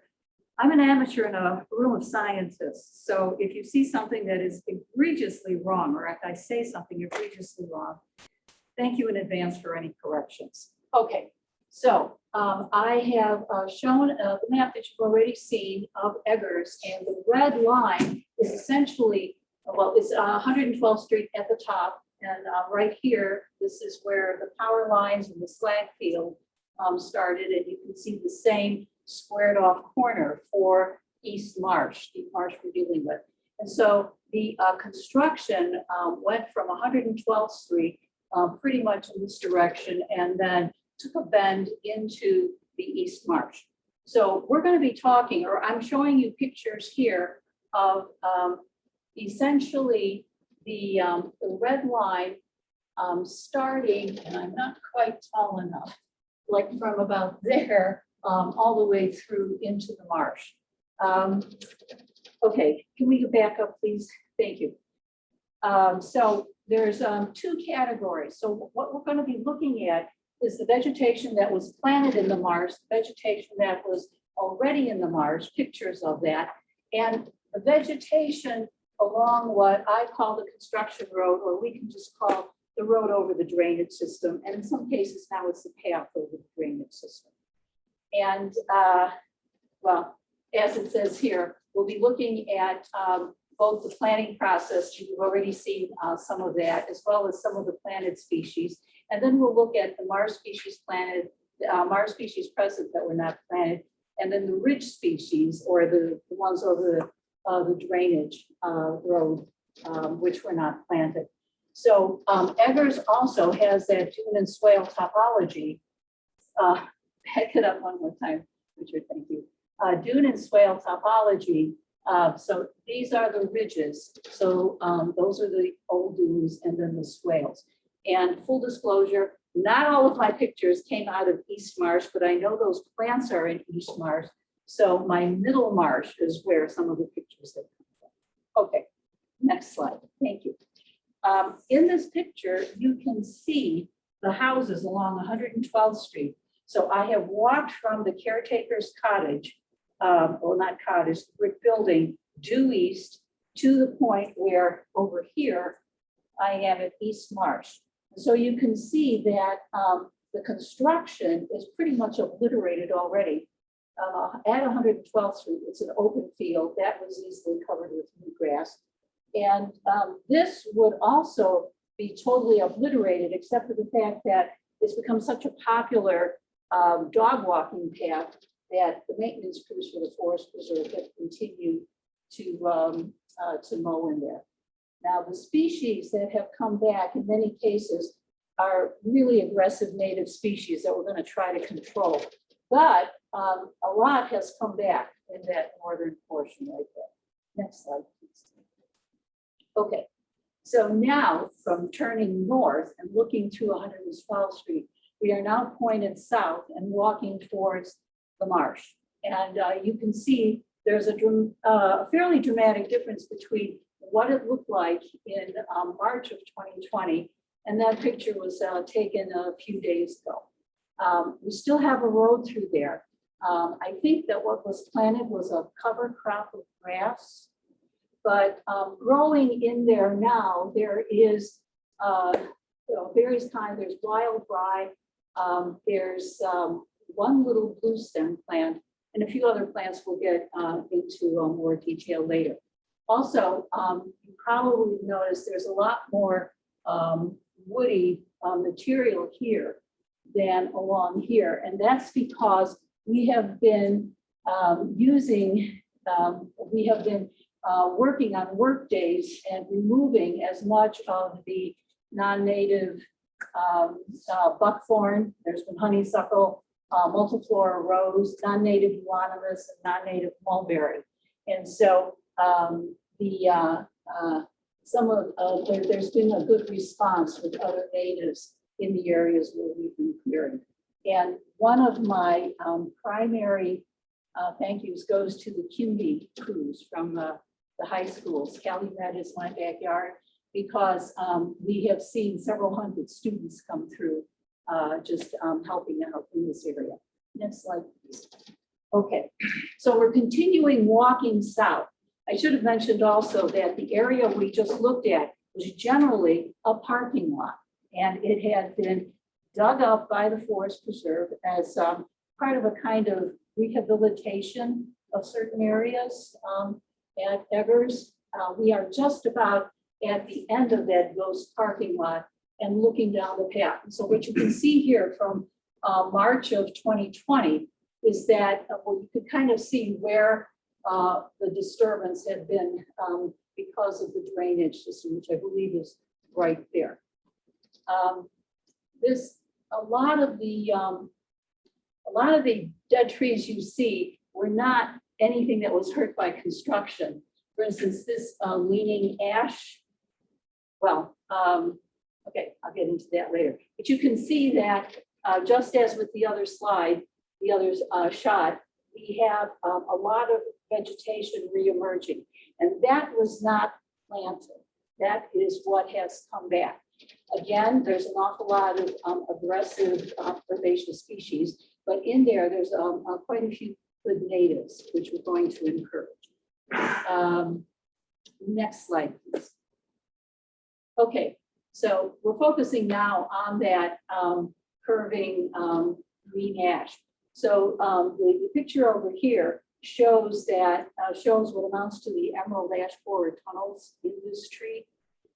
Many of the trees behind this ash are more ash which were killed by the emerald ash borer.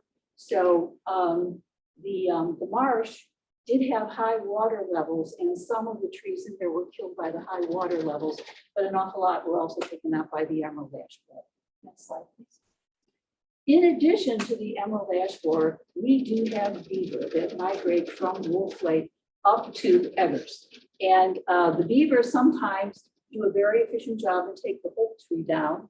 sometimes they quit mid-tree. So the trees you see are actually still standing and dead. But if you take a look at the trunks, you'll see at the base of the trunks, you'll see that the beaver started.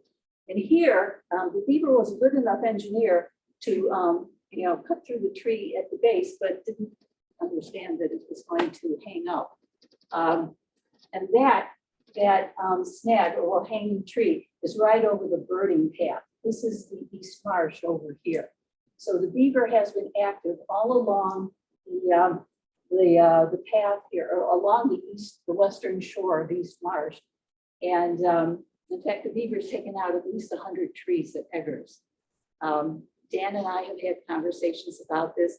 I asked him to remove the beavers, and unfortunately, the answer is, well, no, the beavers are part of the ecosystem. So if the beaver is there, the beaver stays there. But the Forest Preserve did come and take that down so that no birder was hurt, with the activity of this beaver. Next slide. All right, so now we are continuing down that path over the drainage road. This is our middle marsh. This is the marsh from which I took many of the pictures you're going to see. And what's interesting here, the previous picture kind of showed the gentle slope very clearly because of the construction and the fact that a lot of the plants were missing. But what this shows is also the dune and swale topology. You can kind of infer it. Here you have the ridge. Trees are much happier on the drier ridges, in the region. And here you've got an absence of trees until you get to that ridge back there, which just shows that this was the swale. This is our middle marsh. And then we have a forested ridge on the other side of that marsh. Okay, next slide, please. All right, we've reached the marsh. And some of these pictures are going to look very familiar because Becky has actually better shots. Thank you. But you can see what it looked like in March of 2020 and what it looked like a few days ago. So the only reason there's a path there is that's where the birders walk. Otherwise, all would have been completely filled in. And over here, as you can see, anyone who's really dealt with Phragmites knows you're looking at Phragmites on that side of the path. But in here are planted quite a few wood species wood species out into the lake. If we go to the next slide, please. All right, this is looking southeast. And what this is showing is the absence of Phragmites pretty much along the southern, walking south along, well, you can't walk there because you're going to sink up to your knees in muck. But it shows just how much has been cleared, and it has stayed clear. This picture is from a few days ago. Get into what the plants are. Okay, this shows what happens when you look north from being right there at the edge of the marsh. This is the problem looking north. So the district removed just about everything south of that, the drainage intake pipe, which is easily what, a half a mile? Looks like that. Just a lot of removal. But to the north, this remains a huge problem, and that's probably one of the reasons why we have so much Phragmites right there at where the drainage system is found. Okay, next picture. Okay, so big difference between looking north and then looking south. And the plant that has grown in here mostly, it is so thick that right now it's obscuring 30,000 plants that were planted. But we're looking at nodding burr marigold. Next slide, please. And so this is what the plant looks like in flower, picture taken from another area. But what's interesting about the nodding burr marigold was like this picture was again taken just a few days ago. And the burr marigold is obviously very much in the seed production here, but I wasn't sure what the green was out there. So I walked out and discovered it's small growing plants of burr marigold. So what it looks like is happening is with the drought and with the receding waters, the burr marigold is finding the mud flats much more to its liking and might be able to actually trace a pattern of how the water is receding in East Marsh based on what the stages of the burr marigolds that you're looking at. Next slide, please. Okay, planting. So Dan, I borrowed from the spreadsheet you sent me here. So there were 12 planting pods, and this was in 2021, and they were marked by, I imagine, Dan, all along the shore here of our East Marsh. And they were pretty long planting pods too. They looked like they were 20 or 30 feet long and as wide as probably the muck allowed the planters to make them. Next slide, please. And there it is. The recommendation was chest waders because you could sink in this very easily. And you can also see that not only were they dealing with muck and ticks and mosquitoes, they were also dealing with all of these down branches. If you take a look over here, back up. No, next one, thanks. You can see the start of beaver damage right there. And I think this tree was felled by beavers. It doesn't look like a clean cut. It looks like a curve in there.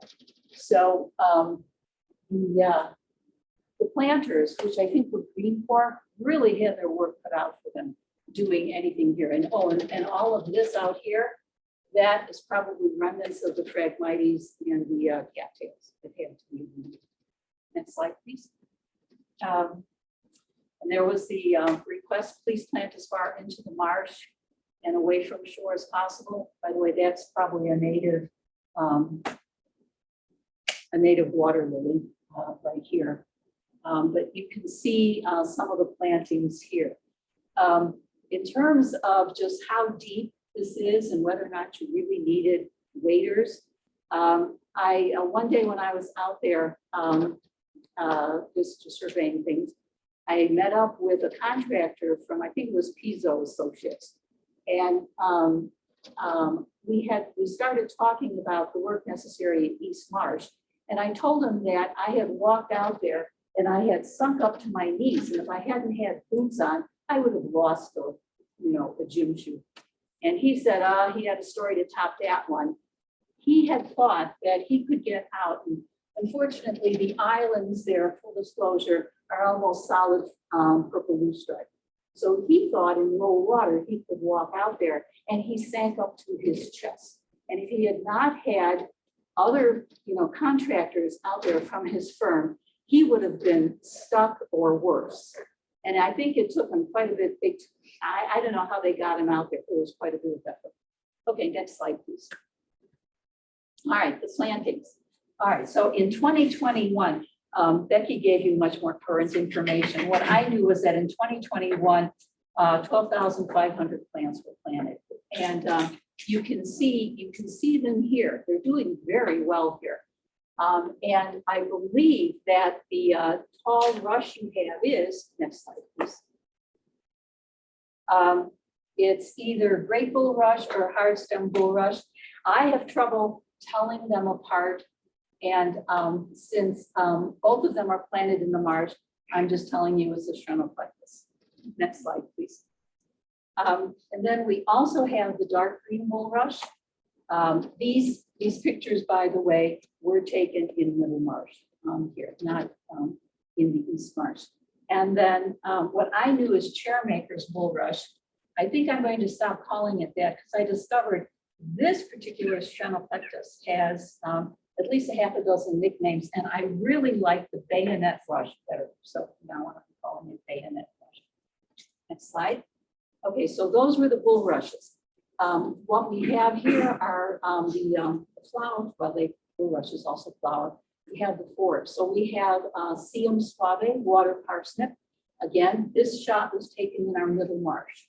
And there you have the seeds from just a few days ago. The seed picture was taken from the East Marsh. Next slide, please. We have two varieties, two species of skullcap, marsh skullcap and mad dog skullcap. I'm not sure which I have a picture of here, Dan. So next slide. Also planted. Now these species have all been planted along East Marsh. This is our spotted Joe pieweed. This plant, according to Wilhelm and Rarica, the plants of the Chicago region, its blooming period ends on October 1st. But this picture was taken on October 18th. So I'm wondering if Wilhelm and Rarica would like to know that this particular species is blooming at Eggers, whatever that is, 17 days beyond the period they state. Whatever that would be. All right, marsh smartweed. This is one of my favorite plants. This is really a beautiful plant. Also planted in the East Marsh. Next picture, please. And ditch stone crop. You're not looking at flowers here. You're looking at seeds, and the seed pods get darker and darker. They're beautiful, rich, dark burgundy. And when they open, what you've got are the seeds, which look like dust, yellow dust. And this vervain right here was taken right at the edge of the marsh. I believe this one was planted because I think there were plants put in right at the marsh, but not in the marsh, but along that path out. And that's blue vervain when it's in bloom. And blue lobelia. My pictures of the seed pods right there at the marsh weren't very good, so all you get are pictures of the flowers. If you notice over here, this stem has been, I believe, chewed off. Our plants should be, because the conditions are right for it, 4 feet tall. It's just amazing, beautiful blooms. But all my plants are about 18 inches tall, probably because of the dew. This plant is also, I'm not sure if this was on the list for 2022, but for 2023, the Chicago Botanic Garden is growing us plugs. And the plugs are coming from seed that volunteers at Eggers collected just this fall. So we will be putting seed back into the marsh from other plants at Eggers. And bristly sedge, it's a great name, unless you've got leather gloves on, that's pretty dangerous to collect. It really hurts. Next slide. Okay, so now we have plants in my resilience setting. These were plants that I don't believe are on the planting list, but have been either very close to the Eggers East Marsh or actually very close to the Eggers East Marsh. All right, this is a very, very conservative species. I can't remember if the conservative number is 8 or 9, but Eggers has swamp thistle at various locations. This plant, this picture was taken right there when you take that little hook bend and you walk right up to East Marsh. This is growing probably 20 feet away from you.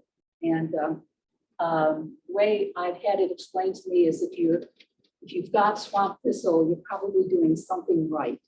And it just bodes well for the Eggers Marsh. This is another plant which is growing there along, actually just north of the bend, common hop sedge. It's beautiful sedge. Next picture. And we have wild mint. Next picture. We have an enormous, what I believe is a native rose, and you can see the East Marsh right there in the picture. And at this point, I'm not sure if it's Rosa satigera or Rosa palustris. Palustris likes the water better. I think it is found in wetter areas. The flowers are the single rose blooms. I've not totally keyed it out. The leaflet's normally number 5. They don't number 3 the way Sagittaria would be, or Sagittaria. Did I have this? Sagittaria, yeah. All right, next slide. Blue flag iris, that is a stand of blue flag right there along the edge of the marsh. That's the marsh over there, and that's blue flag in bloom. And usually someplace near the blue flag, I'm going to find monkey flower, Annuals regnans. Next slide. And the marsh does have swamp milkweed. So swamp milkweed in flower, being enjoyed by butterfly, and the seed pods on swamp milkweed are much narrower. And you find many more pods if on a really happy swamp milkweed plant that you would on a common milkweed. There is one swamp milkweed growing in Little Marsh, which I think had 90 pods on it. I counted just because there were so many. So next slide, please. All right, this is another very conservative species. This is growing near the south end of our East Marsh and more into the woodland. But this was tufted loosestrife. It took me 2 years to figure out what this plant was. That's another whole story. But again, I believe that one was just kind of cropped off by deer. Deer are a problem at Evers. Impatiens, we believe we have the two species of impatiens. We have the capensis, the spotted one, and then the pale impatiens. Next slide. Here's a close-up of the flower, and that's what the deer do to it. So, and lilies. There's quite a few lilies. This one was taken at the extreme southern end of East Marsh. So I know there are lilies in there. That one was taken, that one was taken in Middle Marsh. That one we protected with a natural fence of branches. And as a result, the deer never got to it, and there were 3 pods with seeds. That was a small victory this year at Evers. All right, so what we've been looking at so far are marsh plants, or plants that we would prefer a wetter area. This is a chinkapin oak, which is growing, and again, that is the East Marsh right there. So this is growing on the ridge just to the west of East Marsh. This is not a common tree for the area. And just quoting from Wilhelm and Ulrika there, it occurred in Sandy Woods on the northwest margin of Wolf Lake in Indiana, and that population was destroyed. So it was really exciting to find this tree this year. I mean, it's been there for a long time. That's 16 inches DBH on that tree. But one of the other things to consider, besides the fact that you want to encourage marsh plants, is if the water levels in the marsh got too high, what would that do to a tree like the chinkapin or other plants that really prefer the drier ridges? If the ridges get too wet, what does that do to these species? And I would hate to lose that chinkapin oak. I have found one other chinkapin oak along that stretch. So we have 2 trees, 3 trunks. Okay, we have jumped back to the area further north, walking into Evers. So they were just so beautiful. So I took a picture of those. Now, growing in the open area before we reach the bend into the marsh, these are the species that are growing there right now. So among all of those weedy species, we have sand coreopsis. Next slide. We have mullein foxglove. Now this is a very busy picture just to show you how much of it we have just in this one area. We have probably thousands of plants. Next slide. So this is it in silhouette. This is Dasystoma in silhouette. And there are the flowers. This plant is a very, very conservative species. It ranks, I think the coefficient of conservatism is something like 8 on it. It's parasitic on oak roots. And I was standing once in a section of it, and it was really thick. I mean, this Dasystoma is all over the site, wondering whether or not I should ask Dan if I should thin it there or something. And all of a sudden, the hummingbird came up within 3 feet, right there at one of these plants to feed. And I decided I'd put off the question until next year, Dan. It's just too nice seeing that hummingbird. All right, This one is figwort, and it's a good sturdy native species. There's the flower. The pollinators really love it. Next one. This shows two native species. I took the shot really for the thimbleweed. Thimbleweed is another fairly sturdy plant for drier areas, savannas, except that I have practically none at Eggers. This is another plant that deer like to eat. But these thimbleweed are growing amid prickly ash, a good native shrub. And the prickly ash is protecting the thimbleweed. So I know in the future, when I've collected seed from the thimbleweed, I am putting them at the edges of other stands of prickly ash, because that way maybe I'll have more. All right, other plants growing along that drainage road, wild rye, common milkweed, and grassleaf goldenrod. We also had, I think, 2 occurrences I can find of heath aster, and where there is some shade with the oak trees, we do have calico aster. Next slide. Okay, this, you can see the power lines in the background. So I'm looking east along the path, and I'm looking at the catkins for American hazelnut. Next slide. This is what it looked like in October. And we have been removing an awful lot. When I showed you those slides showing where we were removing woody species, the invasive woody species, these pictures were taken from that area earlier this spring. And I have, these amount to hazelnuts. So there are 7 hazelnuts buried in those fringe eyelashes here. And I've never seen hazelnuts in a bunch on any of the hazelnut shrubs at Eggers. So I'm taking this as a yes, I like my environment better from the hazelnut growing on the ridge. And this shot is, actually this is kind of like a north lobe of East Marsh. And I took this picture only because we have three species of bone set at Eggers. Full disclosure, this was bone set. This was a Eupatorium perfoliatum. This was the bone set that where the leaves meet at the stem. That is not the same bone set, but it's in the same area. And the butterflies love the bone set, no matter what species it is. I think I counted 7 or 8 or 9 on that slide.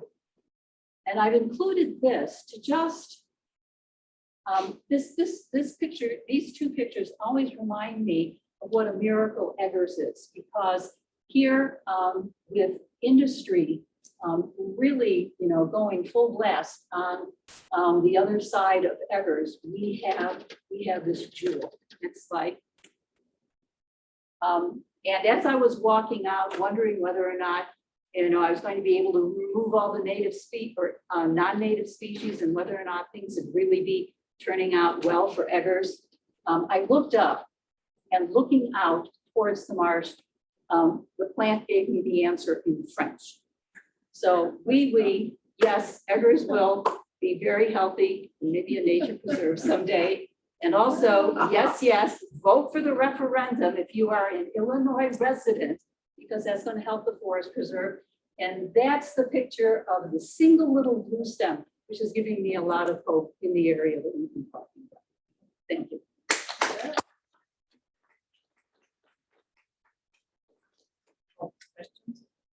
Question? Yes. All the plantings that you mentioned for the west edge of the marsh, were there any plantings on the south or the east edge? I don't think so, but Becky or Dan probably. Yeah, there were some pods both 2020 and 2021 along the south edge north of the Federated way.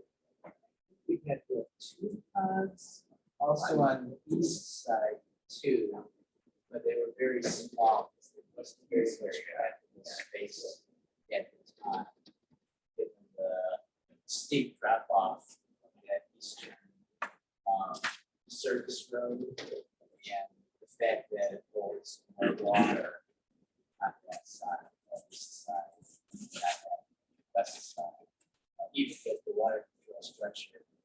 doing its drawdown. It's still holding a lot of water. It's not, but So I guess in addition, I noticed that most of the plantings that were mentioned are plants that were already there at the marsh, which is good.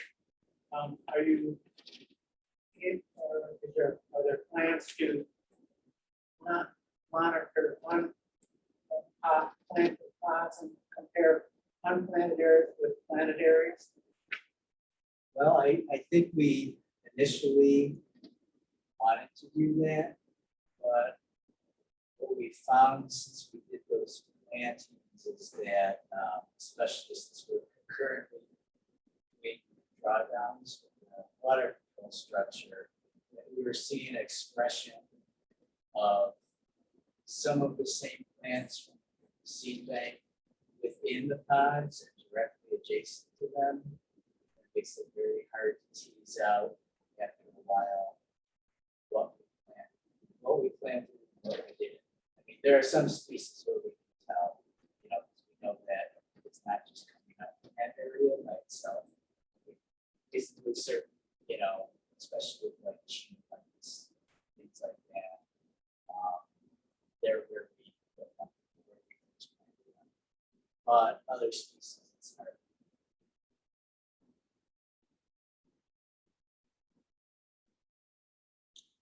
Okay.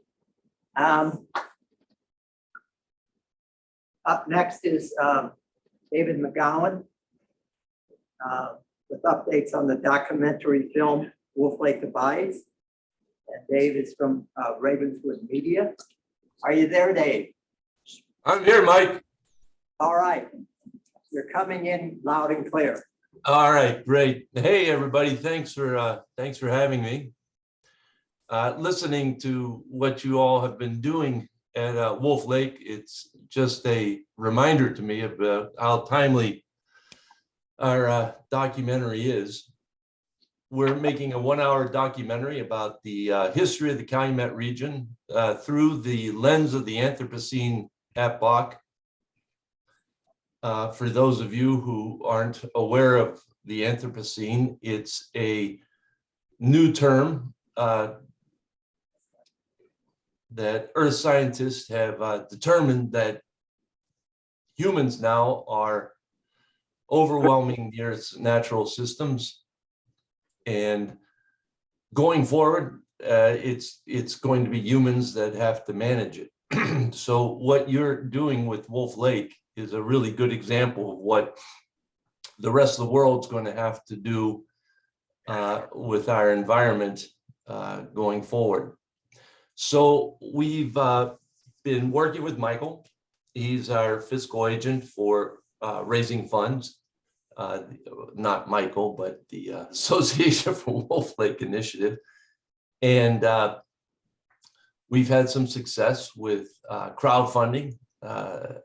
We raised a little bit of money to begin filming, and we did so in August with one of our scholars, Broxton Bird from IUPUI.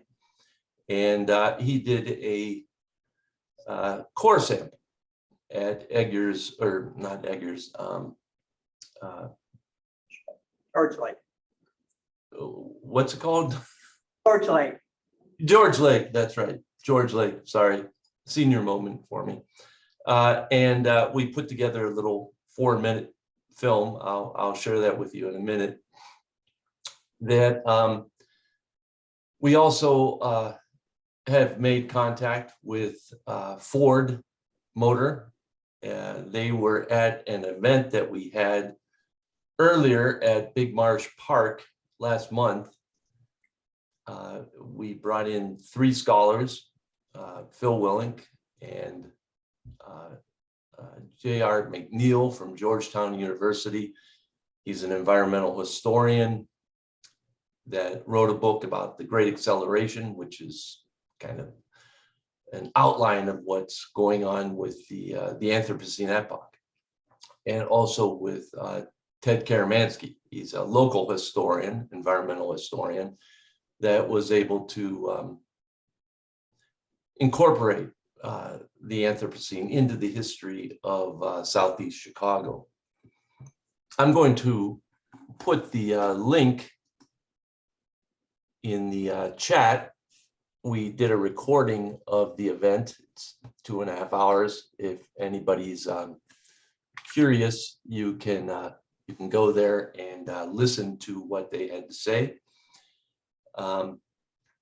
We're still looking for funding, but we're hopeful. We made contact with the Cleveland Cliffs Foundation on Tuesday night at their open house in East Chicago, and they're giving us an opportunity to present to them in the next few weeks what the project's about. And, you know, of course, steel's going to be a big part of that history. And if I could, I'd just like to share my screen and show you the short film that we were able to do from the crowdfunding that we had done. So this is a short film of Broxton Bird's core sampling. Today, we were collecting samples from George Lake here in northwestern Indiana in an area known as the Region. It's a shallow marsh wetland type of lake. And lakes are fantastic recorders of the natural environment. They provide an excellent picture of not just what's happening in the lake, but what's happening around it. So this is an area that has a rich environmental history as well as Native American history. And most recently, it has been known for its industry. And so we came here in order to collect sediment core samples from George Lake.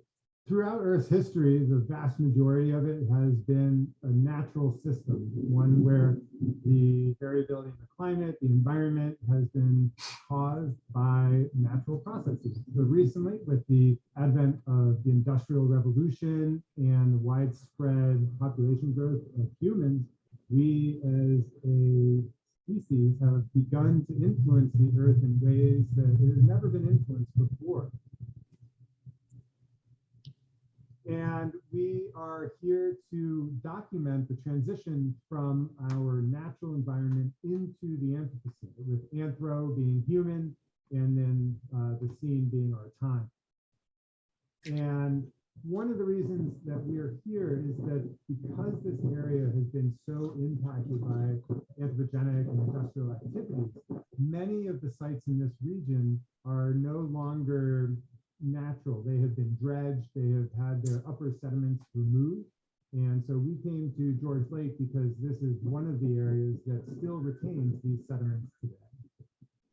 But this was a challenging environment to work in part because it has been so disturbed by human activities and industrialization. So we actually utilized historical topographic maps from the USGS in order to understand where the original lake was and took our samples from there. The original Indian trail. Everything here doesn't go in a crescent, it goes southwest to northeast. Right.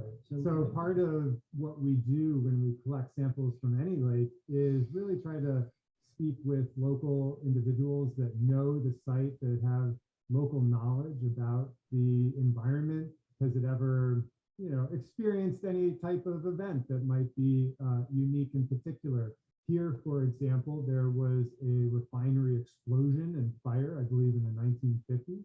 And so we might be able to pick that out in the sediment core and see signatures of that event. Some of the signatures that we are looking for in the sediment cores that we've collected are indicators of pollution. In particular, lead is one of the most notorious pollutants, and it is a common signature of the onset of industrialization. And there are other ones as well. We, as humans, impact different geochemical cycles. The nitrogen cycle is one of those. We'll also be working to understand the changes in the biology. So from diatoms in the water that reflect water quality, chemistry, and other environmental parameters, and even pollen. So to look at the landscape vegetation and how that has changed as the industry grew in this area, and then with restoration efforts that have begun as well to understand how potentially we are helping to repair some of the damages that were done as a result of industrialization.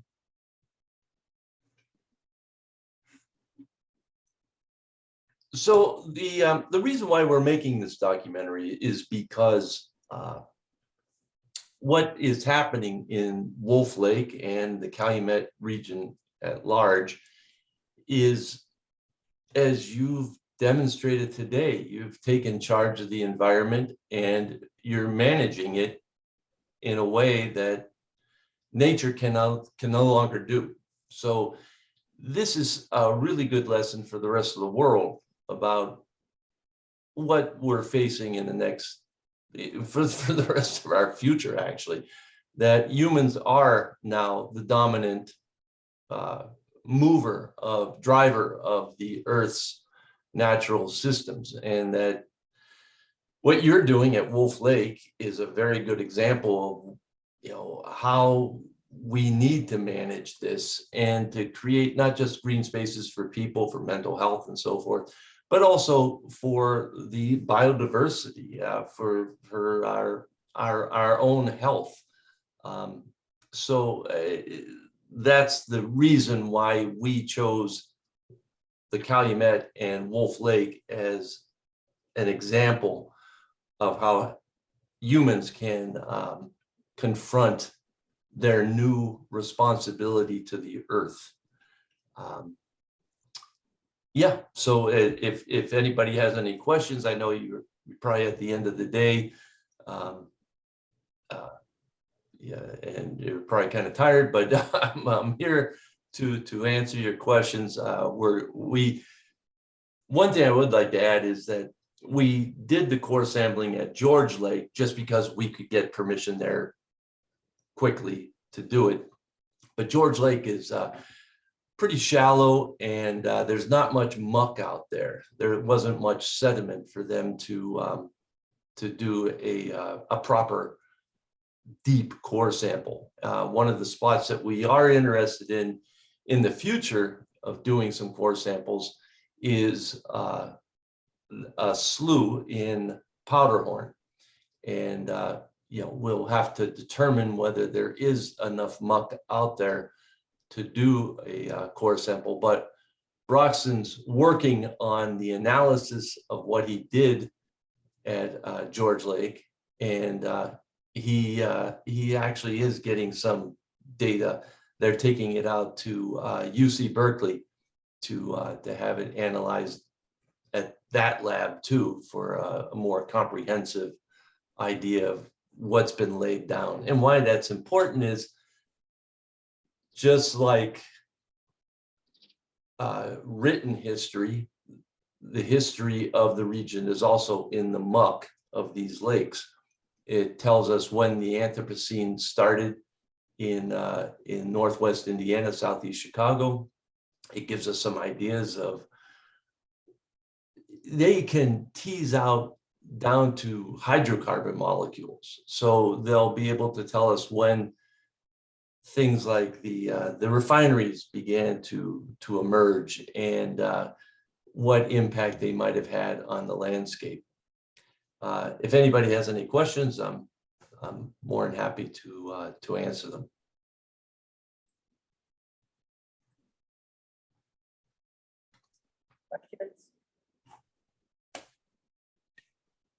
No questions here, Dave. Okay, well, I'm glad to have shared it, and really everybody, I'm just really impressed with what you've all been doing. It's taking charge of the environment in a way that humans everywhere need to start doing, because the game is different now than it was 200 years ago. It's a whole new ball game, and what you people are doing is a really good lesson for the rest of the world. Thanks. Okay, thank you.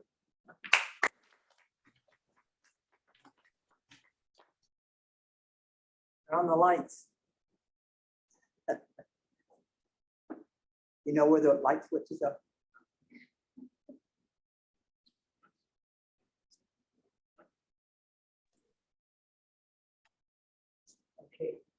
So, David, if I could ask a question of David, perhaps I missed it, but when did you hope to be able to wrap up the documentary and have it fully available?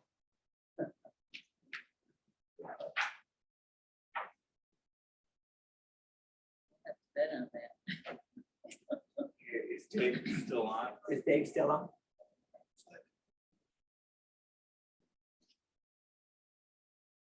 No, there he is. I'm sorry, I had my mute on. I think we're just at the very beginning of the fundraising stage. So my feeling is like in the next 2 years, we'll know a lot better after meeting with Cleveland Cliffs and with Ford Motor Company, whether we can get the funding from them, which I think would get us a lot closer to our goals. But hopefully by 2024. Great, sounds good. Good Thank luck in getting that Thank funded. you. We need it.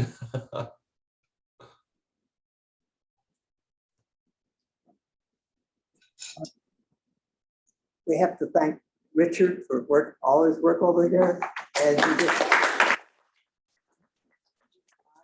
And I've been noticing that he was really punching them faster toward the end. He was getting tired, I think. Joe Krushek is in here. Oh, of course. Oh, he's the one that likes tires.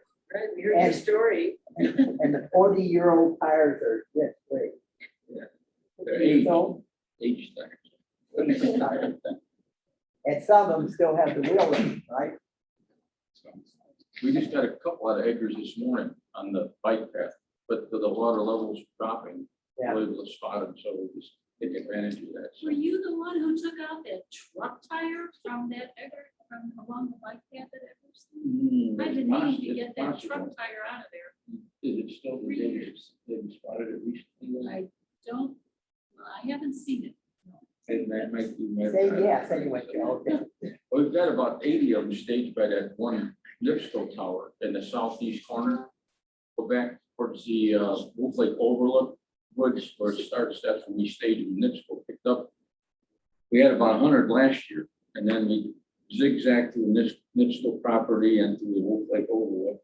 And there were a lot of truck tires back more towards the Powers area, but we think people are coming in before the bike path was put in there, sneaking in off 118th Street through there and possibly through the Ileana Yacht Club, and they were dumping them back there. But there's date pulls on the tires from like 50 years ago, 40, so they've been there a while. So the second batch we just got this morning, a lot of rubber hoses from the trucking companies back there is discarded. And then we got those out. No, we put those, anything that has to do with rubber stays with NIPSCO because the city of Hammond doesn't want to pick up tire products.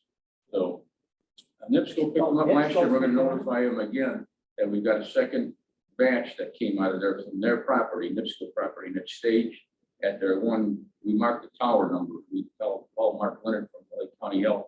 And if it's a health issue with them being staged there with the water getting in, with the mosquito problem, they pick it up real fast. So only a few left in aggregate. Probably gonna get more dumping now that they Superfund sites being blocked. Say people dump there quite a bit. Yeah. I think long as like the city of Hammond's got it blocked off at 129th, and then I think 118th with the bike path, you can't get through there anymore. And NIPSCO put up posts off 112th now. They're get to the NIPSCO property going south and dump in there. So, but that was we just found a big dump site with car parts this morning. We took like 2 wagon loads out of there. And it was all discarded like car batteries and stuff that was on a hill on the west side of the toll road and the southeast side of Eggers, a little bit farther back. There's like little walking paths through there, and we discovered a lot of stuff in there that just got removed this morning. That's why I wasn't here. I texted Dave and Trent said, I'm busy in Eggers. Remember that. I said, look. But so you're at around 2,000? close to it, like Those who 90. weren't here this morning. Yeah, there's Yeah, nearing the past 2,000 mark 20 since 2016, but 2,000 tires. we would get a couple hundred a year. But see, that was going unchecked for 30, 50 years. Everyone was just, hey, you got a trucking company, let's dump them here. The trucking companies that run Sheffield were just doing that at will at night. That was the way to do it. No recycling then, no, they're like a recycling fee, there was anything just throw in the water. So that was the way to do it back then. So we're trying to clean up 60 years of illegal dumping. We can't do it. We only get 200 a year. I said there's 80 at the NIPSCO tower, and there's another 100 by the toll road. People see the tires on off 129 west of the toll road by the toll road fence. That's all taken out of Hammond property or the trucking companies. That was all abandoned. And the trucks are terrible. I mean, it's maybe 150 pounds of truck tire. And it has a rim in it. That's adding another maybe 100 pounds. And they're exploded with mud and debris. We have to take a small spade, clean the tire out, we set it in the sun, dry it out, give it 2-3 days to dry out, and then it's easier for us to, lighter, for us to transport it. So you don't have to do your workouts now, right? Right, yeah, that's.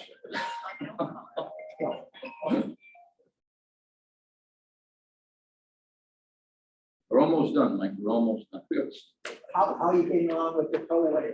Oh, No, you're not getting. 2021, they took about 120, maybe about 10 were theirs on their side of the toll road fencing, that's their jurisdiction. We had about 80 from the Hammond side. When we took the 120 or so up there, we photographed it, and I think Mark Leonard from Lake County Health called, and I was up there photographing the day they picked up. We were helping them load it on their payloader, and Indiana toll road dump trucks. 2 dump trucks showed up, and I think they were mad, but they said, well, you're gonna help us with this health problem, but you can't retain water in the tires as a group effort. And they bought them, and this year we came there, we were there, and they turned us into the Indiana State Police. That issue, remember? Yeah, yeah. They said, we're gonna fine you $1,000 for dumping here. I said, no, sir, you don't understand. We're not dumping. I said, this stuff has already been dumped. We're trying to remove it for the health issue. Don't you understand? Oh, no, we're gonna turn you in. I said, well, have at it. They said, but you don't understand what's going on with this. But they didn't find. They were the threat, yeah. Yeah. But lifelong. Mike, you'll have to bail me out next time. Yeah. Well, we'll start, we probably should start taking a collection now in anticipation of that moment. Right. Okay, well, I want to thank everybody for coming today. I thought we had some good discussion this morning and early afternoon. I think we got a better idea of what we've got to do, and we got people involved now that weren't involved before, and that including both the Illinois and Indiana side. So I think I'm pleased with what we've been able to do today. Now, for those who came in this afternoon, you're facing mud puppies, and as I explained this morning, you're invited to take those with you and to turn them in at your neighborhood library or school library or school science room. And to help us get the word around. So thank you. And yeah, and there are quite a few schools on the east side that we haven't. The Taylor, okay. Just right across the street from you, just about. And you started out at Taylor, did you? Yeah, okay. And you ended up, where did you end up? Here. No. Okay. They're going. And going, yes, you did. Okay. So has there been an effort to get this message to bait shops? You know, there aren't that many bait shops around. That makes it even easier. So we have, because we took it to Cabela's. And that was the first one that took. I don't think they sell paper. Yeah.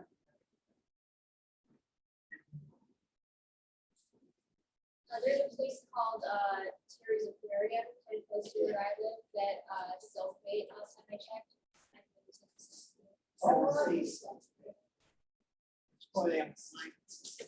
Yeah, take it in, because that's great. Thank you. Oh, Mike, and one last thing, this morning with the Eggers Marsh level going down with the drought the last 3 months and the drainage. Dave, I saw a flock of blue and teal come in and they yeah, like with the warm weather hanging around, and they went towards the southwest corner. There's like a little marshy area, but they like, their dabblers, they like shallow water, so that the shallow water helps them reach their food. So that was good. I saw maybe a flock of 15 went over there this morning, so that's always nice to see. They're migrators. Maybe that was, did we have a nest? Yeah, we found a nest on that new habitat site on 129th on the west side of the toll road. The female had laid 11 eggs there. That was in 2021. As far as I know, they all 11 hatched. Remember? Yeah. I sent some pictures to you. But I've never seen blue and teal nesting up here. They migrate through in September, but not to have an actual nest with the parents there. So, and that new habitat they put in that shallow marsh, there's some orange fencing out there. Yeah. And that southeast corner of, it's on the west side of the toll road. They haven't really named that though. I think Carolyn Marsh takes a lot of photos out there. That's a beautiful marsh out there that they established. Yeah, it's all been replanted. Yeah. And, a lot of it came back really nice from what they planted last year. That's really good to hear, because I was afraid it didn't start out too well, but it looks good now. Yeah, it looks good now. It makes a lot of difference.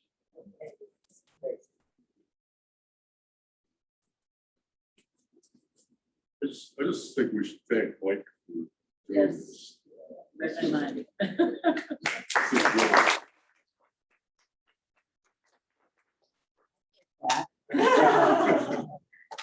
Yes. But anyway, it was close. You know, it's neat. I really enjoyed it today. As much as work was really involved really early. We started June. We had our first meeting in June, so 5 or 6 months we had.